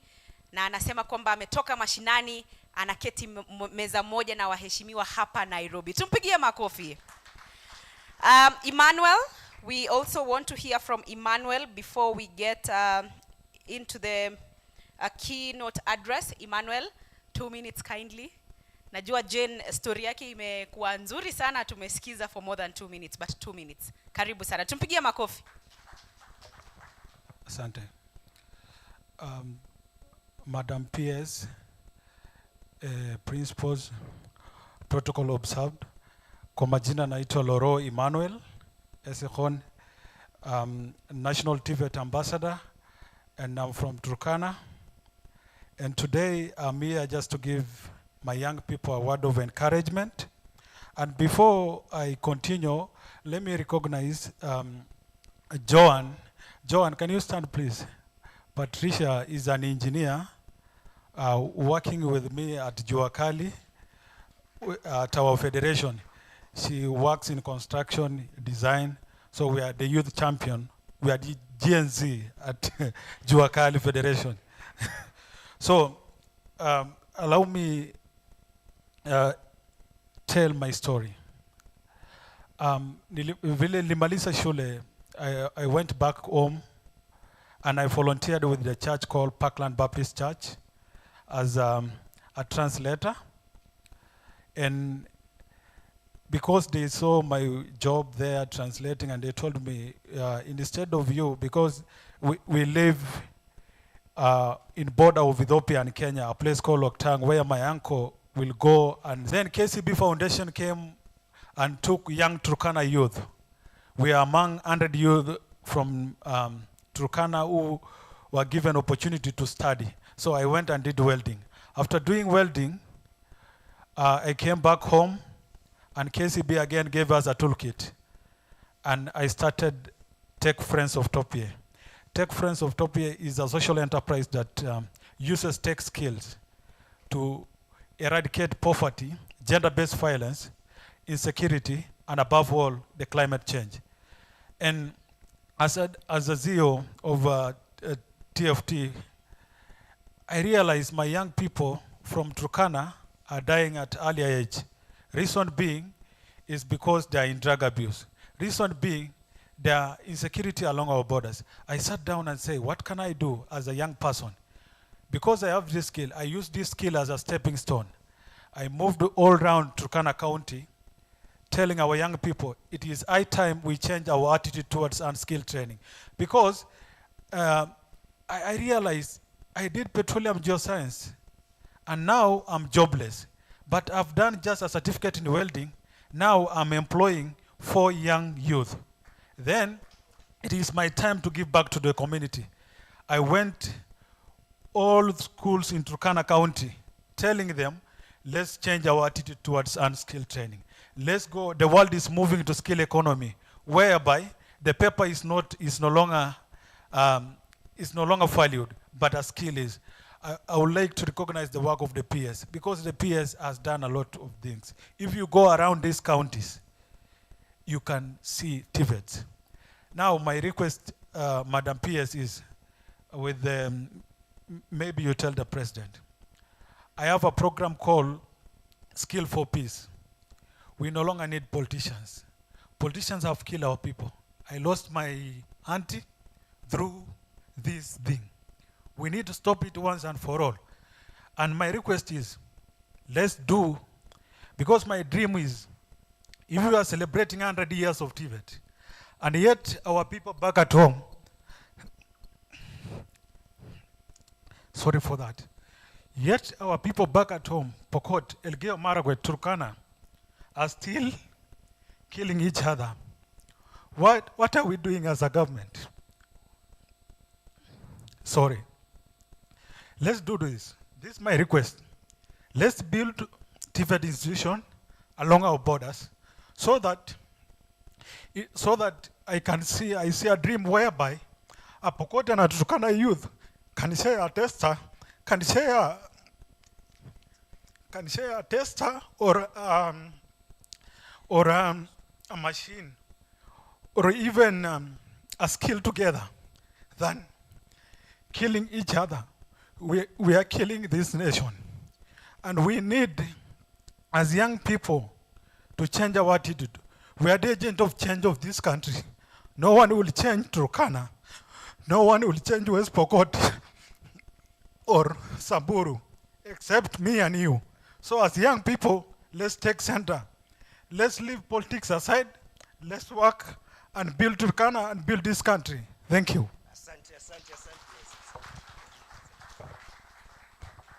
Asante sana, Emmanuel. Quite emotional and very educative, I believe. The message is home, and I am so sure PS Dr. Esther Moria is kind enough to take your message right where it belongs. Tumpigie makofi tena jamani. Now, at this point in time, I will invite a gentleman.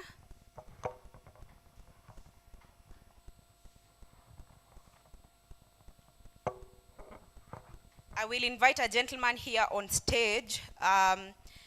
He is the Chief Executive Officer of TVET, CDA CC, that's the abbreviation. He's the former director, CDAC, yeah. He's the former director of the Directorate of Industrial Linkages, Partnership and Collaborations at University of Eldoret. He was also a professor and dean of the School of Education at the University of Eldoret. Ladies and gentlemen, please help me welcome on stage Professor Kisilu M. Kitainge, the CEO Council Secretary of TVET. Karibu sana, Professor. You will take us through a few things and then invite the keynote speaker, Dr. Wanjiru Kariuki, on stage. Karibu sana. Thank you. Makofi kwa huyu mrembo. Hamjamu appreciate vizuri. You can see her. Wale waimbaji wako wapi? The singers. If I could get one person, I'll show you the dancer. If I could get a singer, I'll show you the dancer. Nobody can sing. Malaika nakupenda mal. Ebu imbia PS. Aya, twende sasa. Na PS atakuwa joined kwa hiyo dance na Professor Kere. We can't be that serious. Tuache kucheza na TVET. There is enjoyment in TVET also. So can we get the two dancers? I'll sing. Aya, tuimbe sisi wote. Malaika. PS, please. Kindly, Madam PS, stand up for the dance. Madam PS and Professor Kerry, this is the floor. Karibuni sana. Haya, muimbe sasa, makofi tena. If you can't sing, you can clap. Haya, twende kazi. Malaika nakupenda. Si hata upate malaika yako hapo. Come on.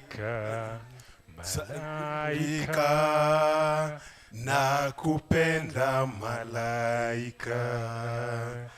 Nami nifanyeje kijana mwenzio, nashindwa na mali sina, we ningekuoa malaika. Makofi kwao, they have done. Oh my, well done Prof. Well, mali utapata Prof, utapata mali. We shall organize. Tutafanya hivyo. I know some of you are planning to start dosing. That will give you some mileage. We are joined with us. We have with us the labor. It's all about labor. It's about what you can do. It's about food on the table. Yes. It's about livelihood. We don't just learn for the sake of learning. So with us here is Daktari. And I will request my sister Kande, kindly bring me Daktari. Pole, pole. Pole, pole. Don't disturb her peace. Pole, pole. Pole, pole. Namna hiyo, pole. Na makofi kwani uwezo kapiga. Pole, pole. Now with me are two wonderful doctors. Karibu sana. I will allow you to state, unajua, self-declaration. My name is Dr. So-and-so. I am working with the Minister of Labor. I am the director in charge of this and that. And I'm here to present on a topic called aligning the workforce capabilities with the labor market needs, addressing the market demands, adaptability, skills gaps, employability and productivity. Makofi kwa Daktari Wanjiru Kariuki. Karibu sana.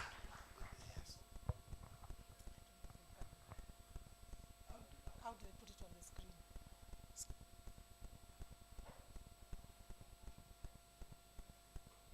It was on the screen. Let's have it on the screen. DJ ameweka iko. Thank you for welcoming me. My name is Dr. Wanjiru Kariuki. I'm the Secretary for Skills Development in the State Department for Labor and Skills Development, which is in the Ministry of Labor and Social Protection. Now, I've been asked to talk about aligning workforce capabilities with labor market needs, addressing market demands, adaptability, skills gaps, employability, and productivity. So basically, my presentation will be about what the Ministry of Labor is doing with regard to linking skills supply to skills demand. And I'll start with the mandate. Normally, we have been told not to go into too much details. I know Godfrey Murenga from GIZ is here. He says that government likes to talk about mandate. But I'll just say very briefly, our work is to link skills supply to skills demand, and therefore what we do is to create institutional linkages. Sector skills councils, establish them so that they work towards linking supply and demand, developing policies for skills development, harmonizing skills development, and also dealing with skills management information system. Just for those who don't know, we used to be in the Ministry of Education as a department, but with the new government, we moved to the Ministry of Labor. So you'll find that I may talk about things that we did in the Ministry of Education that we carried over with us to the Ministry of Labor. So I wanted to start with statistics so that you understand why this department was created. Right from the word go in 2018 in the Ministry of Education, and then finally for this department to come to the Ministry of Labor. The key issue was unemployment, which was being caused by the skills mismatch. The unemployment statistics have not changed much in terms of youth unemployment. You find that the category of youth between 20 and 24 and 25 to 29 is still quite high. And these are the youth who are educated. These are the youth who are at 15.6% for 20 to 24 and 5.9 for 25 to 29. But I want to share with you statistics for the youth who are outside that bracket. Now, this is the combined rate of unemployment and potential labor force by age cohorts. This combines the youth who are looking for work, who are available for work as per the strict definition of unemployment, but also youth who are not looking for work. We have youth who do not have work, but they are not looking for work. Usually they are not classified as unemployed, but here they are being called potential labor force. And we suspect the reason is we have youth who have given up. They are no longer looking for work, and therefore they don't fit in the strict definition of unemployment. But when we put them together with the unemployed youth, as per the strict definition, you can see the figures are much higher. So that for 20 to 24 is at 30.4% to address the issue of the skills mismatch. The skills mismatch is largely contributed by the rapidly changing labor market. The labor market is changing at a very high rate, and education and training has to keep up with the needs of the labor market. And therefore, we are having a skills mismatch. This is a problem not only facing Kenya, but many other countries as well. So it contributes to high youth unemployment. So today I want to share with you what we have done. I remember one time we held a conference, and Godfrey, you are my witness, and we talked about skills mismatch. And the stakeholders said, next time when you come, please tell us what you have done.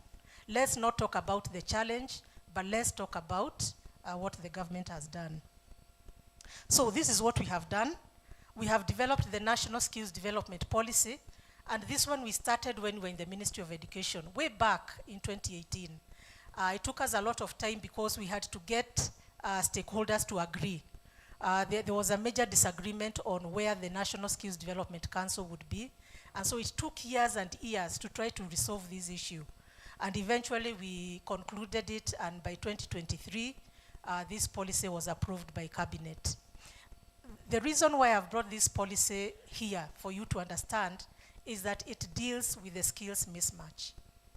It has addressed everything to do with the skills mismatch, right from human capital development, all the way to labor market information, all the way to future skills. Everything is dealt within this policy. And the aim of this policy is to ensure that we have a skilled workforce that is first and foremost employable. It is productive, enterprising, we have dealt with employment, innovative, we have policy actions on innovation, commercialization of talent, entrepreneurship. Everything is in this document. Adaptable and competitive workforce. So this particular document was approved by Cabinet last year. We launched it this year. It is on the Ministry of Labor website. You can access it there. So it deals with the skills mismatch. Then we have another policy we developed. This one is the national policy on linking industry to education, training, and research. And this particular policy actually looks at institutions. What is the institutional framework that can link industry or skills demand to skills supply? How can we share knowledge between industry and education and training? So it again looks at the issue of knowledge transfer, technology transfer. How do we share research findings between industry and education and training? So it deals with all those issues. And that's why we say it is developed towards linking industry and education, training, and research towards developing a knowledge-based and globally competitive economy. The other one we recently did, this one has been submitted to Cabinet, was the National Work-Based Learning Policy. This one is to attain an integrated work-based learning system for enhanced employability, productivity, enterprise development, and sustainable socio-economic development. This one deals with the issues of work-based learning. We realized that work-based learning was quite fragmented, and therefore we brought it together under one umbrella policy so that we could guide the country on how to move forward with work-based learning. The other one we developed, and this one we started when we were in the Ministry of Education, was the National Policy Framework for Career Guidance in Kenya. We had realized that career guidance has the potential to help us promote not only lifelong learning, but also sustainable employability and social equity. And so we developed this particular policy so that we could promote career guidance, not only in education and training, but also in employment. That is employment offices. So we are looking at it from a very broad-based level. Career guidance is not doing well, particularly in basic education. TVET is trying, and university education is trying. And we need to move forward so that we ensure that career guidance starts from basic education. Because if we get it wrong there, then we get it wrong as we move along. The same thing with our employment agencies, National Employment Authority. We have also not taken it up very strongly, and we need to improve career guidance in the National Employment Authority offices so that these offices in the counties can help education and training institutions to improve career guidance. So that is the vision that we have. And therefore we are looking at career guidance in terms of career education as a subject that should be taught, career guidance provided by career counselors, and career information, including labor market information, being given to education and training. So we are looking at it from all those angles. If you look at career guidance at basic education, they have merged it with socio-psychological counseling, and yet the two are different. And so we have put it in our document that they must separate the two. And we have proper career guidance in basic, moving up TVET, and moving up to university. So for career guidance, we have done quite a bit. We have also developed guidelines for career guidance. This is to help all institutions to be able to implement the policy on career guidance. We have also developed a career guidance training manual, which we want to train institutions like Kenya School of TVET, KEMI. Basically, we take institutions that are doing training of trainers so that we create a large pool of master trainers who can then train the education and training institutions on career guidance.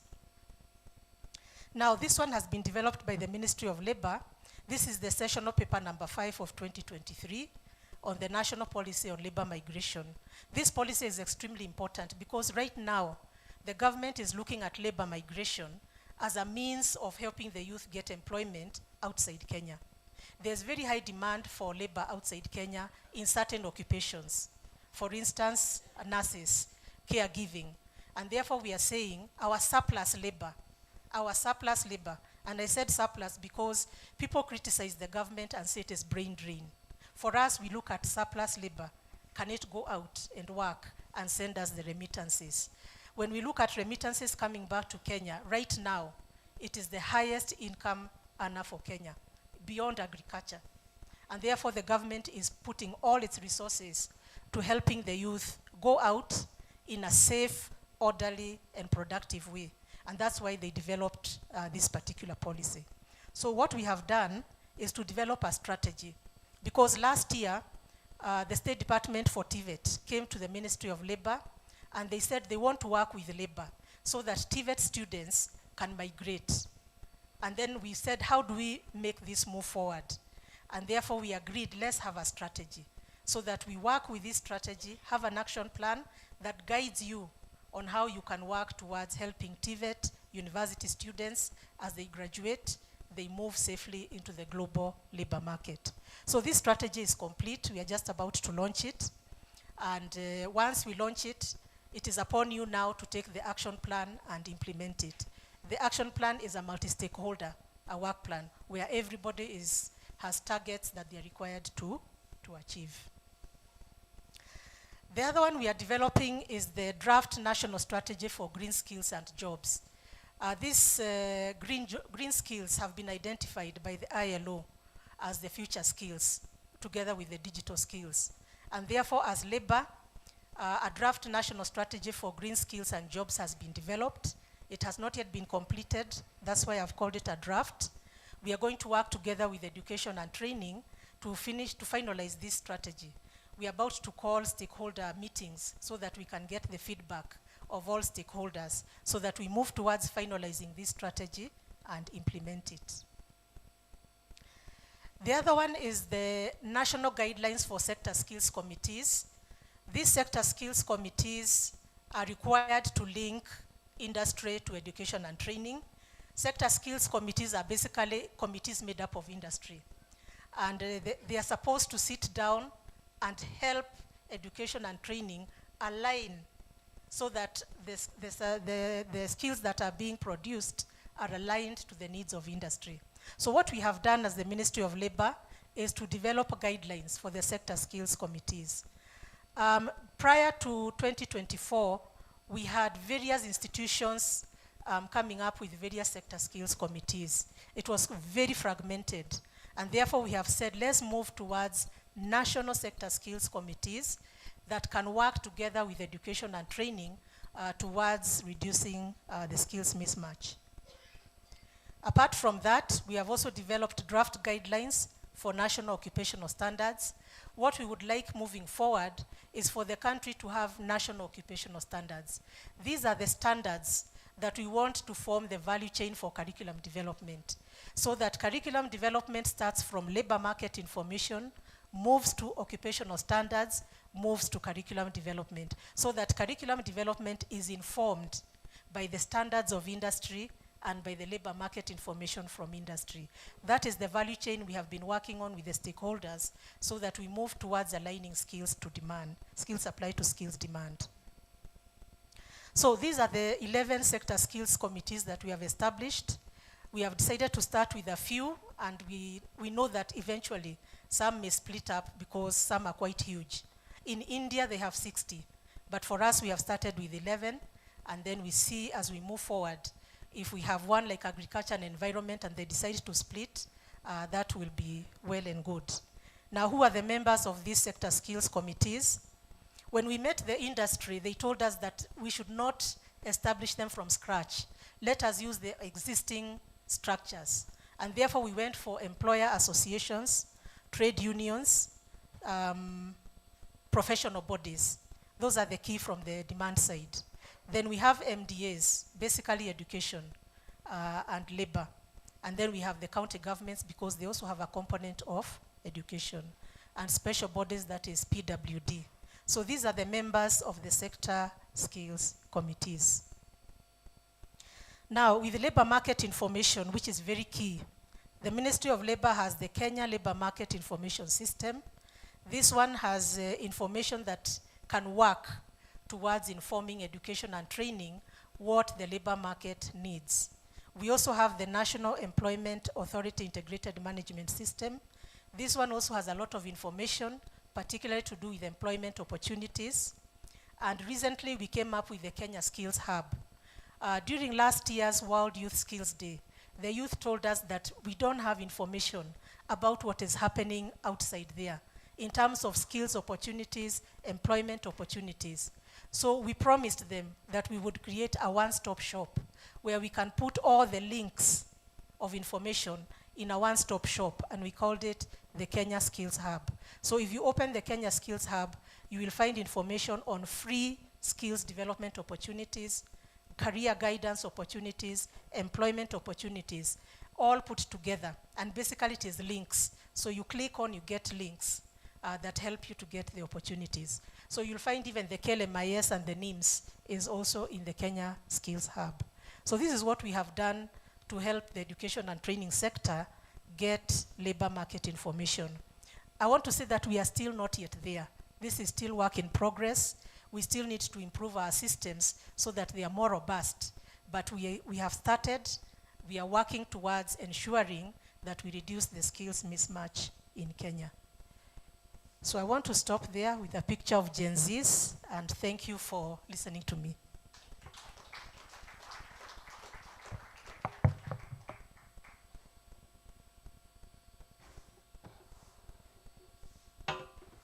Let's appreciate Daktari in a good way. Let's appreciate Daktari in a good way. As a way of confirming if you are awake, I have 14 questions for each one of you. Yeah, it's okay. You may take a seat here because you 14 questions. She talked about huko nyuma. Is that the way it is done? We have the statistics. You've seen them. She's talked about policies that we need as a country to move us to the next level. She's talked about career guidance, work-based learning policy. That was out of the recommendation by the Presidential Working Party that we should have a way of engaging institutions and workplace. The policy is ready. Career guidance, our people perish because they don't know where to go. We have institutions, people are not aware of what we offer. Sector skills advisory committees, we are no longer developing curriculum out of our wish for thinking. Because as we were told in the morning, my children should be different from me. But I cannot create a curriculum based on what I know to teach for the future. I must get it from the workplace so that we are able to achieve. Sessional paper number 5 is about, hata ukisahau hii, it's about kwenda majuu. Sindio, sessional paper number? Yeah, 2023 is about what? Labor migration of our surplus labor. We are not giving everything. That which we cannot or we don't require for now, we allow others to use until later on. Green skills, yes. Carbon credits, making our world better, living the world better than we found it. That is us. National occupational standards, where I come in. By the way, my name is Professor Xiluki Tainga. I am the CEO of TVET SIDAC, and at TVET SIDAC we develop curriculum. CDAC, the first C is curriculum development. So we develop curriculum based on the occupational standards that come from industry. All right? After developing the curriculum, the principals who are before me today go and train. They do the training. Then after training, we come back to do assessment. And it's not just assessment, competence assessment. And thereafter, we give competent certificates that apply to the sessional paper number 5. Certificates that are recognized in the world. Point number 11. Membership. Did you see the membership to the sector skills advisory committees? Did you see the labor market information, which was divided into 3? And to the best of my ability, I think I've summarized what she's produced. And she's done very well. Makofi kwake. But towards the end, alituonyesha akipeana envelope kwa Gen Z. Sijui alikuwa anapeana nini. So now, do you have questions? Don't ask about the envelope. Hiyo nimeuliza. Anybody with a comment, a question for our presenter? All right. So this is your day. Ask your questions. Kesho irreducible minimum ni kwenda juu. The rest of us will be wenye mmeketi huko kwa hiyo tent, tunainua mkono. Anybody with a comment to our dear sister? Question? Or I combine, then yes. Let's have a microphone going to Bwana Mahindi. And I will victimize. Yes, ikitoka hapo iende kwa Faraj. Nani mwingine? Najua majina ya wote. Na usipouliza nitaita institution yako, uulize kama vile huko Malindi. Yes. Thank you, Prof, and thank you, Dr. Wanjiru, for that very interesting presentation that apparently for me it could be the key towards resolving the challenge of linking education and training and industry.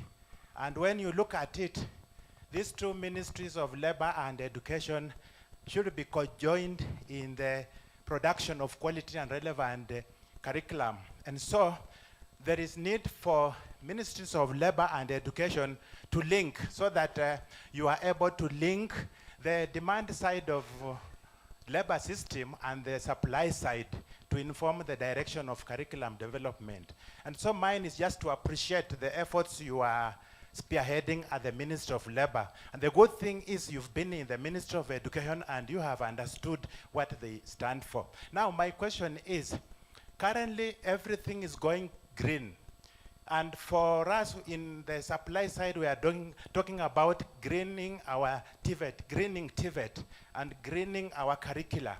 What efforts are you doing at labor to ensure that for the curriculum to be greened, we must have green occupational standards? Thank you. To Faraj, he's seated somewhere mbele ya kamera. Endelea tu.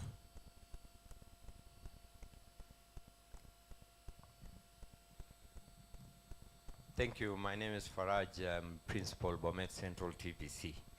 I want to ask what measures have they put in place, because we already have numbers that last year we had 9,000 graduates from Form 4 joining TVET. This year we have 12,000 and above joining TVETs. Now it is actually showing an indication of where these students are heading to.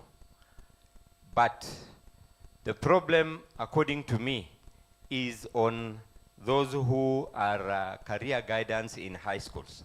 So what measures have you put in place so that career guidance can actually induct the candidates and show some statistics on how many have they taken to TVET? Because when you go to the village, you'll always find them bragging that I have taken 20 or 50 candidates to TVET, and now to them that is a very big achievement. I hope it's home. Thank you. Any other? I requested for 3, and I'm told gender representation is important in all matters.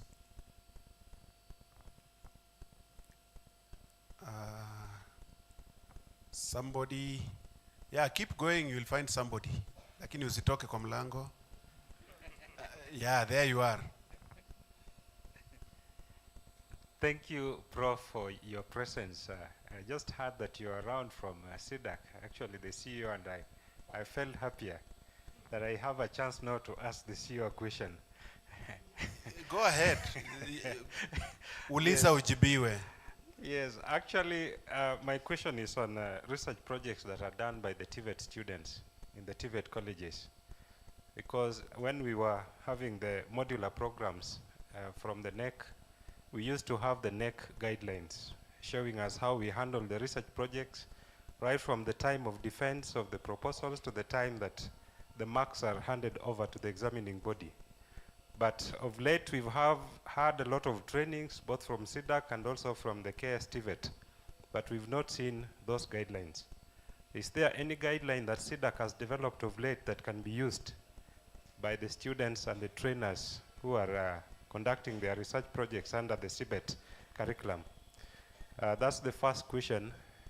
The second, I watched the entire process of how the research outputs from the trainees were being handled under the NEC program. And I found a loophole somewhere that the research outputs, they get into the NEC system, but we don't see the outputs. If you look at the universities, you'll see repositories where any thesis or publication that has been developed, you see it.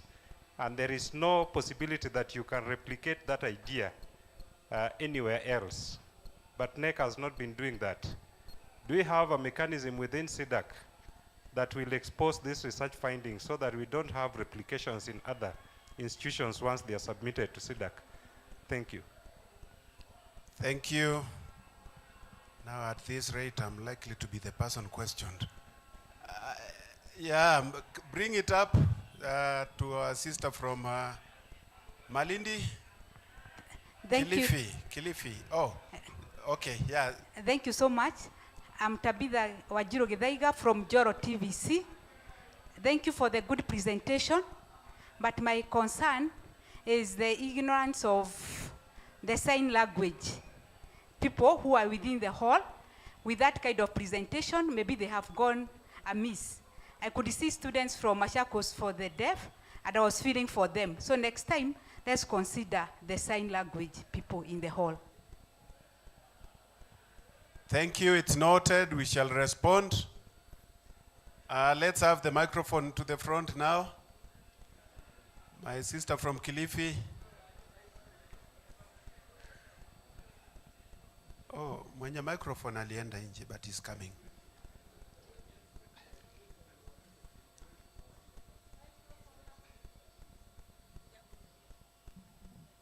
Thank you very much. My name is Hafsa Saif, Principal Godoma TTI, Kilifi County. I want to appreciate all those policies. And the only concern I have for any communication to say that it has been adequately been received, we need a feedback. So what am I saying? We have all these policies in place and we are happy about them. But looking at a feedback in the form of tracer studies, in the form of alumni organizations, we need to know how many of these students, or trainees have actually been placed in TVET institutions, and how many have successfully completed and how many have gotten employed. Thank you very much. Thank you, thank you. Now, I will attempt to answer the few questions, then after that she will answer the questions. Mine will be an attempt. Excuse me. Oh, Nachu. Yes, please. Okay, go. Yes, thank you. My name is Magdalene Mwachofi from Nachu TVC. And as Daktari was presenting, I was logging into the places where she was telling us the information is. Unfortunately, most of them I cannot get through because I'm being told it's insecure. Is that my problem, or is a general problem, or can the youth actually access those links, as you are saying? Thank you. Thank you, thank you. Okay. Let me attempt to answer.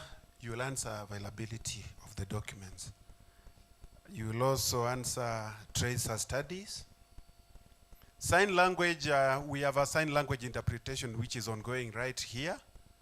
And it's being captured for the online viewers. I think maybe for those who are with us here, that is where the challenge could be. But we shall improve. Possibly in the next panel, the sign language interpreter could be up here for feasibility if it can work with the setup which is happening. But we have sign language interpretation happening and it's ongoing. With regard to research projects, thank you for that question, Bwana Principal.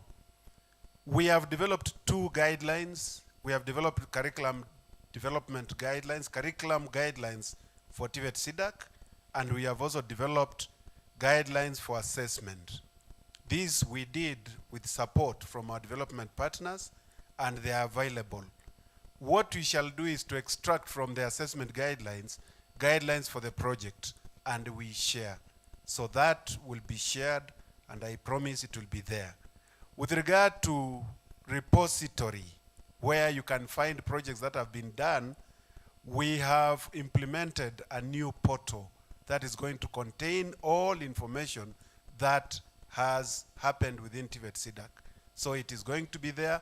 The same portal where you've been assessing your assessment tools, or the guidelines that we send, it is going to contain details of the projects.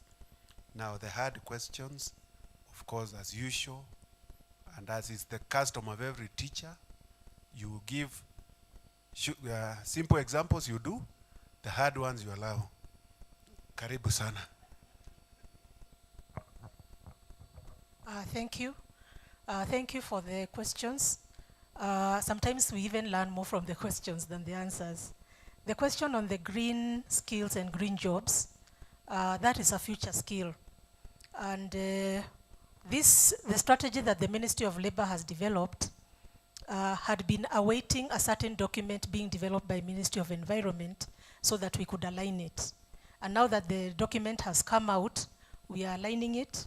But a very important step that we hadn't taken was to ensure that the strategy contributes to the nationally determined contribution. This NDC is a target that we have been given by the Climatic Change Conference to achieve in Kenya. And we want to use the strategy to be one of our NDC targets so that it can also get funding and help education and training develop the green skills. So I would say it is work in progress. We are doing our utmost best to ensure that by the end of this year, this strategy is up and going, and then we can follow it up towards what Mr. Maindi is mentioning, the green occupations. Somebody mentioned employability and tracer studies. The National Skills Development Policy actually has talked about tracer studies. But I also want to say in the career guidance guidelines, which we are going to circulate soon, we have also talked about the Graduate Employability Index.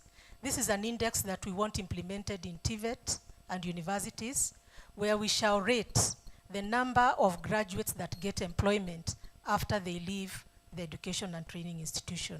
And then we shall compare the rankings so that we can see which students are getting employment, from which institution, in which areas, and so forth. So we have put in the mechanism for that.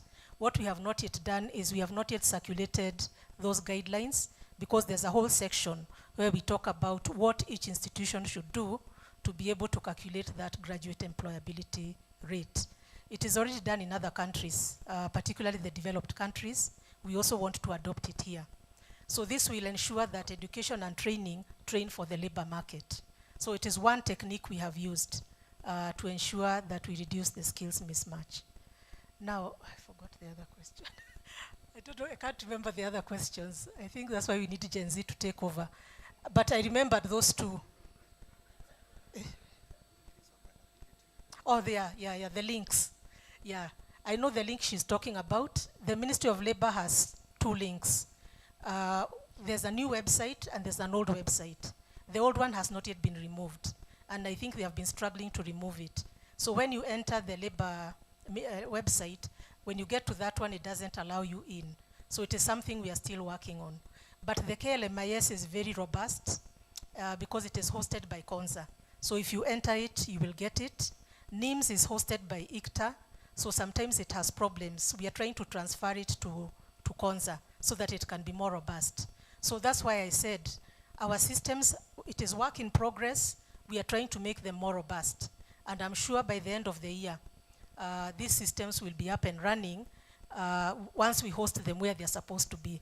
The ICT people have been on it, and ILO has really been supporting us to ensure that they are robust. They have even given us consultants to work on these systems so that they can be available, easily accessible by everyone. Thank you. Thank you. Let's appreciate Daktari amejibu maswali vizuri. She's done very well. Daktari, before you leave, or you are going to go and come well, unataka kwenda kurudi, you may take your seat kindly. It's okay. Members, allow me to join the two sessions. We do the panel now so that we, in the interest of time. And there is a certain advert where a certain mzee says, itakuwa hapa. Then he says, na hiyo ingine itakuwa wapi? The industry is with us now. We've just had the Minister of Labor. We now have the development partners. Siwaambie rafiki yako development partners. Kwa sauti ya chini, pesa ipendi kelele. Development partners. Hey. I have my brother who is somebody's friend and what in crime? Partner in crime of somebody, and you don't name people. He's well experienced, 15 years of expertise in TVET. He is currently serving as senior TVET and labor markets advisor.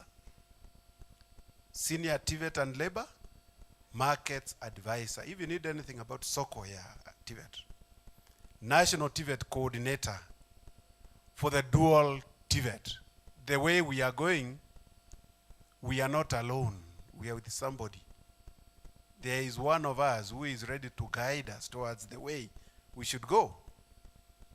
He has promoted and he has continued to promote the rollout of dual TVET in Kenya.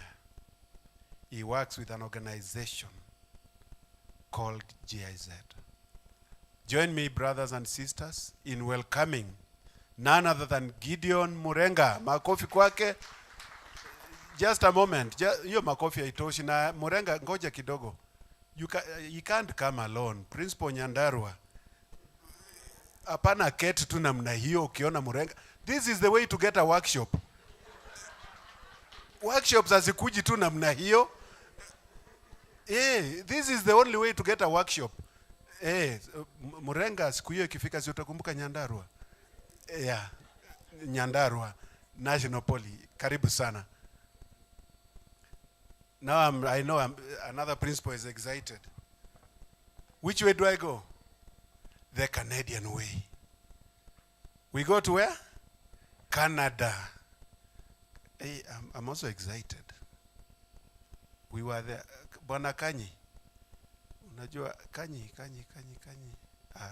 Tulikuwa na Kanyi and somebody chose not to join us. Kanyi, because Kanyi is not there. Njau. Utaenda ulete Canada. Nikimaliza. And he has many years of experience in TVET. I'm trying to look for the years. He's a highly experienced consultant, a practitioner of TVET, specializing in program design and implementation within higher and tertiary education. He holds a master's degree from Manchester, University of Manchester iko wapi? Sio wacha kuweka United. He holds a master's degree from Manchester. Lakini ukitaka weka United too. And a bachelor's degree from Moi University. Wow. Currently he serves as the senior technical advisor. I can means I can. Mimi naweza. Anyway, colleges and institutes Canada. Throughout his career, he has played a pivotal role in shaping educational policies and programs across Kenya and East Africa. Join me in allowing Jao to bring with him Bwana Angry Ndombi. See, I can. Sasa hiyo ni a ministry, utaleta kwa sisi wote. Na ile trip ya Canada, make sure Njao, ile trip ya Canada, nani atakuwa hapo? Number 1 ni Njao, na of course si hata mimi. Kwa Njao, visa iko ready? Tayarisha passport. Sitawaambia vile umesema, it's okay. Aha, the next, sema the industry. Our industry is where? Here, the industry is with us. The industry is here. I am looking for his profile and I'll get it. If not, I can recite. If I don't get it, I can? Be sure I can recite. Principal wapi? Unataka principal ya wapi? Ni wapi hatuja mention? Tutoe cost? Pale pale ama twende Likoni? Twende Likoni. Hi Likoni. How are you? Yeah, now stand to the person I'm describing. He works with the TVET. A very senior officer, but not the DG.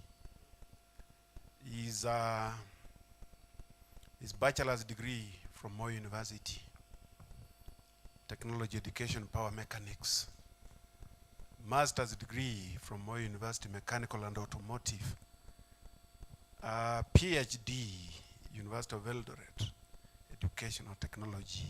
A former head of department, dean at Dedan Kimathi University of, ama inaishianga hivyo, Dedan Kimathi University of Science and of Technology. Yes. And what is, have I not said? Highly experienced, highly trained, doing a wonderful job. Bring to me Dr. Paul Machocho Wanyeki. Na hiyo kama hiyo profile ingeandikwa, si ningeisoma vizuri. Imagine, hiyo nimerecite tu. Okay. My team is forming very well. Thank you very much. TVET, ukifika huko Likoni, all programs are well accredited. Keti. Hakuna maswali, ni kumwambia tulete report na maneno inakuwa mzuri, because she operates above the expectations. Now the industry is still here with us. We say our industry, PS kwa namenda, she always tells us the industry sio ile vitu inatoa moshi kubwa. Unatuambianga industry sio ile inatoa moshi kubwa. Down here, that which works. Hata naona already Kisumu ametake position. Kisumu, take charge. Usiwachilie namna hiyo. Ukiturn to you are right. That is the man. Unaona mimi nimemaliza maneno. And the interest is being taken by Kisumu. We have our Kenya National Federation of the Juakali Association, represented here by none other than architect. By the, yeah, ni vizuri ku appreciate architect Chris, hiyo ijaandikwa, si unaona na recite, architect Chris Nyamai Wambua. Let me read his profile. Bado makofi, bado. Mr. Wambua is a trained architect, graduate from Jomo Kenyatta University of Agriculture and Technology School of Architecture and Building Sciences. Is a member of Architectural Association of Kenya and in an International Labor Organization certified recognition of prior learning and quality entrepreneurships expert. Nasikia hiyo expertise ni mingi. And is with us here today. Kisumu, fanya kazi. Ukifika Kisumu, they shall never lack industry for collaboration. Kisumu bado endelea tu. Asiwahi kosa industry, asiwahi kosa experts wa industry in the training, so that we do the dual training. Wow, thank you. Makofi kwetu sisi wote. Let me check if I've done a good job. Now, the money is here. We are all doing this for labor. Si tulisema ni hivyo? It's about what? Labor. Do we have ILO? I'm looking for the person representing. Okay. But it's all about what? Labor. And I'm sure with my panel, it is well done. Only that I didn't make a good selection. Imagine this kind of selection. Where is the gender here? We shall agree. Those who sit to the left shall represent the other gender, and those who sit to the right will be another gender. See, we can agree. Amutaki hiyo? Mnataka gani? Ati gani?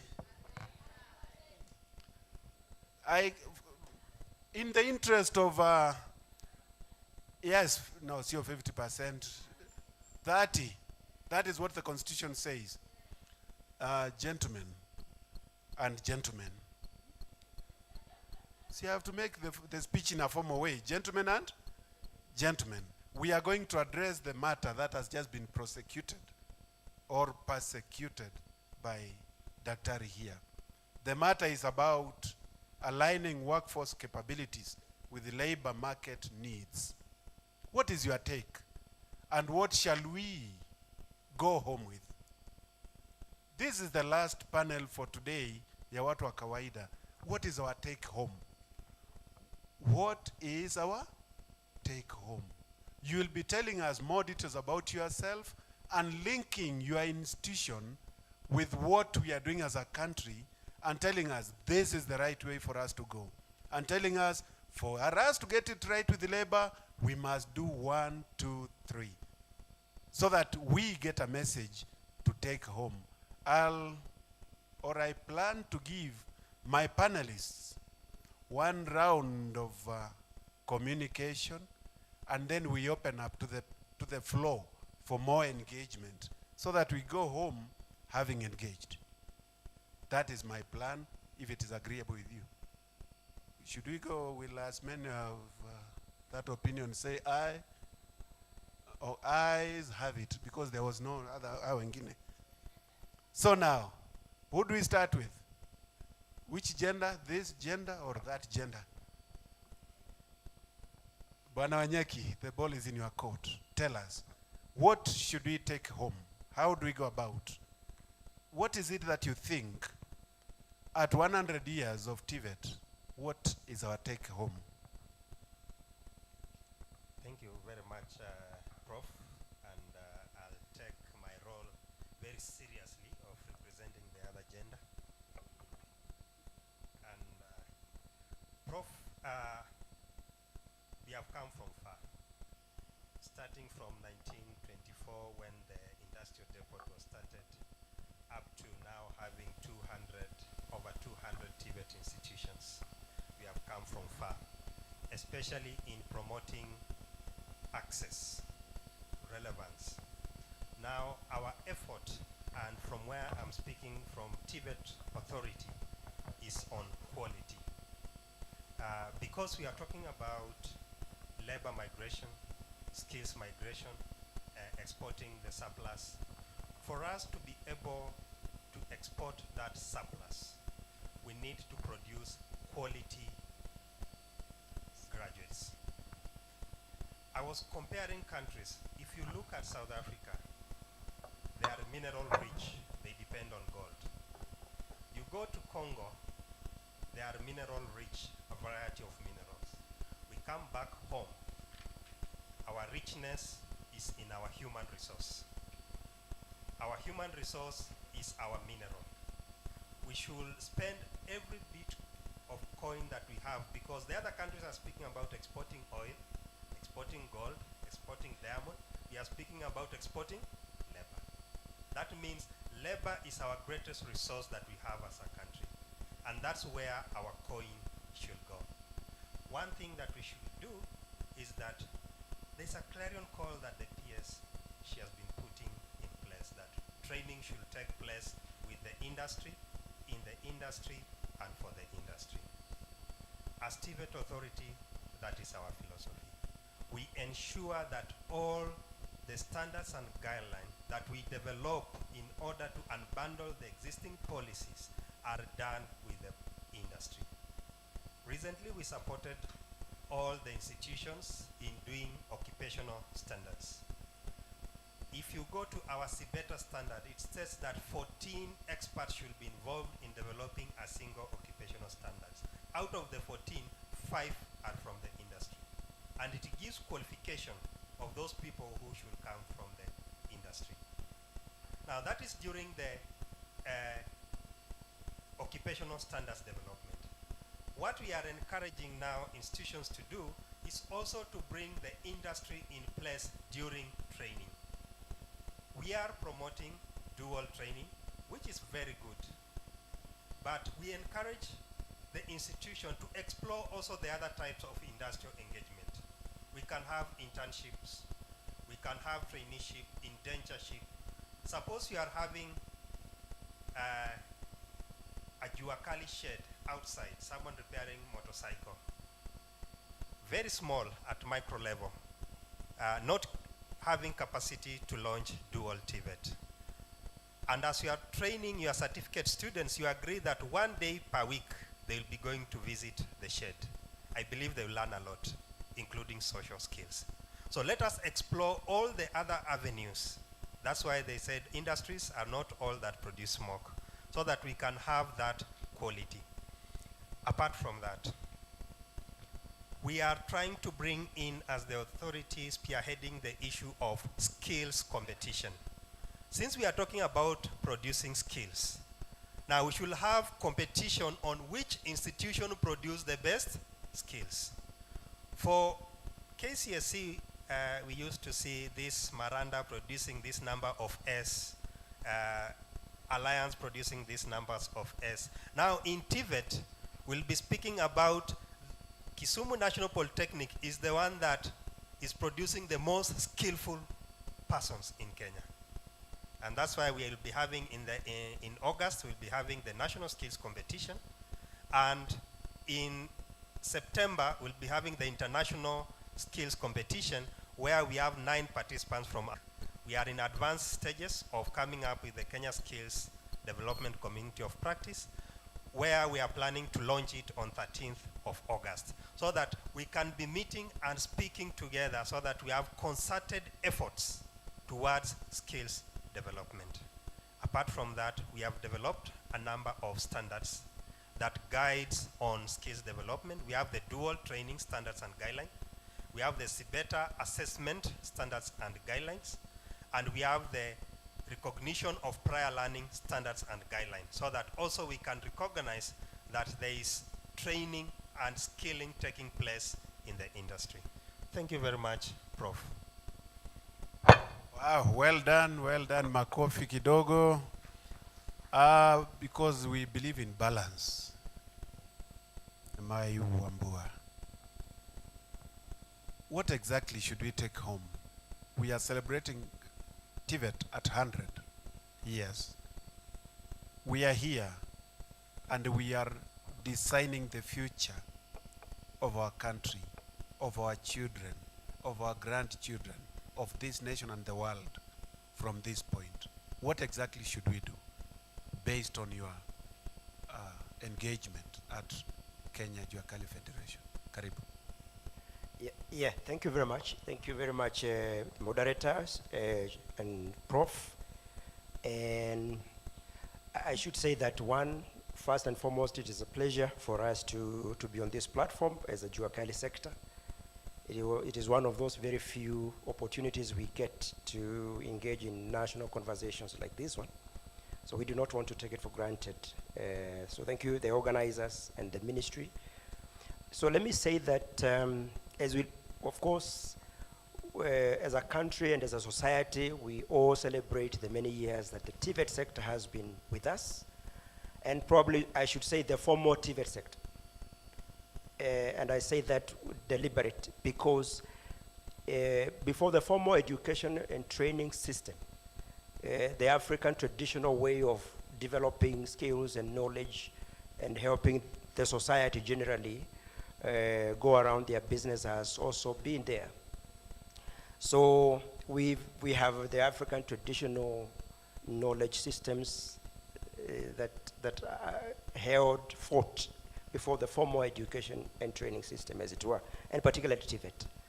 So, and I feel that the Juakali sector, or like if you like, the informal sector for that matter, as it is globally defined, has been part and parcel of skills development in societies and communities through what we call the informal apprenticeship system. So it's a whole complex system of training and developing skills for human beings.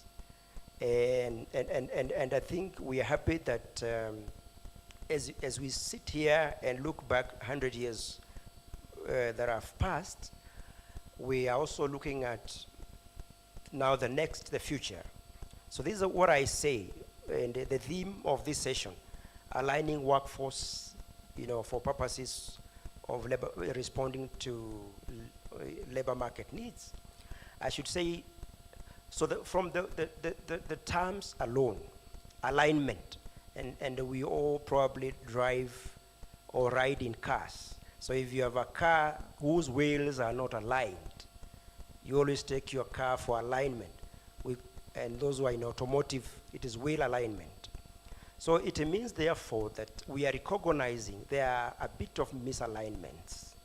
And there are initiatives and strategies to address those misalignments between the workforce that currently engaged or that will be engaged in the future, and the labor markets that we have, the labor market needs, or the labor market needs of the future. So the first comment I would say, from where I sit, is that this alignment happens formally and informally. It happens sometimes very naturally and organically. Yeah?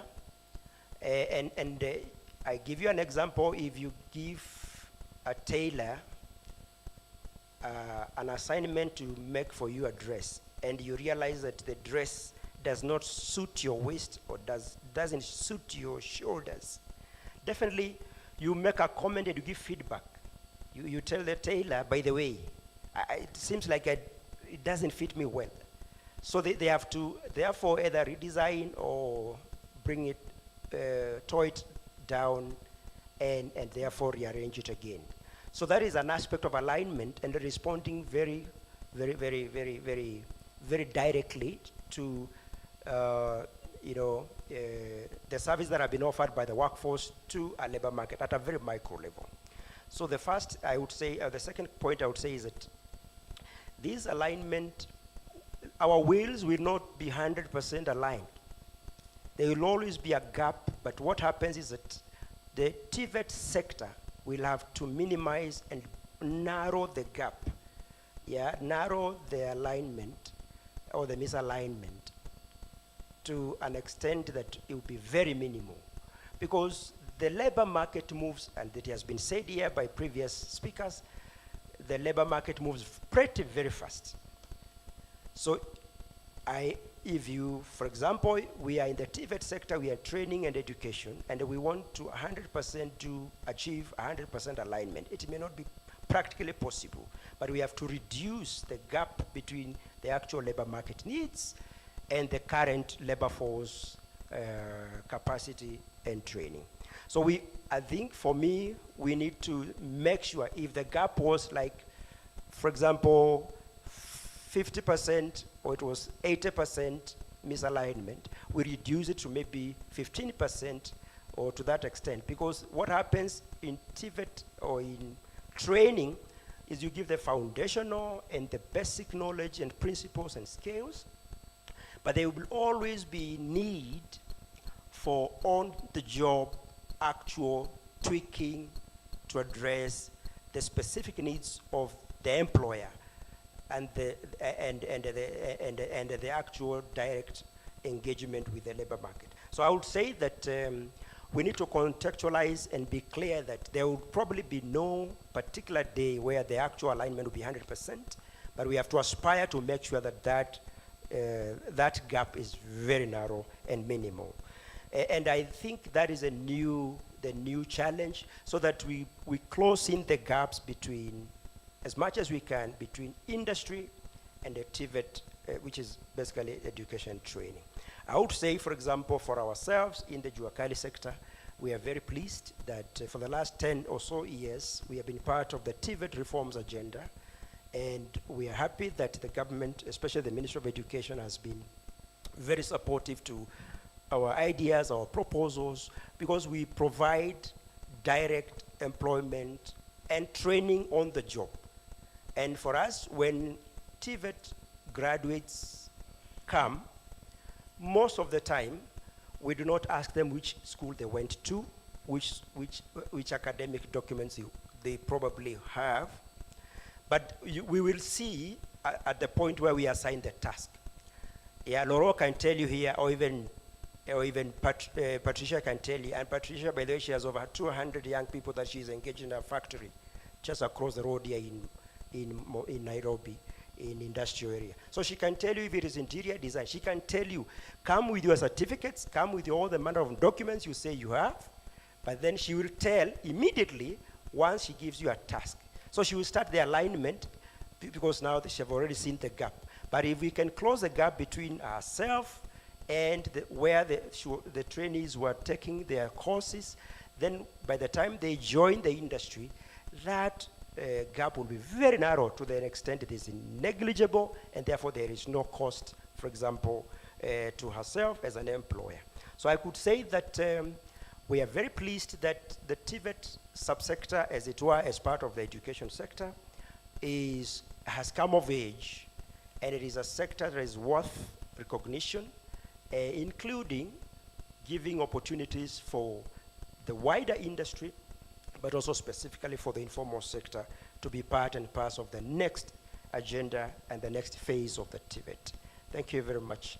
I would have given examples of what we are doing together with the State Department of TVET, or the State Department of Labor, or even the State Department of Industry, towards still speaking to this matter of TVET, aligning the TVET graduates, or even the workforce that are coming out to join the sector. And I should conclude by saying 68% of our membership in the Juakali sector are below 35 years of age. So it is not true, for example, to think that the Juakali sector is some gray-haired old men on the streets that do not understand what they're doing, or probably they have never gone to school properly, and therefore they cannot engage in skills development for that matter. So the sector has since become this new sector in terms of employability for our youth, and therefore we need to also say that it is going to be part and parcel of the next 100 years of TVET here in Kenya. Thank you very much. Thank you. Juakali is our industry. Going to the other agenda, or the other side, Murenga, tell us, where are we going? What should we take home? How do we reduce this misalignment that we are hearing, so that we get aligned for smooth ride into the workforce, from training into the workforce?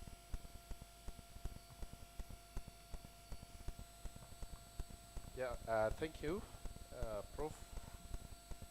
Yeah, so I think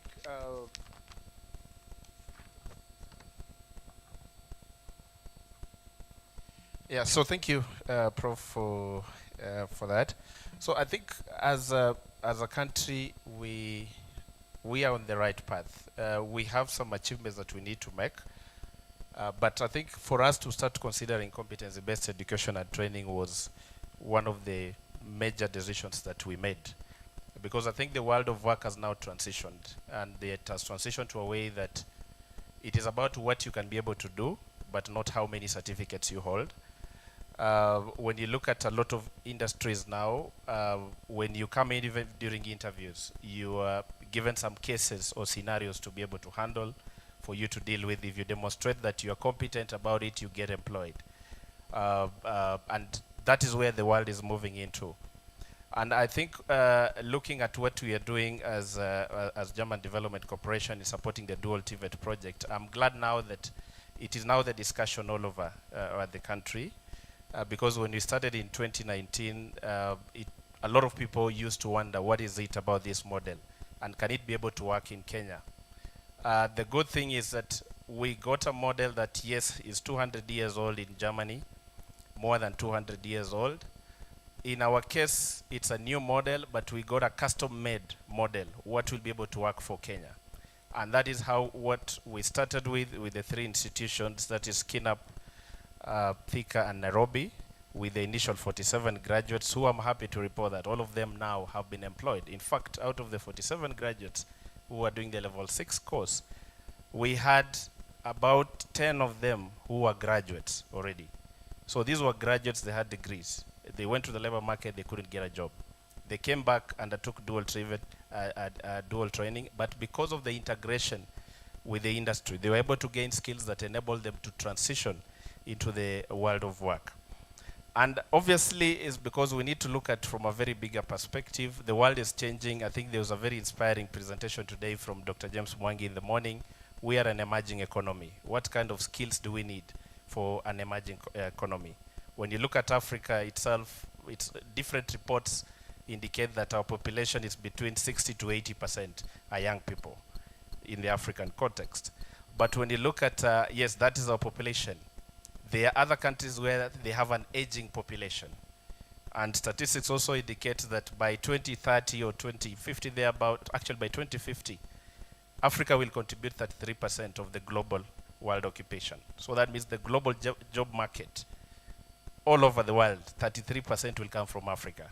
But what does that mean? For our young people to be able to benefit and take up those positions, they must be trained and skilled now, so that they take advantage of those opportunities when they come in. So there are steps that we need to take, a lot of things, because we train our young people to take 3 directions basically when we go TVET training. You want them to either transition to higher education. There are those who want to enter the job market immediately. There are those who want to move into entrepreneurship. They want to start their own businesses. How are we nurturing and supporting these ventures so that these ideas that come out from all these competitions and exhibitions we do can be nurtured and become business ideas? Because when they become business, that's how we create new jobs. I was trying to listen to the presentation from Dr. Mwangi in the morning when he was talking about the number of people we are training versus, not the number, but the type of people we are training versus what the economy needs. And I imagine a construction site.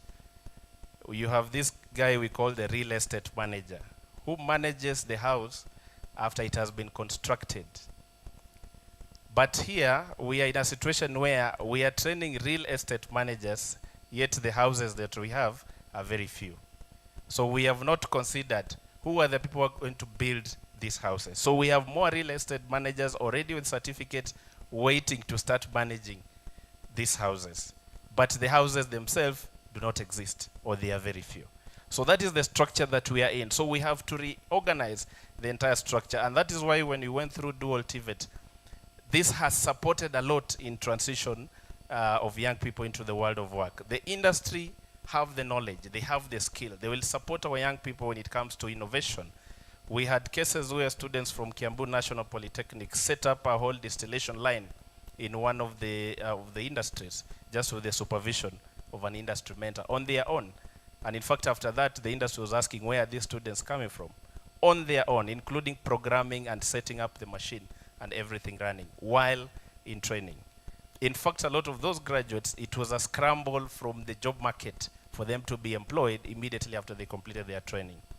So the idea is that for us to be able to address that issue, we need to bring the industry very close to us. We need to have strategic engagement with the industries, starting from our institutions. Sometimes I look at strategic plans developed by institutions, and when you look at the collaboration and partnership, it's a very small component, or perhaps is not even captured, because it is considered a very small aspect of the entire process. Yet strategic, when it comes to partnership and collaboration, should be one of the key areas in your strategic plans. So those are some of the things. That means you allocate budget to it. You deliberately have a plan for engagements and partnerships as an institution. And the good thing about industry is that they are always willing. They are always ready to support. Those who have been able to approach industries can be able to confirm this. We talk, initially there was discussions about industry are unwilling or uncooperative. I think there was a presentation here in the morning about working in silos, which has been the biggest challenge that we've been having as a subsector for a long time. I'm glad we are moving away from that. Right now as we speak, within the dual TVET project, which is now a national program, the PS talked about it in the morning, we are at a footprint in 100 schools at the moment. In these 100 TVET schools, the industry slots committed as at now are about 6,000. As at now, when we started moving to rollout, 6,000.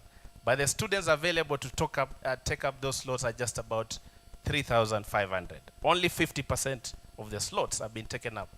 So that means there's actually more slot compared to the students available to take up these slots.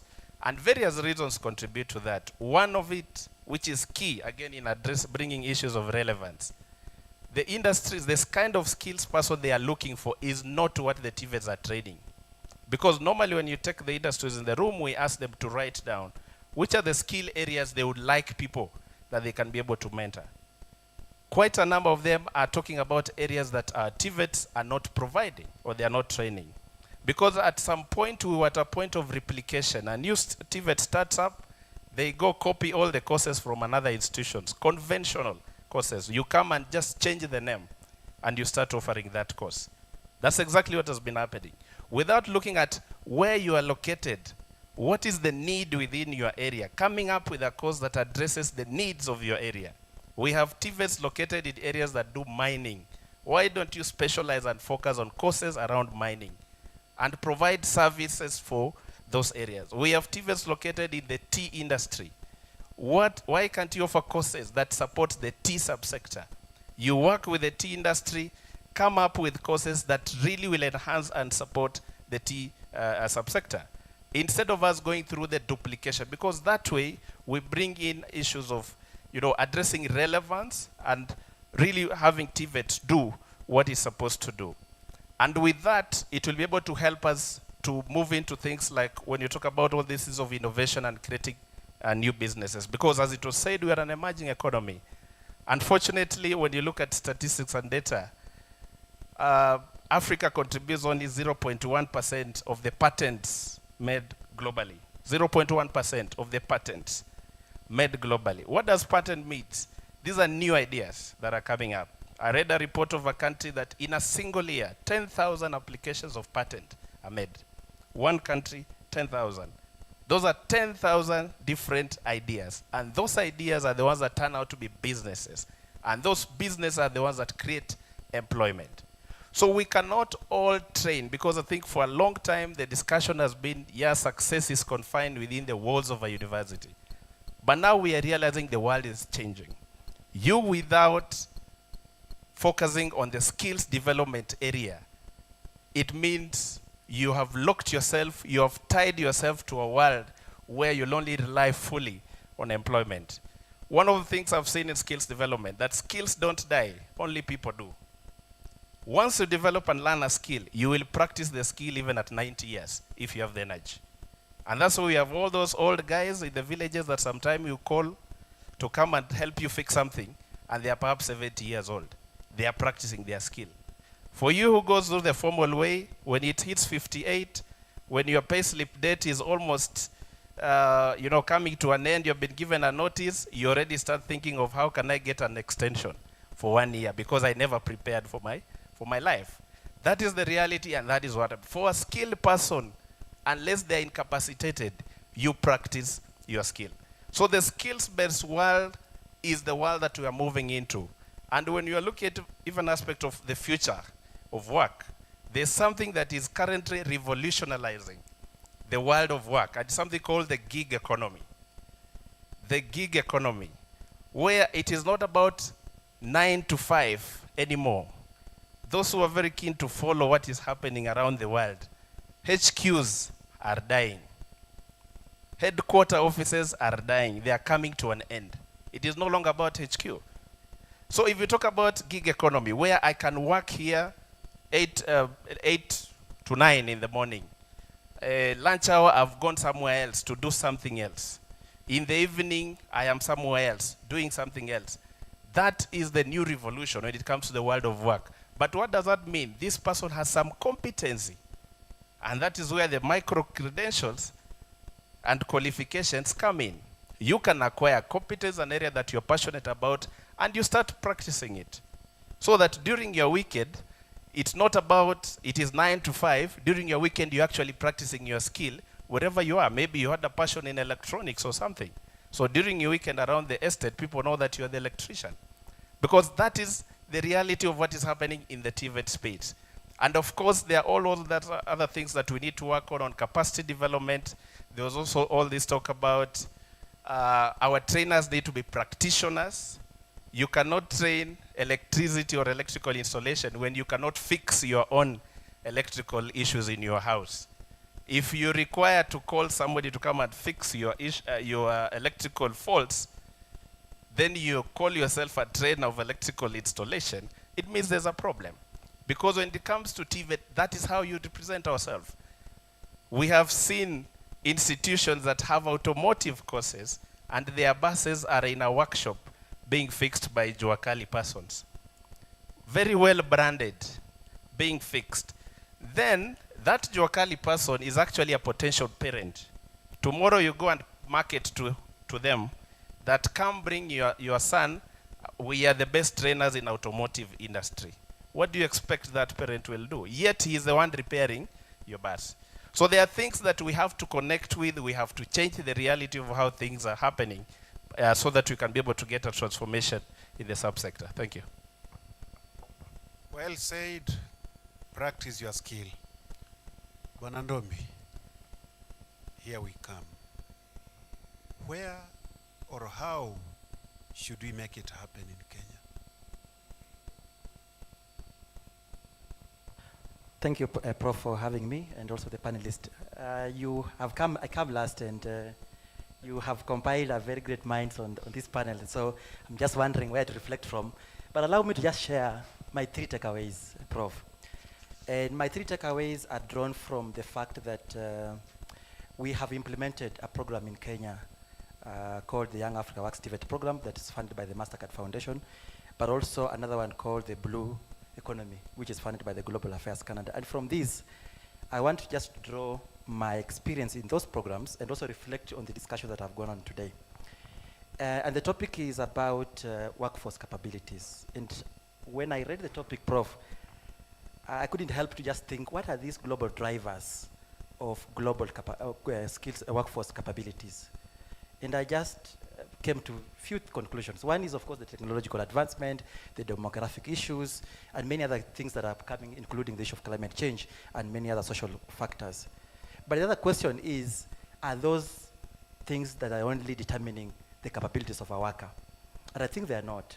Because at a workplace, Dr. Mwangi in the morning told about the issues of creativity. They told us about the issues of leadership, the issue of digital skills, many other things. So this gives us a cocktail of requirements that as a subsector we must be able to reflect on and act upon. And that gives me about 3 issues that I just want to reflect on and say those could be my takeaways. And the first one, I don't want to emphasize much because it has been said, the issue of the trainers. Of course, retooling of the trainers is key. We have said that, and many times we have said it. But now, from the practical point of view, I would suggest and also probably humbly recommend that the aspect of having a framework of continuous professional development of trainers is key in the TVET subsector. This will be very important because I can imagine a trainer who has been in the space for 5 years and has never even been given a chance to go to the industry and just be an employee for a while as they study what is happening. A case example is we have equipped this institution, Kabete, with a state-of-the-art equipment on robotics.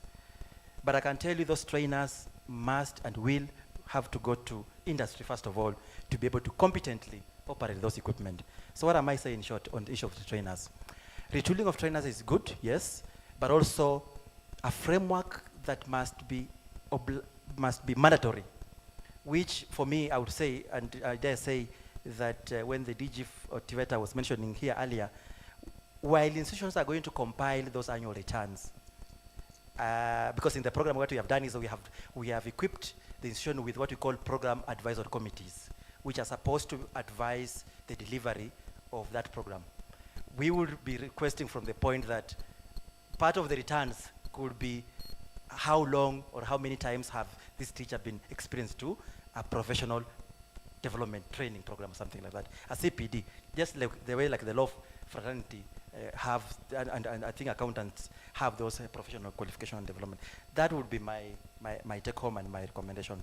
That is on the first point on trainers. Now, on the second point of which I want to reflect on is on the industry, and it has been mentioned, I don't want to belabor to repeat. But again, from our experience in the implementation of the programs that we have done,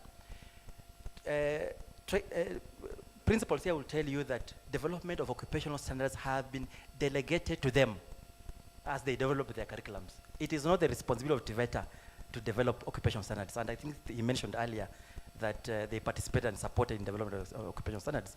This is supposed to be work of the Ministry of Labour, and I'm aware that the Ministry of Labour has what we call a Kenya Occupational Classification Standard. But from where I sit, and the programs that we have developed, about 147 of them, I would say maybe none of them even applied the National Occupational Classification Standard. And what am I saying in short? That again, on the industry, there are two levels that we look at it. From the national level, that occupational classification standard must find a way in the supply side so that we are able to align our occupations the way they are classified in the training. I was in Mombasa last week, and one of the female trainers was like, why do you want me to go to a class where they are calling an electrical wireman? Yet I'm a woman. I don't want to be an electrical wireman. I'm a woman. So those kind of things, even including the naming of the courses, is very key. Then the issue of devolved government is key when you talk about the industries, because Madam said, Dr. Wanjiru said that they have come up with 11 sectors. But I also propose that even at county level, we must also have these decentralized sectoral approaches to skill development, such that the advisory committees at the counties also reflect on what needs to be done at the county level. That's what I would say on the industry. My last point, Prof, is on curriculums and bringing in these issues of cultural competencies, and that's why we pride in ourselves that we take our trainers even to Canada just to benchmark and just see issues of geopolitical factors in our ecosystem. That is very critical. As we reflect on our trainers, as we reflect on the industry, the issue of the content itself, how it is structured, and be able to be agile in terms of flexibility. And I like the issue of macro credentials. For me, that would be. So in short, without taking much of the time, I would say those are my three main takeaways based on the interaction that I've had today, Prof. Thank you very much. Thank you. Three key points, well done, well said. I had promised to give you a chance to ask questions because we need to interact.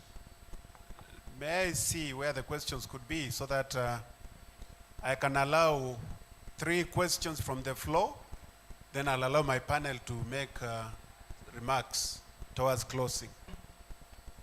Any question from the floor? Yes, there is one. So you are number 1. Any other? Yes, number 2, Bwana Mahindi. Any other number 3? I'm only allowing number 3 people because it's good to engage. Yes, I've seen you, number 3. Good afternoon. My name is Loro Emmanuel, and I would like to direct my question to I had a person from GIZ, representing GIZ. Yes, he's here. Yeah. He's Murenga and he's They are here. doing a great job in Turkana. I would like to salute them. They are really impacting our young people. And the question is that our young people down there, when they get this skill, and you normally equip them, you give them a toolkit. But now the problem is the market. They don't have support, like financial support, so that they can continue innovate their ideas or to continue with their career as entrepreneurs. The issue of financial support. And also, another thing, there are some who are given the toolkit and they sell it. Kindly, the issue of mentorship and maybe someone to mentor them on how to take care of those tools so that they can be beneficial to them. Thank you. Thank you. There was a question from this side here.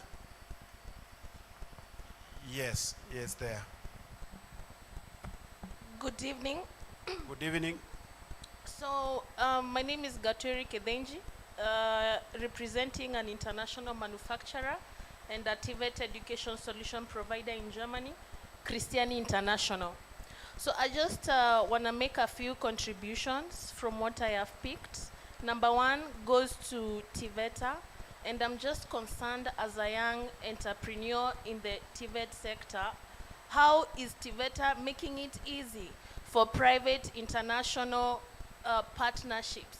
Because I've come to realize, as much as maybe as a young person, you have the will to find international partners, also you see when they come here in Kenya, or you try to bring up businesses to them, then you find that the regulations surrounding how these international partners can, and how TVETs can acquire their solutions is also hard. And how fast can this be done for us to be able to provide solutions to the local industries being backed up by international partners? Number two, I also want to direct my question to the chairman of Joakali sect. And I think everyone in the room, because I was concerned during my visit in the booths, that it is only one TVET in Kenya with virtual reality systems, which is Nyeri National Polytechnic. But then if the country is looking to transition to the dual TVET curriculum, then we need more virtual reality infrastructure, going to as many TVETs as possible, because this is how we get to minimize, to give students errors from the classroom to the labs to the industry. But equipping one institute only, I think we need the government and private partners to bring in experts such as Christiani to be able to bring in the virtual reality into the country and train for sustainability of the same. Then at the same time, I want to just direct my question to GIZ. You said that by 2050, 33% of labor will come from Africa, which is great. And now that you're representing GIZ, of course, this is the European market. Then how do we make sure, do we have people or actors in Kenya giving certifications to our trainers to be able to look for jobs in the European market? Because, for example, from my last visit in Germany, I came to realize that in Germany, you cannot be employed without a certain certification from the industry. So what partners are we bringing into the Kenyan space to make sure our students can get certificates for them to get job opportunities in the German space? Also, I think the other one was... Lastly. one, exactly, was on the equipment. Okay, we have all these awesome partners, Canada, Japan, China, and what have you. But you see, the reason why we have so many equipment, and I have gone to so many TVETs in Kenya, lying around and gathering dust, is because there is no sustainability model when it comes to funding of this project. Who is being left behind to train and retrain and to carry out maintenance of this equipment? That's why it's important to bring in private partnerships into all of it, into the Kenyan market, so that when these people leave, we are left here to continue the agenda without gaps being left into the nation. Thanks. Thank you. Just turn to your left so that you finish at the front. Thank you. My name is Javed Kiboy, Principal Turkana East. My question goes to the GIZ representative about the industry linkages and dual training. Now, I'll refer to Professor Ferej's comments earlier that some of the TVCs are located in remote places. Even to reach there is a problem.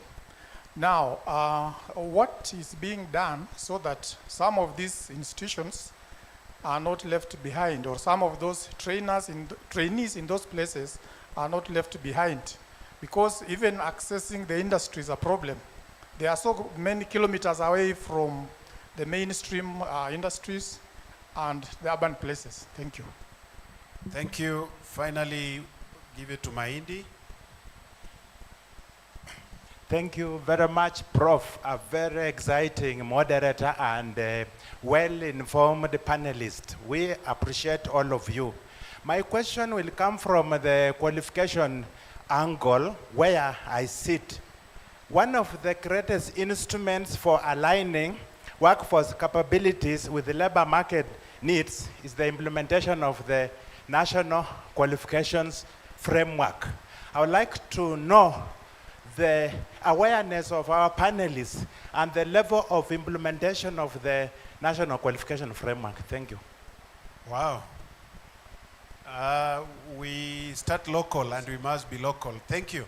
I'll allow panelists to respond to the questions. I think everybody has a question. So a minute, then we shall move to the next level. We start with Nyamai. Yeah, thank you very much, Prof and moderator. Let me pick the one, begin with the general one to all the panelists. Yeah, so, well, we are happy, and I think Kenya is one of the very few countries that has got a national qualification framework that maps all qualifications, irrespective of which pathway that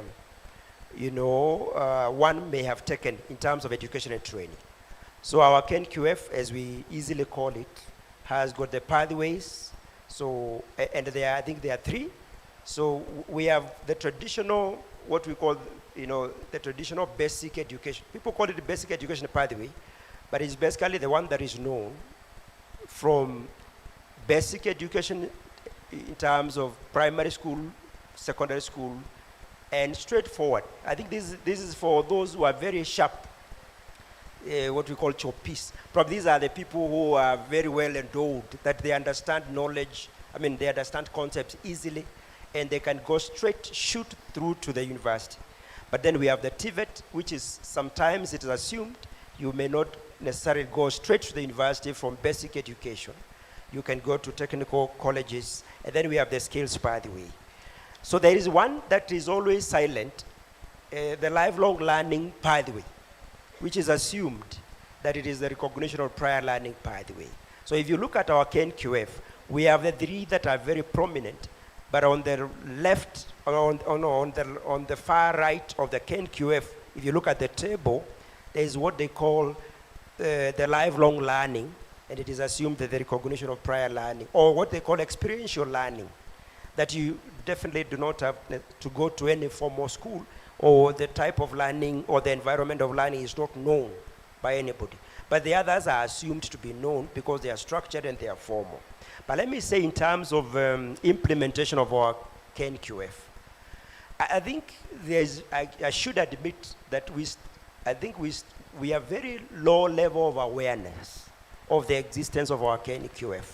That is why, and including in the labor market and the industry, that is why when you see a job advert tomorrow and you see the minimum requirement or the minimum qualifications, and they use that word, minimum qualifications for that job role, they will tell you KCPE, KCSE, from a or a bachelor's degree.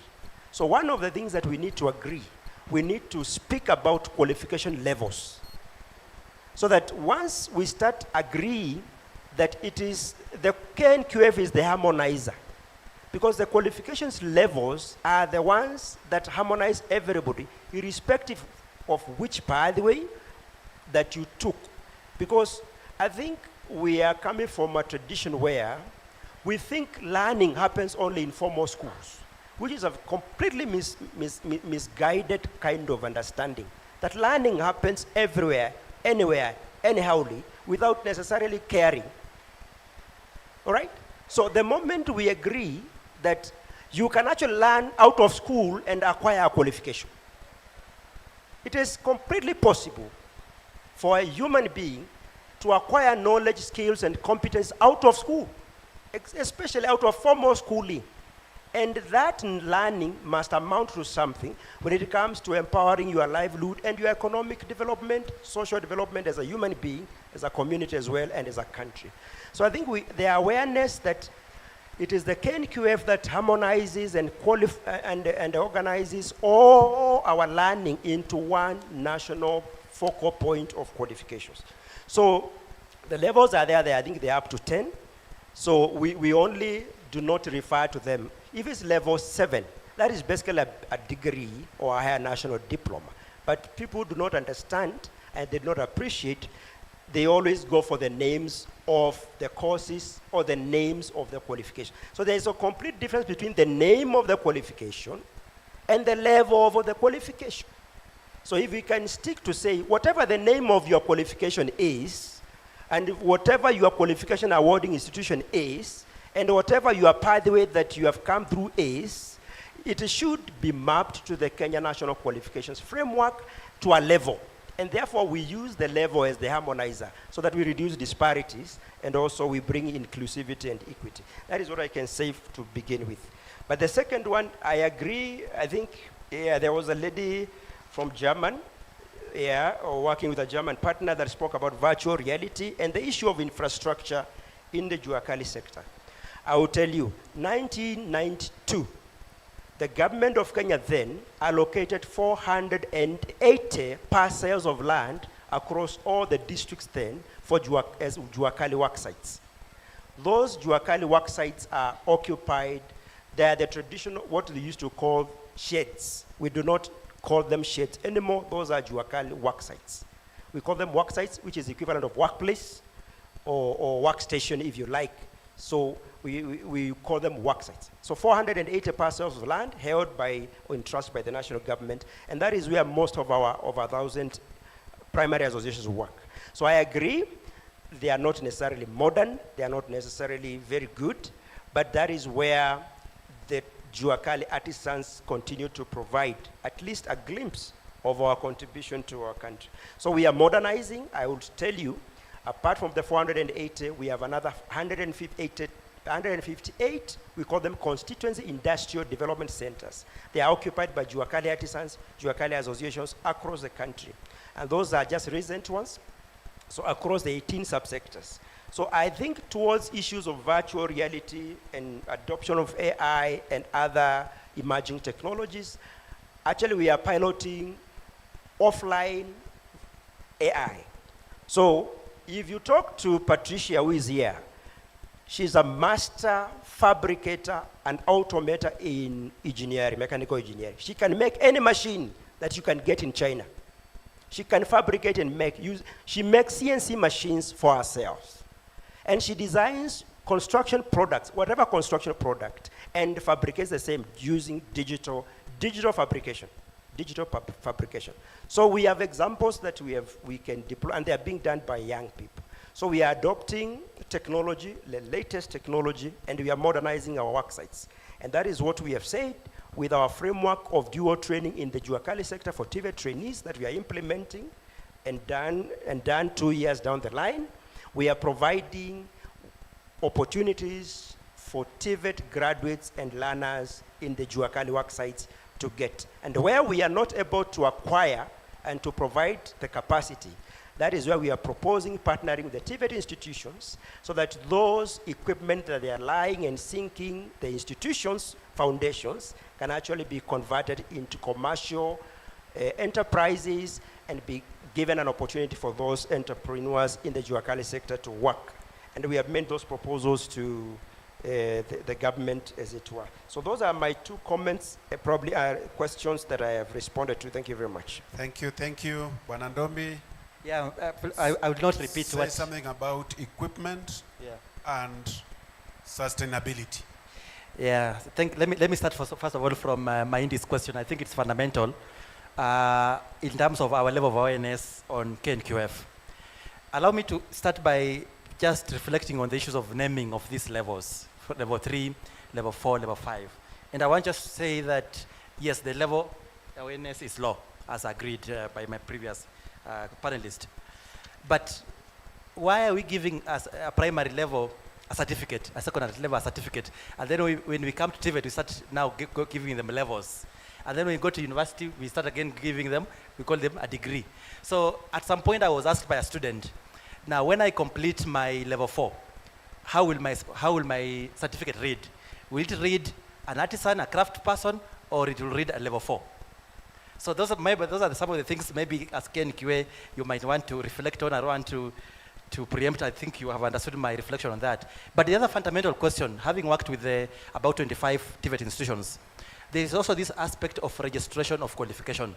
Just to tell you that maybe the level of awareness is still low, is that out of the 400 plus programs that have been developed in terms of CBET, the question is how many have been registered as qualifications? That should tell you the answer. If the number is still very low, then the level of awareness is still very low. Because from where I sit, I'm just fearing to ask Professor here, you know, he was my lecturer, I can't ask him how many of your 400 programs, how many have you registered to be qualifications? I am fearing to ask that question, but... Just be careful. So to answer you very clearly, KNQF framework implementation is still wanting, to be honest. It is still wanting, and we still need to do more. On the issue of sustainability, yes, I agree with the recommendation already by the lady that even the equipment that we are providing the TVET institutions must be driven from a sustainability point of view. And that's why you're talking about greening of TVET. Remember, the word greening is not planting trees. Greening of TVET is ensuring that whatever we do is sustainable, whether it's the resources we are using, whether it's the infrastructure, whether it's the skills, you know, greening itself means sustainability. So even when we are bringing equipment here, we are saying, can the trainers be able to use the equipment without support from the other person? So when we talk about greening, let's emphasize that let's green TVET from a sustainability angle. There are many ways of looking at it, Prof. Lastly, you asked about... yeah, sustainability, but you've mentioned I've already mentioned that. Yes. Thank you. Thank you. Now we go to GZ. I think all the questions were yours, except one for TVET. Okay, thank you, Prof. Yeah, so I think for, again, I want to take the same direction, starting with Maindi's question on how much are we aware of the National Qualification Framework. Definitely, yes. We are much aware of this because ideally, when you talk about CBET and micro credential and qualifications, then they have to be categorized in a certain level. I think what we are currently missing, which we have talked about a lot of times, we have that credit accumulation and transfer system. If someone acquires these units of competence, it amounts to what, how much credits, for example, and how can we equate this to another level of training? So maybe that is an area that needs to be looked into or operationalized, because I know the policy is in place, as well as already we should be collecting data to advise what we do. We have level 4, level 5. One of the things I see on the ground, how much difference is level 4 curriculum to level 5 to level 6? Especially level 5, level 6. There's a little bit of overlaps that even what we have even done in dual TVET, because we wanted to onboard the industries, we told them, when they come to your place, just teach them as a hospitality student, but not hospitality level 4 or level 5 or level 6. Because for them, they don't even understand what does that mean. So perhaps that's one of the things that also needs to be looked into. Also, I don't know how much sensitization is to the public. And when you talk about the public, I'm looking about the employment space. The human resource persons, how much do we sensitize them about these levels? Soon we are going to have graduates in the market with these certificates. Does the HR system in the employment world understand this? Because there is what they are used to. So we have to continuously again sensitize so that we do not disadvantage these young people when they go to the world of work. But obviously, because of migration of labor across the borders, we also need to look at comparable qualifications also to other countries and to the globe. The EU has a qualification framework, for example. How does ours relate to that? So it has to go to the Africa level, perhaps the regional level first, then African level, then at the global level.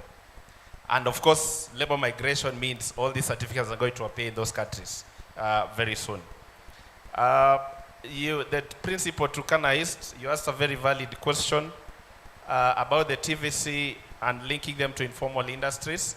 I can assure you, at the moment we have about 1,300 industries that are partnering in dual TVET, the ones under the program. And out of these, perhaps the ones that are formal, proper formal industries are just 300 or less. The other 1,000 are informal. These are the small juakali industries you see around the institution. I know a school where they are doing hairdressing and they are working with salons from that local market, and each of the salon has picked one student to mentor, and there are about 7 of them. So each salon is mentoring one student, and they are making a difference in the life of that student. So the categorization about industries is not about the big industries that generate smoke and so on. So already 1,000 informal industries are supporting the model. And yes, this has started. If you are interested to join the program, I think the PS already mentioned that. As a program, we have 65 that we are supporting directly, full support. But we have additional that we are providing limited support, which are about 35. You can join the 35, but what you need to do, you have an assignment. Map out industries from your local area and identify a course that you want these industries to be able to support you in. Once you identify that, as a program will come in and provide sensitization to the industries. And then number 2, we will provide capacity development to the trainers and the ILO and the management. On the capacity development, which moves me to the other question that was asked, we are working with the Kenya School of TVET because one of the key things we are working on the program is sustainability. GIZ is a program that will come to an end at some point. But what we have introduced needs to continue. And that's why, with the support of the Office of the PS, we are supporting them to come up with a dual TVET policy, which is actually at its final stages of being concluded. Once a policy is in place, it means anybody can be able to implement. There will be a regulatory framework on that. There's also standards already at TVET that will be able to support this. So we are also working with Kenya School of TVET to develop a dual training course for trainers. So it means any institution that would want to train on dual TVET can go to Kenya School of TVET. It will be part of the catalogs of courses that you can be able to go through because there are various processes for you to implement dual TVET. Now that goes to the question of the German market and certification that was asked. Now when you look at the German model, the certification comes from the chambers in their dual model. So the chambers which represent the industries are the ones that do the certificates. When we came to Kenya, we had to look at it differently. So currently we are also working with the Kenya School of TVET to develop a blended model of certification that will be able to support industries for in-company training, and they'll be able to get a certificate that is recognized. And already I can tell you, the 47 graduates, 3 of them are working in a German company from KIST, now Kiambu National Polytechnic, doing industrial mechatronics. 3 of them are working for a German company. So the biggest, and I want to go to that because that's our bigger conversation, which I know the PS is handling on a very high level in terms of recognizing Kenyan certificates in Germany and other countries. So that's a very high level conversation that is happening, which I will not go into, but the PS is actively working on that particular component. There was also a question about financial support for young people once they have been provided by toolkits. I'm not sure the best way to, whether I have a response for that, but I think as a program, we try as much as possible to capacity develop, because once you have the knowledge on how to be able to manage whatever you are provided with and you have been equipped to the skill, the expectation is that you go practice this. Yeah, sometimes those challenges do happen, but that is always the expectation. So challenges about some of them selling and financial, as a program, it cannot be able to support every aspect. Sometimes we can bring in partners to support other ends of the program. That is the best we can be able to do. But I think the best that can be done to you is you've been trained and you've been given a toolkit. Then it is for you to go and exercise and utilize it to be able to help you generate a living and generate, you know, success out of everything. Yeah, so those are my questions. Thank you. Thank you. Finally, Wanyeki, there was a question for you. Okay, thank you, Prof. And as the speakers who have come before me, most of them have highlighted and addressed most, if not all, the questions. I'll try to put reflections from the regulator point of view. I'll start with the qualification framework. Already there is consensus from the panelists that the level of understanding of the framework is quite low. Mine will be on the level 7 and level 6 from the regulator point of view. We are equating our higher national diploma to level 7. Then the Act says level 7 is under the purview of Commission for University Education. So that means for our National Polytechnic to offer the level 7, then they need to be accredited. Our mandate ends at level 6. So there is need of clarifying that small confusion on level 6, level 7, and what the laws of the country speak about, so that it doesn't bring the issue of who regulates now, because level 7 is commission, as ends at level 6. So there is that need of clarification in the mapping of the levels. The other aspects were addressed by the other speakers. On the issue of equipment gathering dust in some institution, Madam PS, this is a real challenge on the ground. We need to come up with a different strategy of distributing equipment to our institutions. Sadly, we have institutions that received equipment in 2018. To date, they have never received, they don't have power to date. So the equipment have not been powered since 2018. You go to an institution, it has 20 CNC machines, and it has only one student in mechanical engineering who is supposed to use. So we need to come up with a strategy on how to do this. Luckily enough, Madam PS, together with the African Development Bank and Mr. Tuwei, and together with an international partner, that is Guma Gijima in South Africa, we are designing a feasibility and impact study, because most of the equipment was supported by African Development Bank. Now they are designing a feasibility and impact study to study the impact of all the equipment that have been supplied, and that will inform phase 4 of the FDB funding, and from it we'll also design the TVET strategy for the next 10 years, because we are celebrating 100 years, but now we need to plan for the next 100 years. We'll start planning for the decade. On the issue of how TVET is making it easy for private international partners, we fully support private international partners who come and seek collaboration in training. For example, we have a lot of international qualification awarding institutions which are offering qualifications in Kenya. In cases where MOUs are required, definitely the full length of doing an MOU which is laid down has to be followed, especially where money is involved. We know we have to involve the Office of Attorney General, Treasury, and all the other players. The process might be lengthy, but we fully support those collaboration. That's why you can see we are working with Guma Gijima from South Africa on the issue of feasibility study and the FDB. In terms of certification that are recognized internationally, this is a niche, Madam PS, that we need to explore and capacity build our institutions to that level. Bwana Mwangi from Nyeri National Polytechnic had an experience of recruitment of welders. He will tell us how many qualified from the institution. We received an invitation from South Korea. They were asking us to supply them with welders who have American Welding Society certification or European Welding Society certification, since they don't recognize the KBS, the Kenya Bureau of Statistics. Madam PS, interestingly, in the country we have only 2 welders who are certified in that level of qualification. All of them working with the Kenya Pipeline Company. They took them to Spain to do that certification.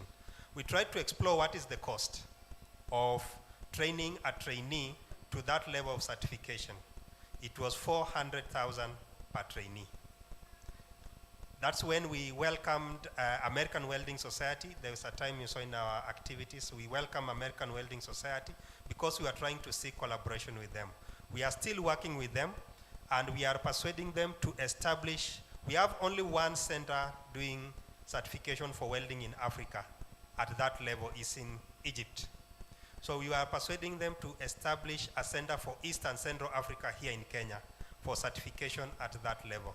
But also we need now to start thinking, how do we, because there are those courses, we call them restricted courses or regulated courses. You must have some level of certification for you to be able to practice. So we are also working to explore the American Welding Society and all the other societies to see that we can have graduates who are certified to that level. Thank you. I think I've addressed the issue that were raised. Yes, yes. Thank you, thank you. Tuwapigie makofi. They have done very well. And they continue doing very well because the next set of questions will be the hardest in closing. I request that we do our closing remarks in doubles, where 2 people will talk about our workforce capabilities and adaptability. The issue is adaptability. What do we take home with regard to adaptability? That will be responded to by Bwana Wanyeki and Ndombi. Then, the other term that I need us to address for the sake of our institutions is workforce capabilities and productivity, sorry. Workforce capabilities and productivity. That will go to GIZ and Nyamai in closing. Where do we start? Adaptability or productivity? Adaptability. The people have said. Thank you. I want to, on this one, I want to thank the PS because she has made it very clear to the ecosystem that the principals have everything they need to adapt whatever they want to do in the institutions. So I don't want to belabor that because I think that's the takeaway, that from here, the clear call is simple, that our national polytechnics together with our TTIs and TVCs, we have the liberty that has been given to us by the Madam PS and the frameworks within the country, that we can be able to, be flexible and come up with programs that are able to be adaptable to the circumstances. I think that is very important. But now my point is only one, Professor, on the issues of gender, because I think that's another adaptability aspect that we want to also emphasize, that we also want to promote women in STEM. And what we've done in the program is the issues of having gender mainstreaming committees within the TVET ecosystem, and that is very important, which includes also providing reasonable accommodation for people with disabilities, but also, young mothers, or rather nursing mothers. That's part of the adaptability, and that's the discourse that we want to say, that as we talk about creating a conducive environment for training, we also make it easier for those vulnerable people in our societies. Thank you. Thank you. Next, adaptability. Thank you. My work might be very simple, just to say agree with agree. On the question of adaptability, we have a very adaptable workforce in Kenya. In 2005-4, all the newspapers outlets were saying that the Juakali mechanics will be phased out by the new technologies in motor vehicles. I don't know if any one of you know a Juakali who was phased out by the development in the automotive industry. None of them. Apparently, most of them usually adapt, and they usually do it through trial and error. Now, trial and error is a very expensive model. At that time, I once interviewed one of the mechanic, and he told me the first time he was trying to repair an automatic gearbox, once he removed all the parts, during assembly, he realized he had filled all the holes and some parts were remaining, still on the gunia on the floor. So he had to tell the owner that, you know, this one is it is beyond repair. Then you hide the parts so that the owner does not see the parts. You have not fitted all the parts in. Now, the way to reduce that one during adaptability is for us to strengthen the capacity development program, so that we don't allow our trainers and our trainees and our principals to adapt through trial and error method, but to adapt through capacity building development program, where we'll be doing skills anticipation at the national level. These are the skills that the principals, the trainers, and the trainees will be requiring in the next 10 years. Then we develop programs and effectively capacity build them. The next one is to have strong knowledge on online tools, because if you have long LLL, long life learning, then you can be able also to adapt to situation easily by reducing trial and error and leveraging yourself on technology. Thank you, Prof. Thank you. We now go to productivity. GZ. Thank you, Prof. Yeah, I think my comment on productivity is we need to work with the industry for us to be able to attain the productivity required at industry level. Why? Because the industry has some level of focus. The core business for industries is making profits. And for them to be able to drive their profits, productivity is key. Industries are not just now local, they're now global. So that means our productivity also needs to be at a global level, so that our industries can compete globally. Our young people as well are also looking for jobs beyond the borders. So this level of performance is what we require, and we have to start at our institutional level, bring in the industry to give us the standard and level of productivity that is required. Then it means we will be working at par with what the industry requires. Because why do our industry retrain our young people? Because they feel their level of productivity is low compared to what they require.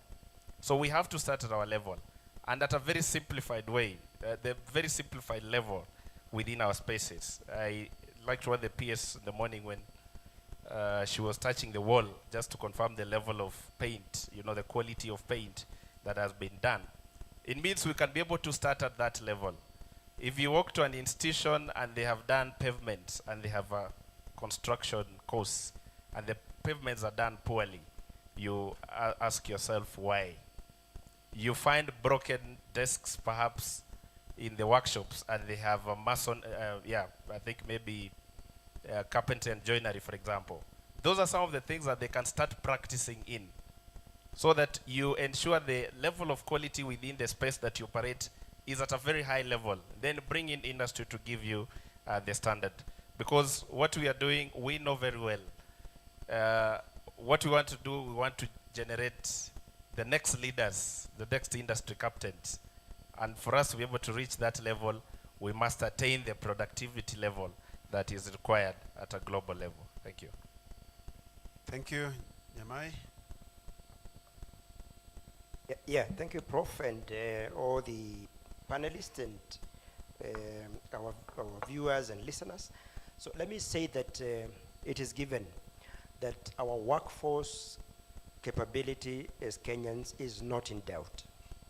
I think we comparatively, if we look at the region, we look at even globally, where you see a Kenyan or a Kenyan trained or worker, I think their capabilities, they fare on better, they compare better against peers. But I think productivity is where the matter meets the road, because that is where the employer and the performance is tested. Yeah, I think for me, the take home is to say that one, even when, because the basic training in TVET and the foundational, principles in your career and in your occupation are laid very well to some extent, but they have to be tested in the industry and the workforce, where you are now given proper tasks and job roles to perform and deliver to the expectation of the employer. So I could say two things. Even when your productivity does not measure, just before you are laid off and fired, please learn quickly, be flexible, because the employer is not going to tolerate poor productivity or productivity. So there are opportunities for upskilling, opportunities for further learning on the job, especially with peers. There are opportunities for mentorship and apprenticeship on the job. Seek for those opportunities if you're a worker. You may want to go back to school, but let me tell you, it doesn't matter how many times you go back to school. You will not necessarily get the same environment in school to produce at the workplace. So there are opportunities for workplace learning and continuous improvement for your production levels to the satisfaction of the employer. Thank you very much. I think we are pleased that this opportunity has given us a chance to share our views. Thank you very much. Let's appreciate our panelists. They have done a good job. Well done, panelists. I would request we allow our panelists to step down. But not as alone. PS, the panelists want a photo with you. This man wants us with you here. Yeah, to represent the gender that was on the other side. And yeah, Mwangi, you can also join us. And Mushemi, this is the closing panelist. It's important. Yeah.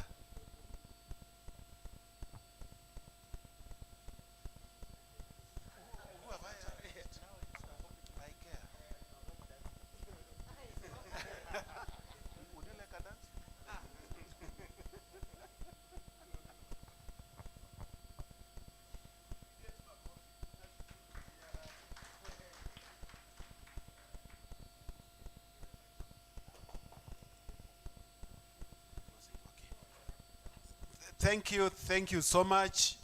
Members, before I allow our peers to say a word, let me get the pulpit.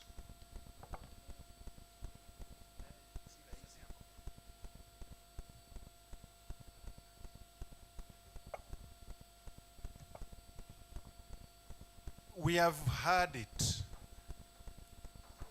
My words will be very few.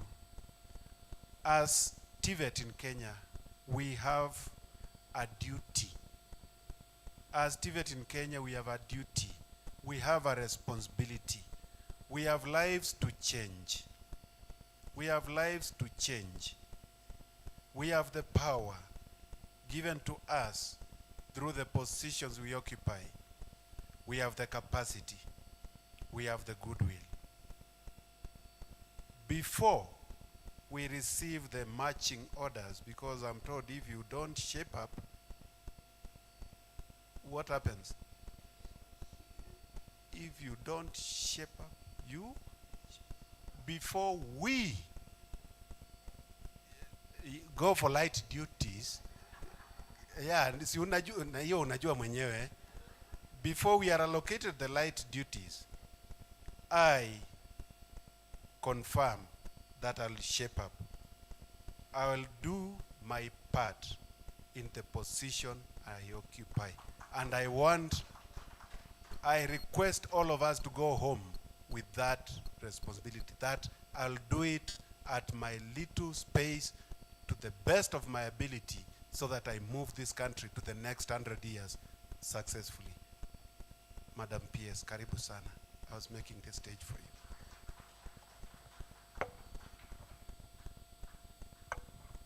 Let us give the good professor a 3 factorial club. You know the factorial clubs?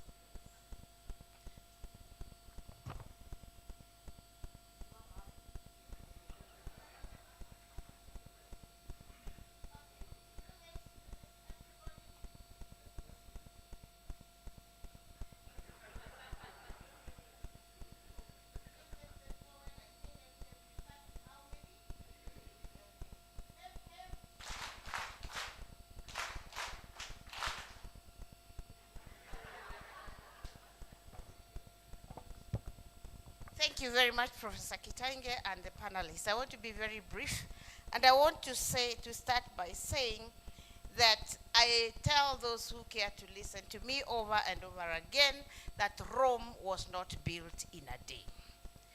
As long as you keep picking the stones from where they are and placing it well, we will get there. And I'm saying this, by the way, there are people who stood here and started saying how they have classmates. Even me, I have classmates here. Nora, come here. This lady is known as Nora Ananda. And Nora Ananda, who is doing the great job of sign language interpretation, is a witness that I was in Form 5 and Form 6. Now you can go back. And it doesn't matter that now I am a PS and she's a trainer at Karen. We are all very, very important. I want to address very briefly the issue of certification that is recognized elsewhere. At one point, I was really struggling with dual certification so that we have certificates done here in Kenya, and also I think Mwangi, you remember there's a time we really believed in that. But I stepped back a bit because I decided that as long as we keep moving, as long as we keep training and improving our training, this certification that is now today being charged 400,000 will come down when the entire world realizes and recognizes that we are training as we should. The reason these certifications are so expensive now is because they want to guard their space. They are not yet confident that we are doing exactly what we should be doing. So my plea is, and has been, let us keep moving.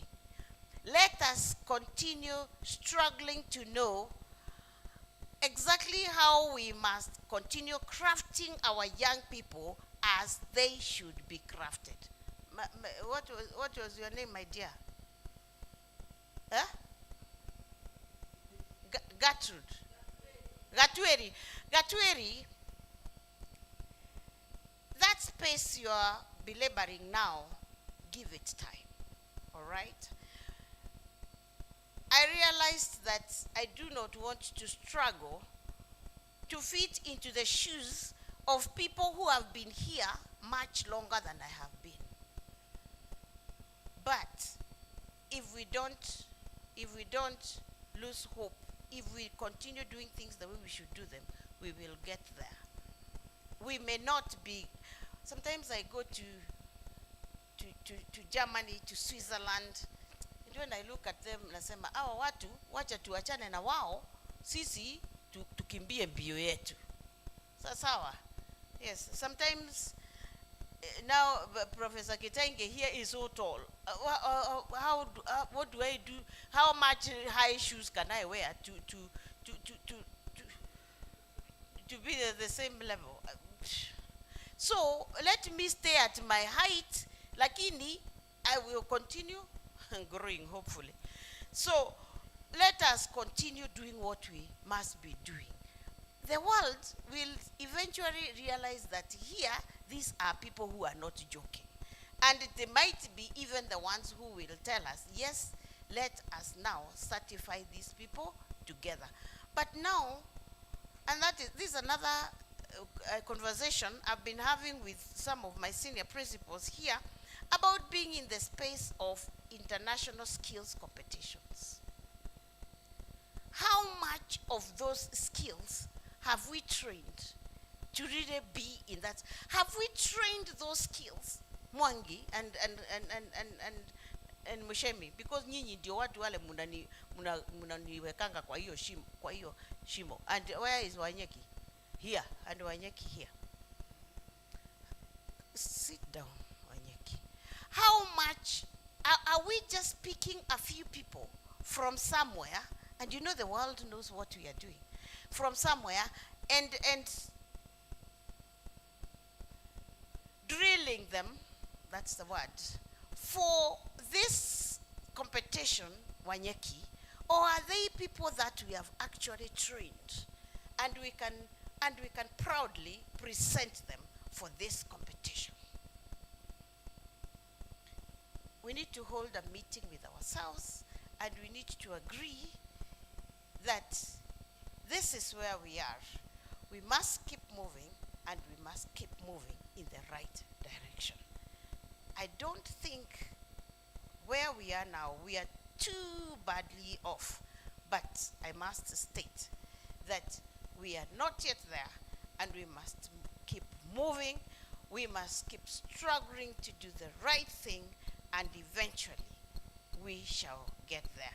We are now challenging Professor Kitenge, for instance, to spearhead the CPDs.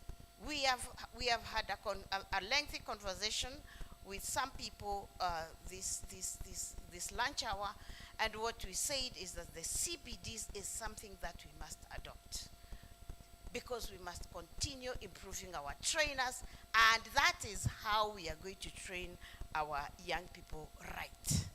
So it's about deciding to walk that journey and walking it right.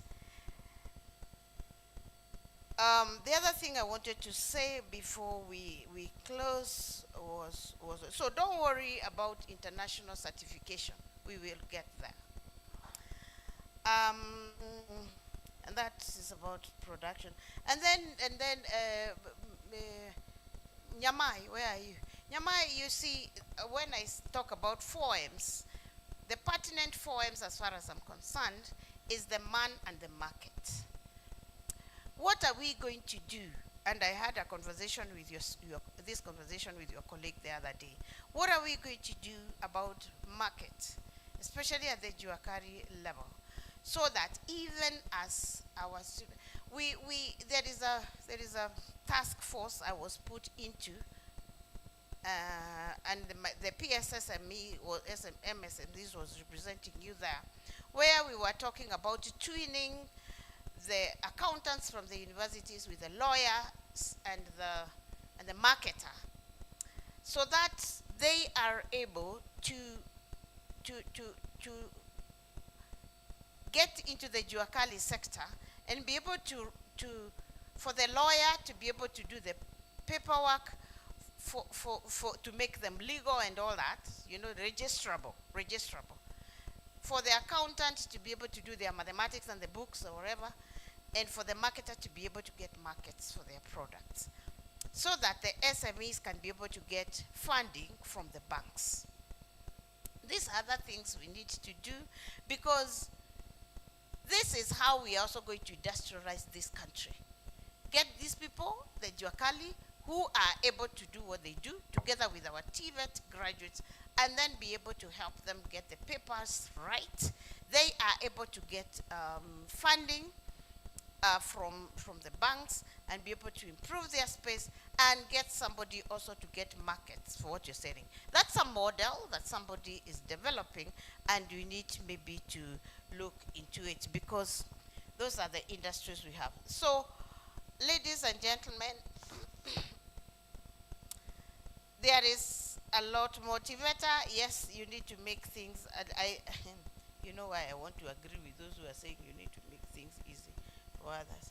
But anyway, no problem.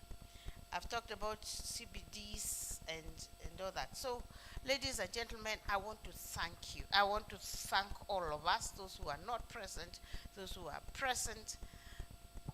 If we are going to place TVET where it must be placed, we need to have these conversations continuously.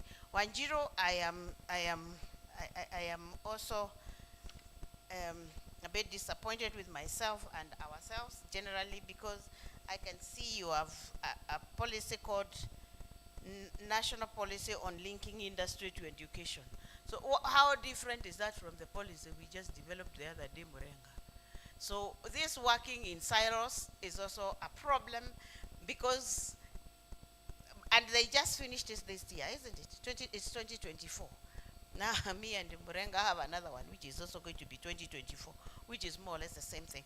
So we need to continue speaking with one another, because even as now we roll out or we get a framework for that policy, we need to see what is in this policy, because basically we are talking about the same Kenyan child. And so thank you very much, Wanjiro, even for that conversation. And what I want to say is that we need to be in the same space. Ladies and gentlemen, thank you very much. I want also to speak about tomorrow. Please let us all be seated by 8, so that we wait for His Excellency to come and I don't even know, close or launch the next 100 years of TVET. And we hope with with this conversation that we are going to have with him tomorrow, we will be re-energized to want to take TVET where it must be, because this is the sector that is going to help us change this space where our young people. And again, let me also say this. I don't know what I wanted to talk about.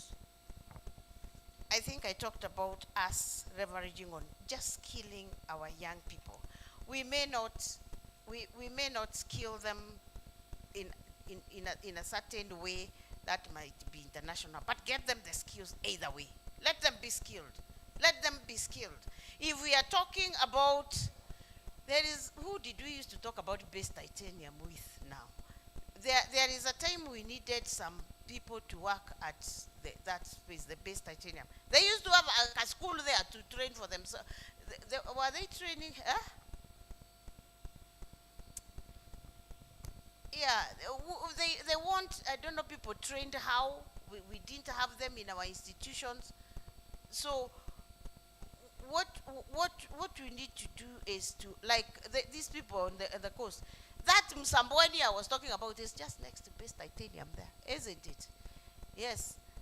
And my friend, people in Msambweni are just refusing to go to school.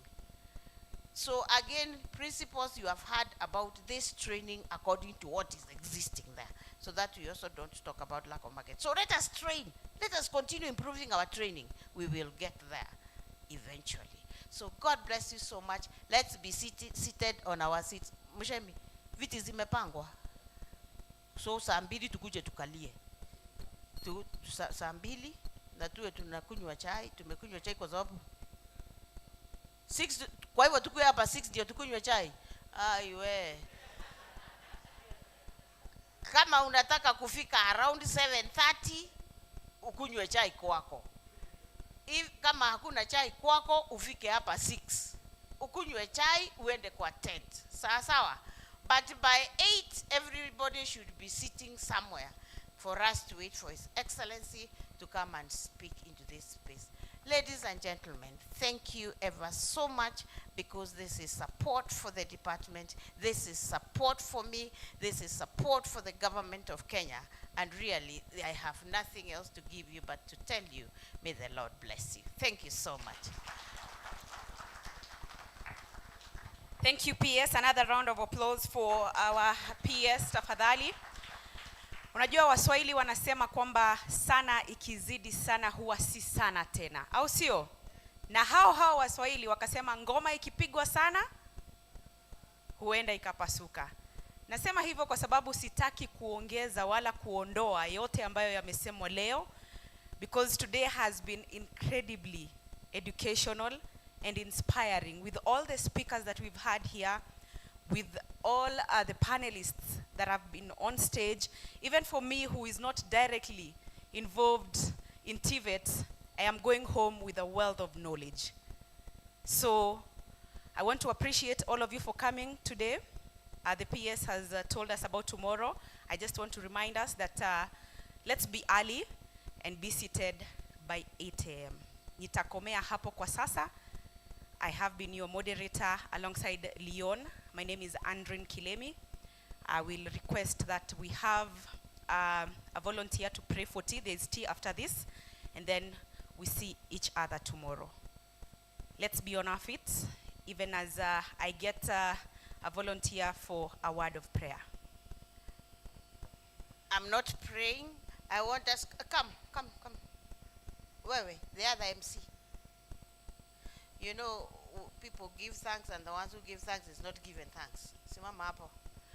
Let us give them a 4-factorial club. The first 2 factors are yours, the other 2 factors are yours. Meskia. So, 4 factorials, prepare yourselves. Hip, hip.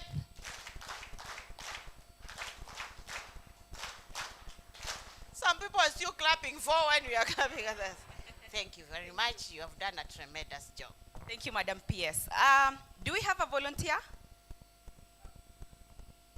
Let us pray.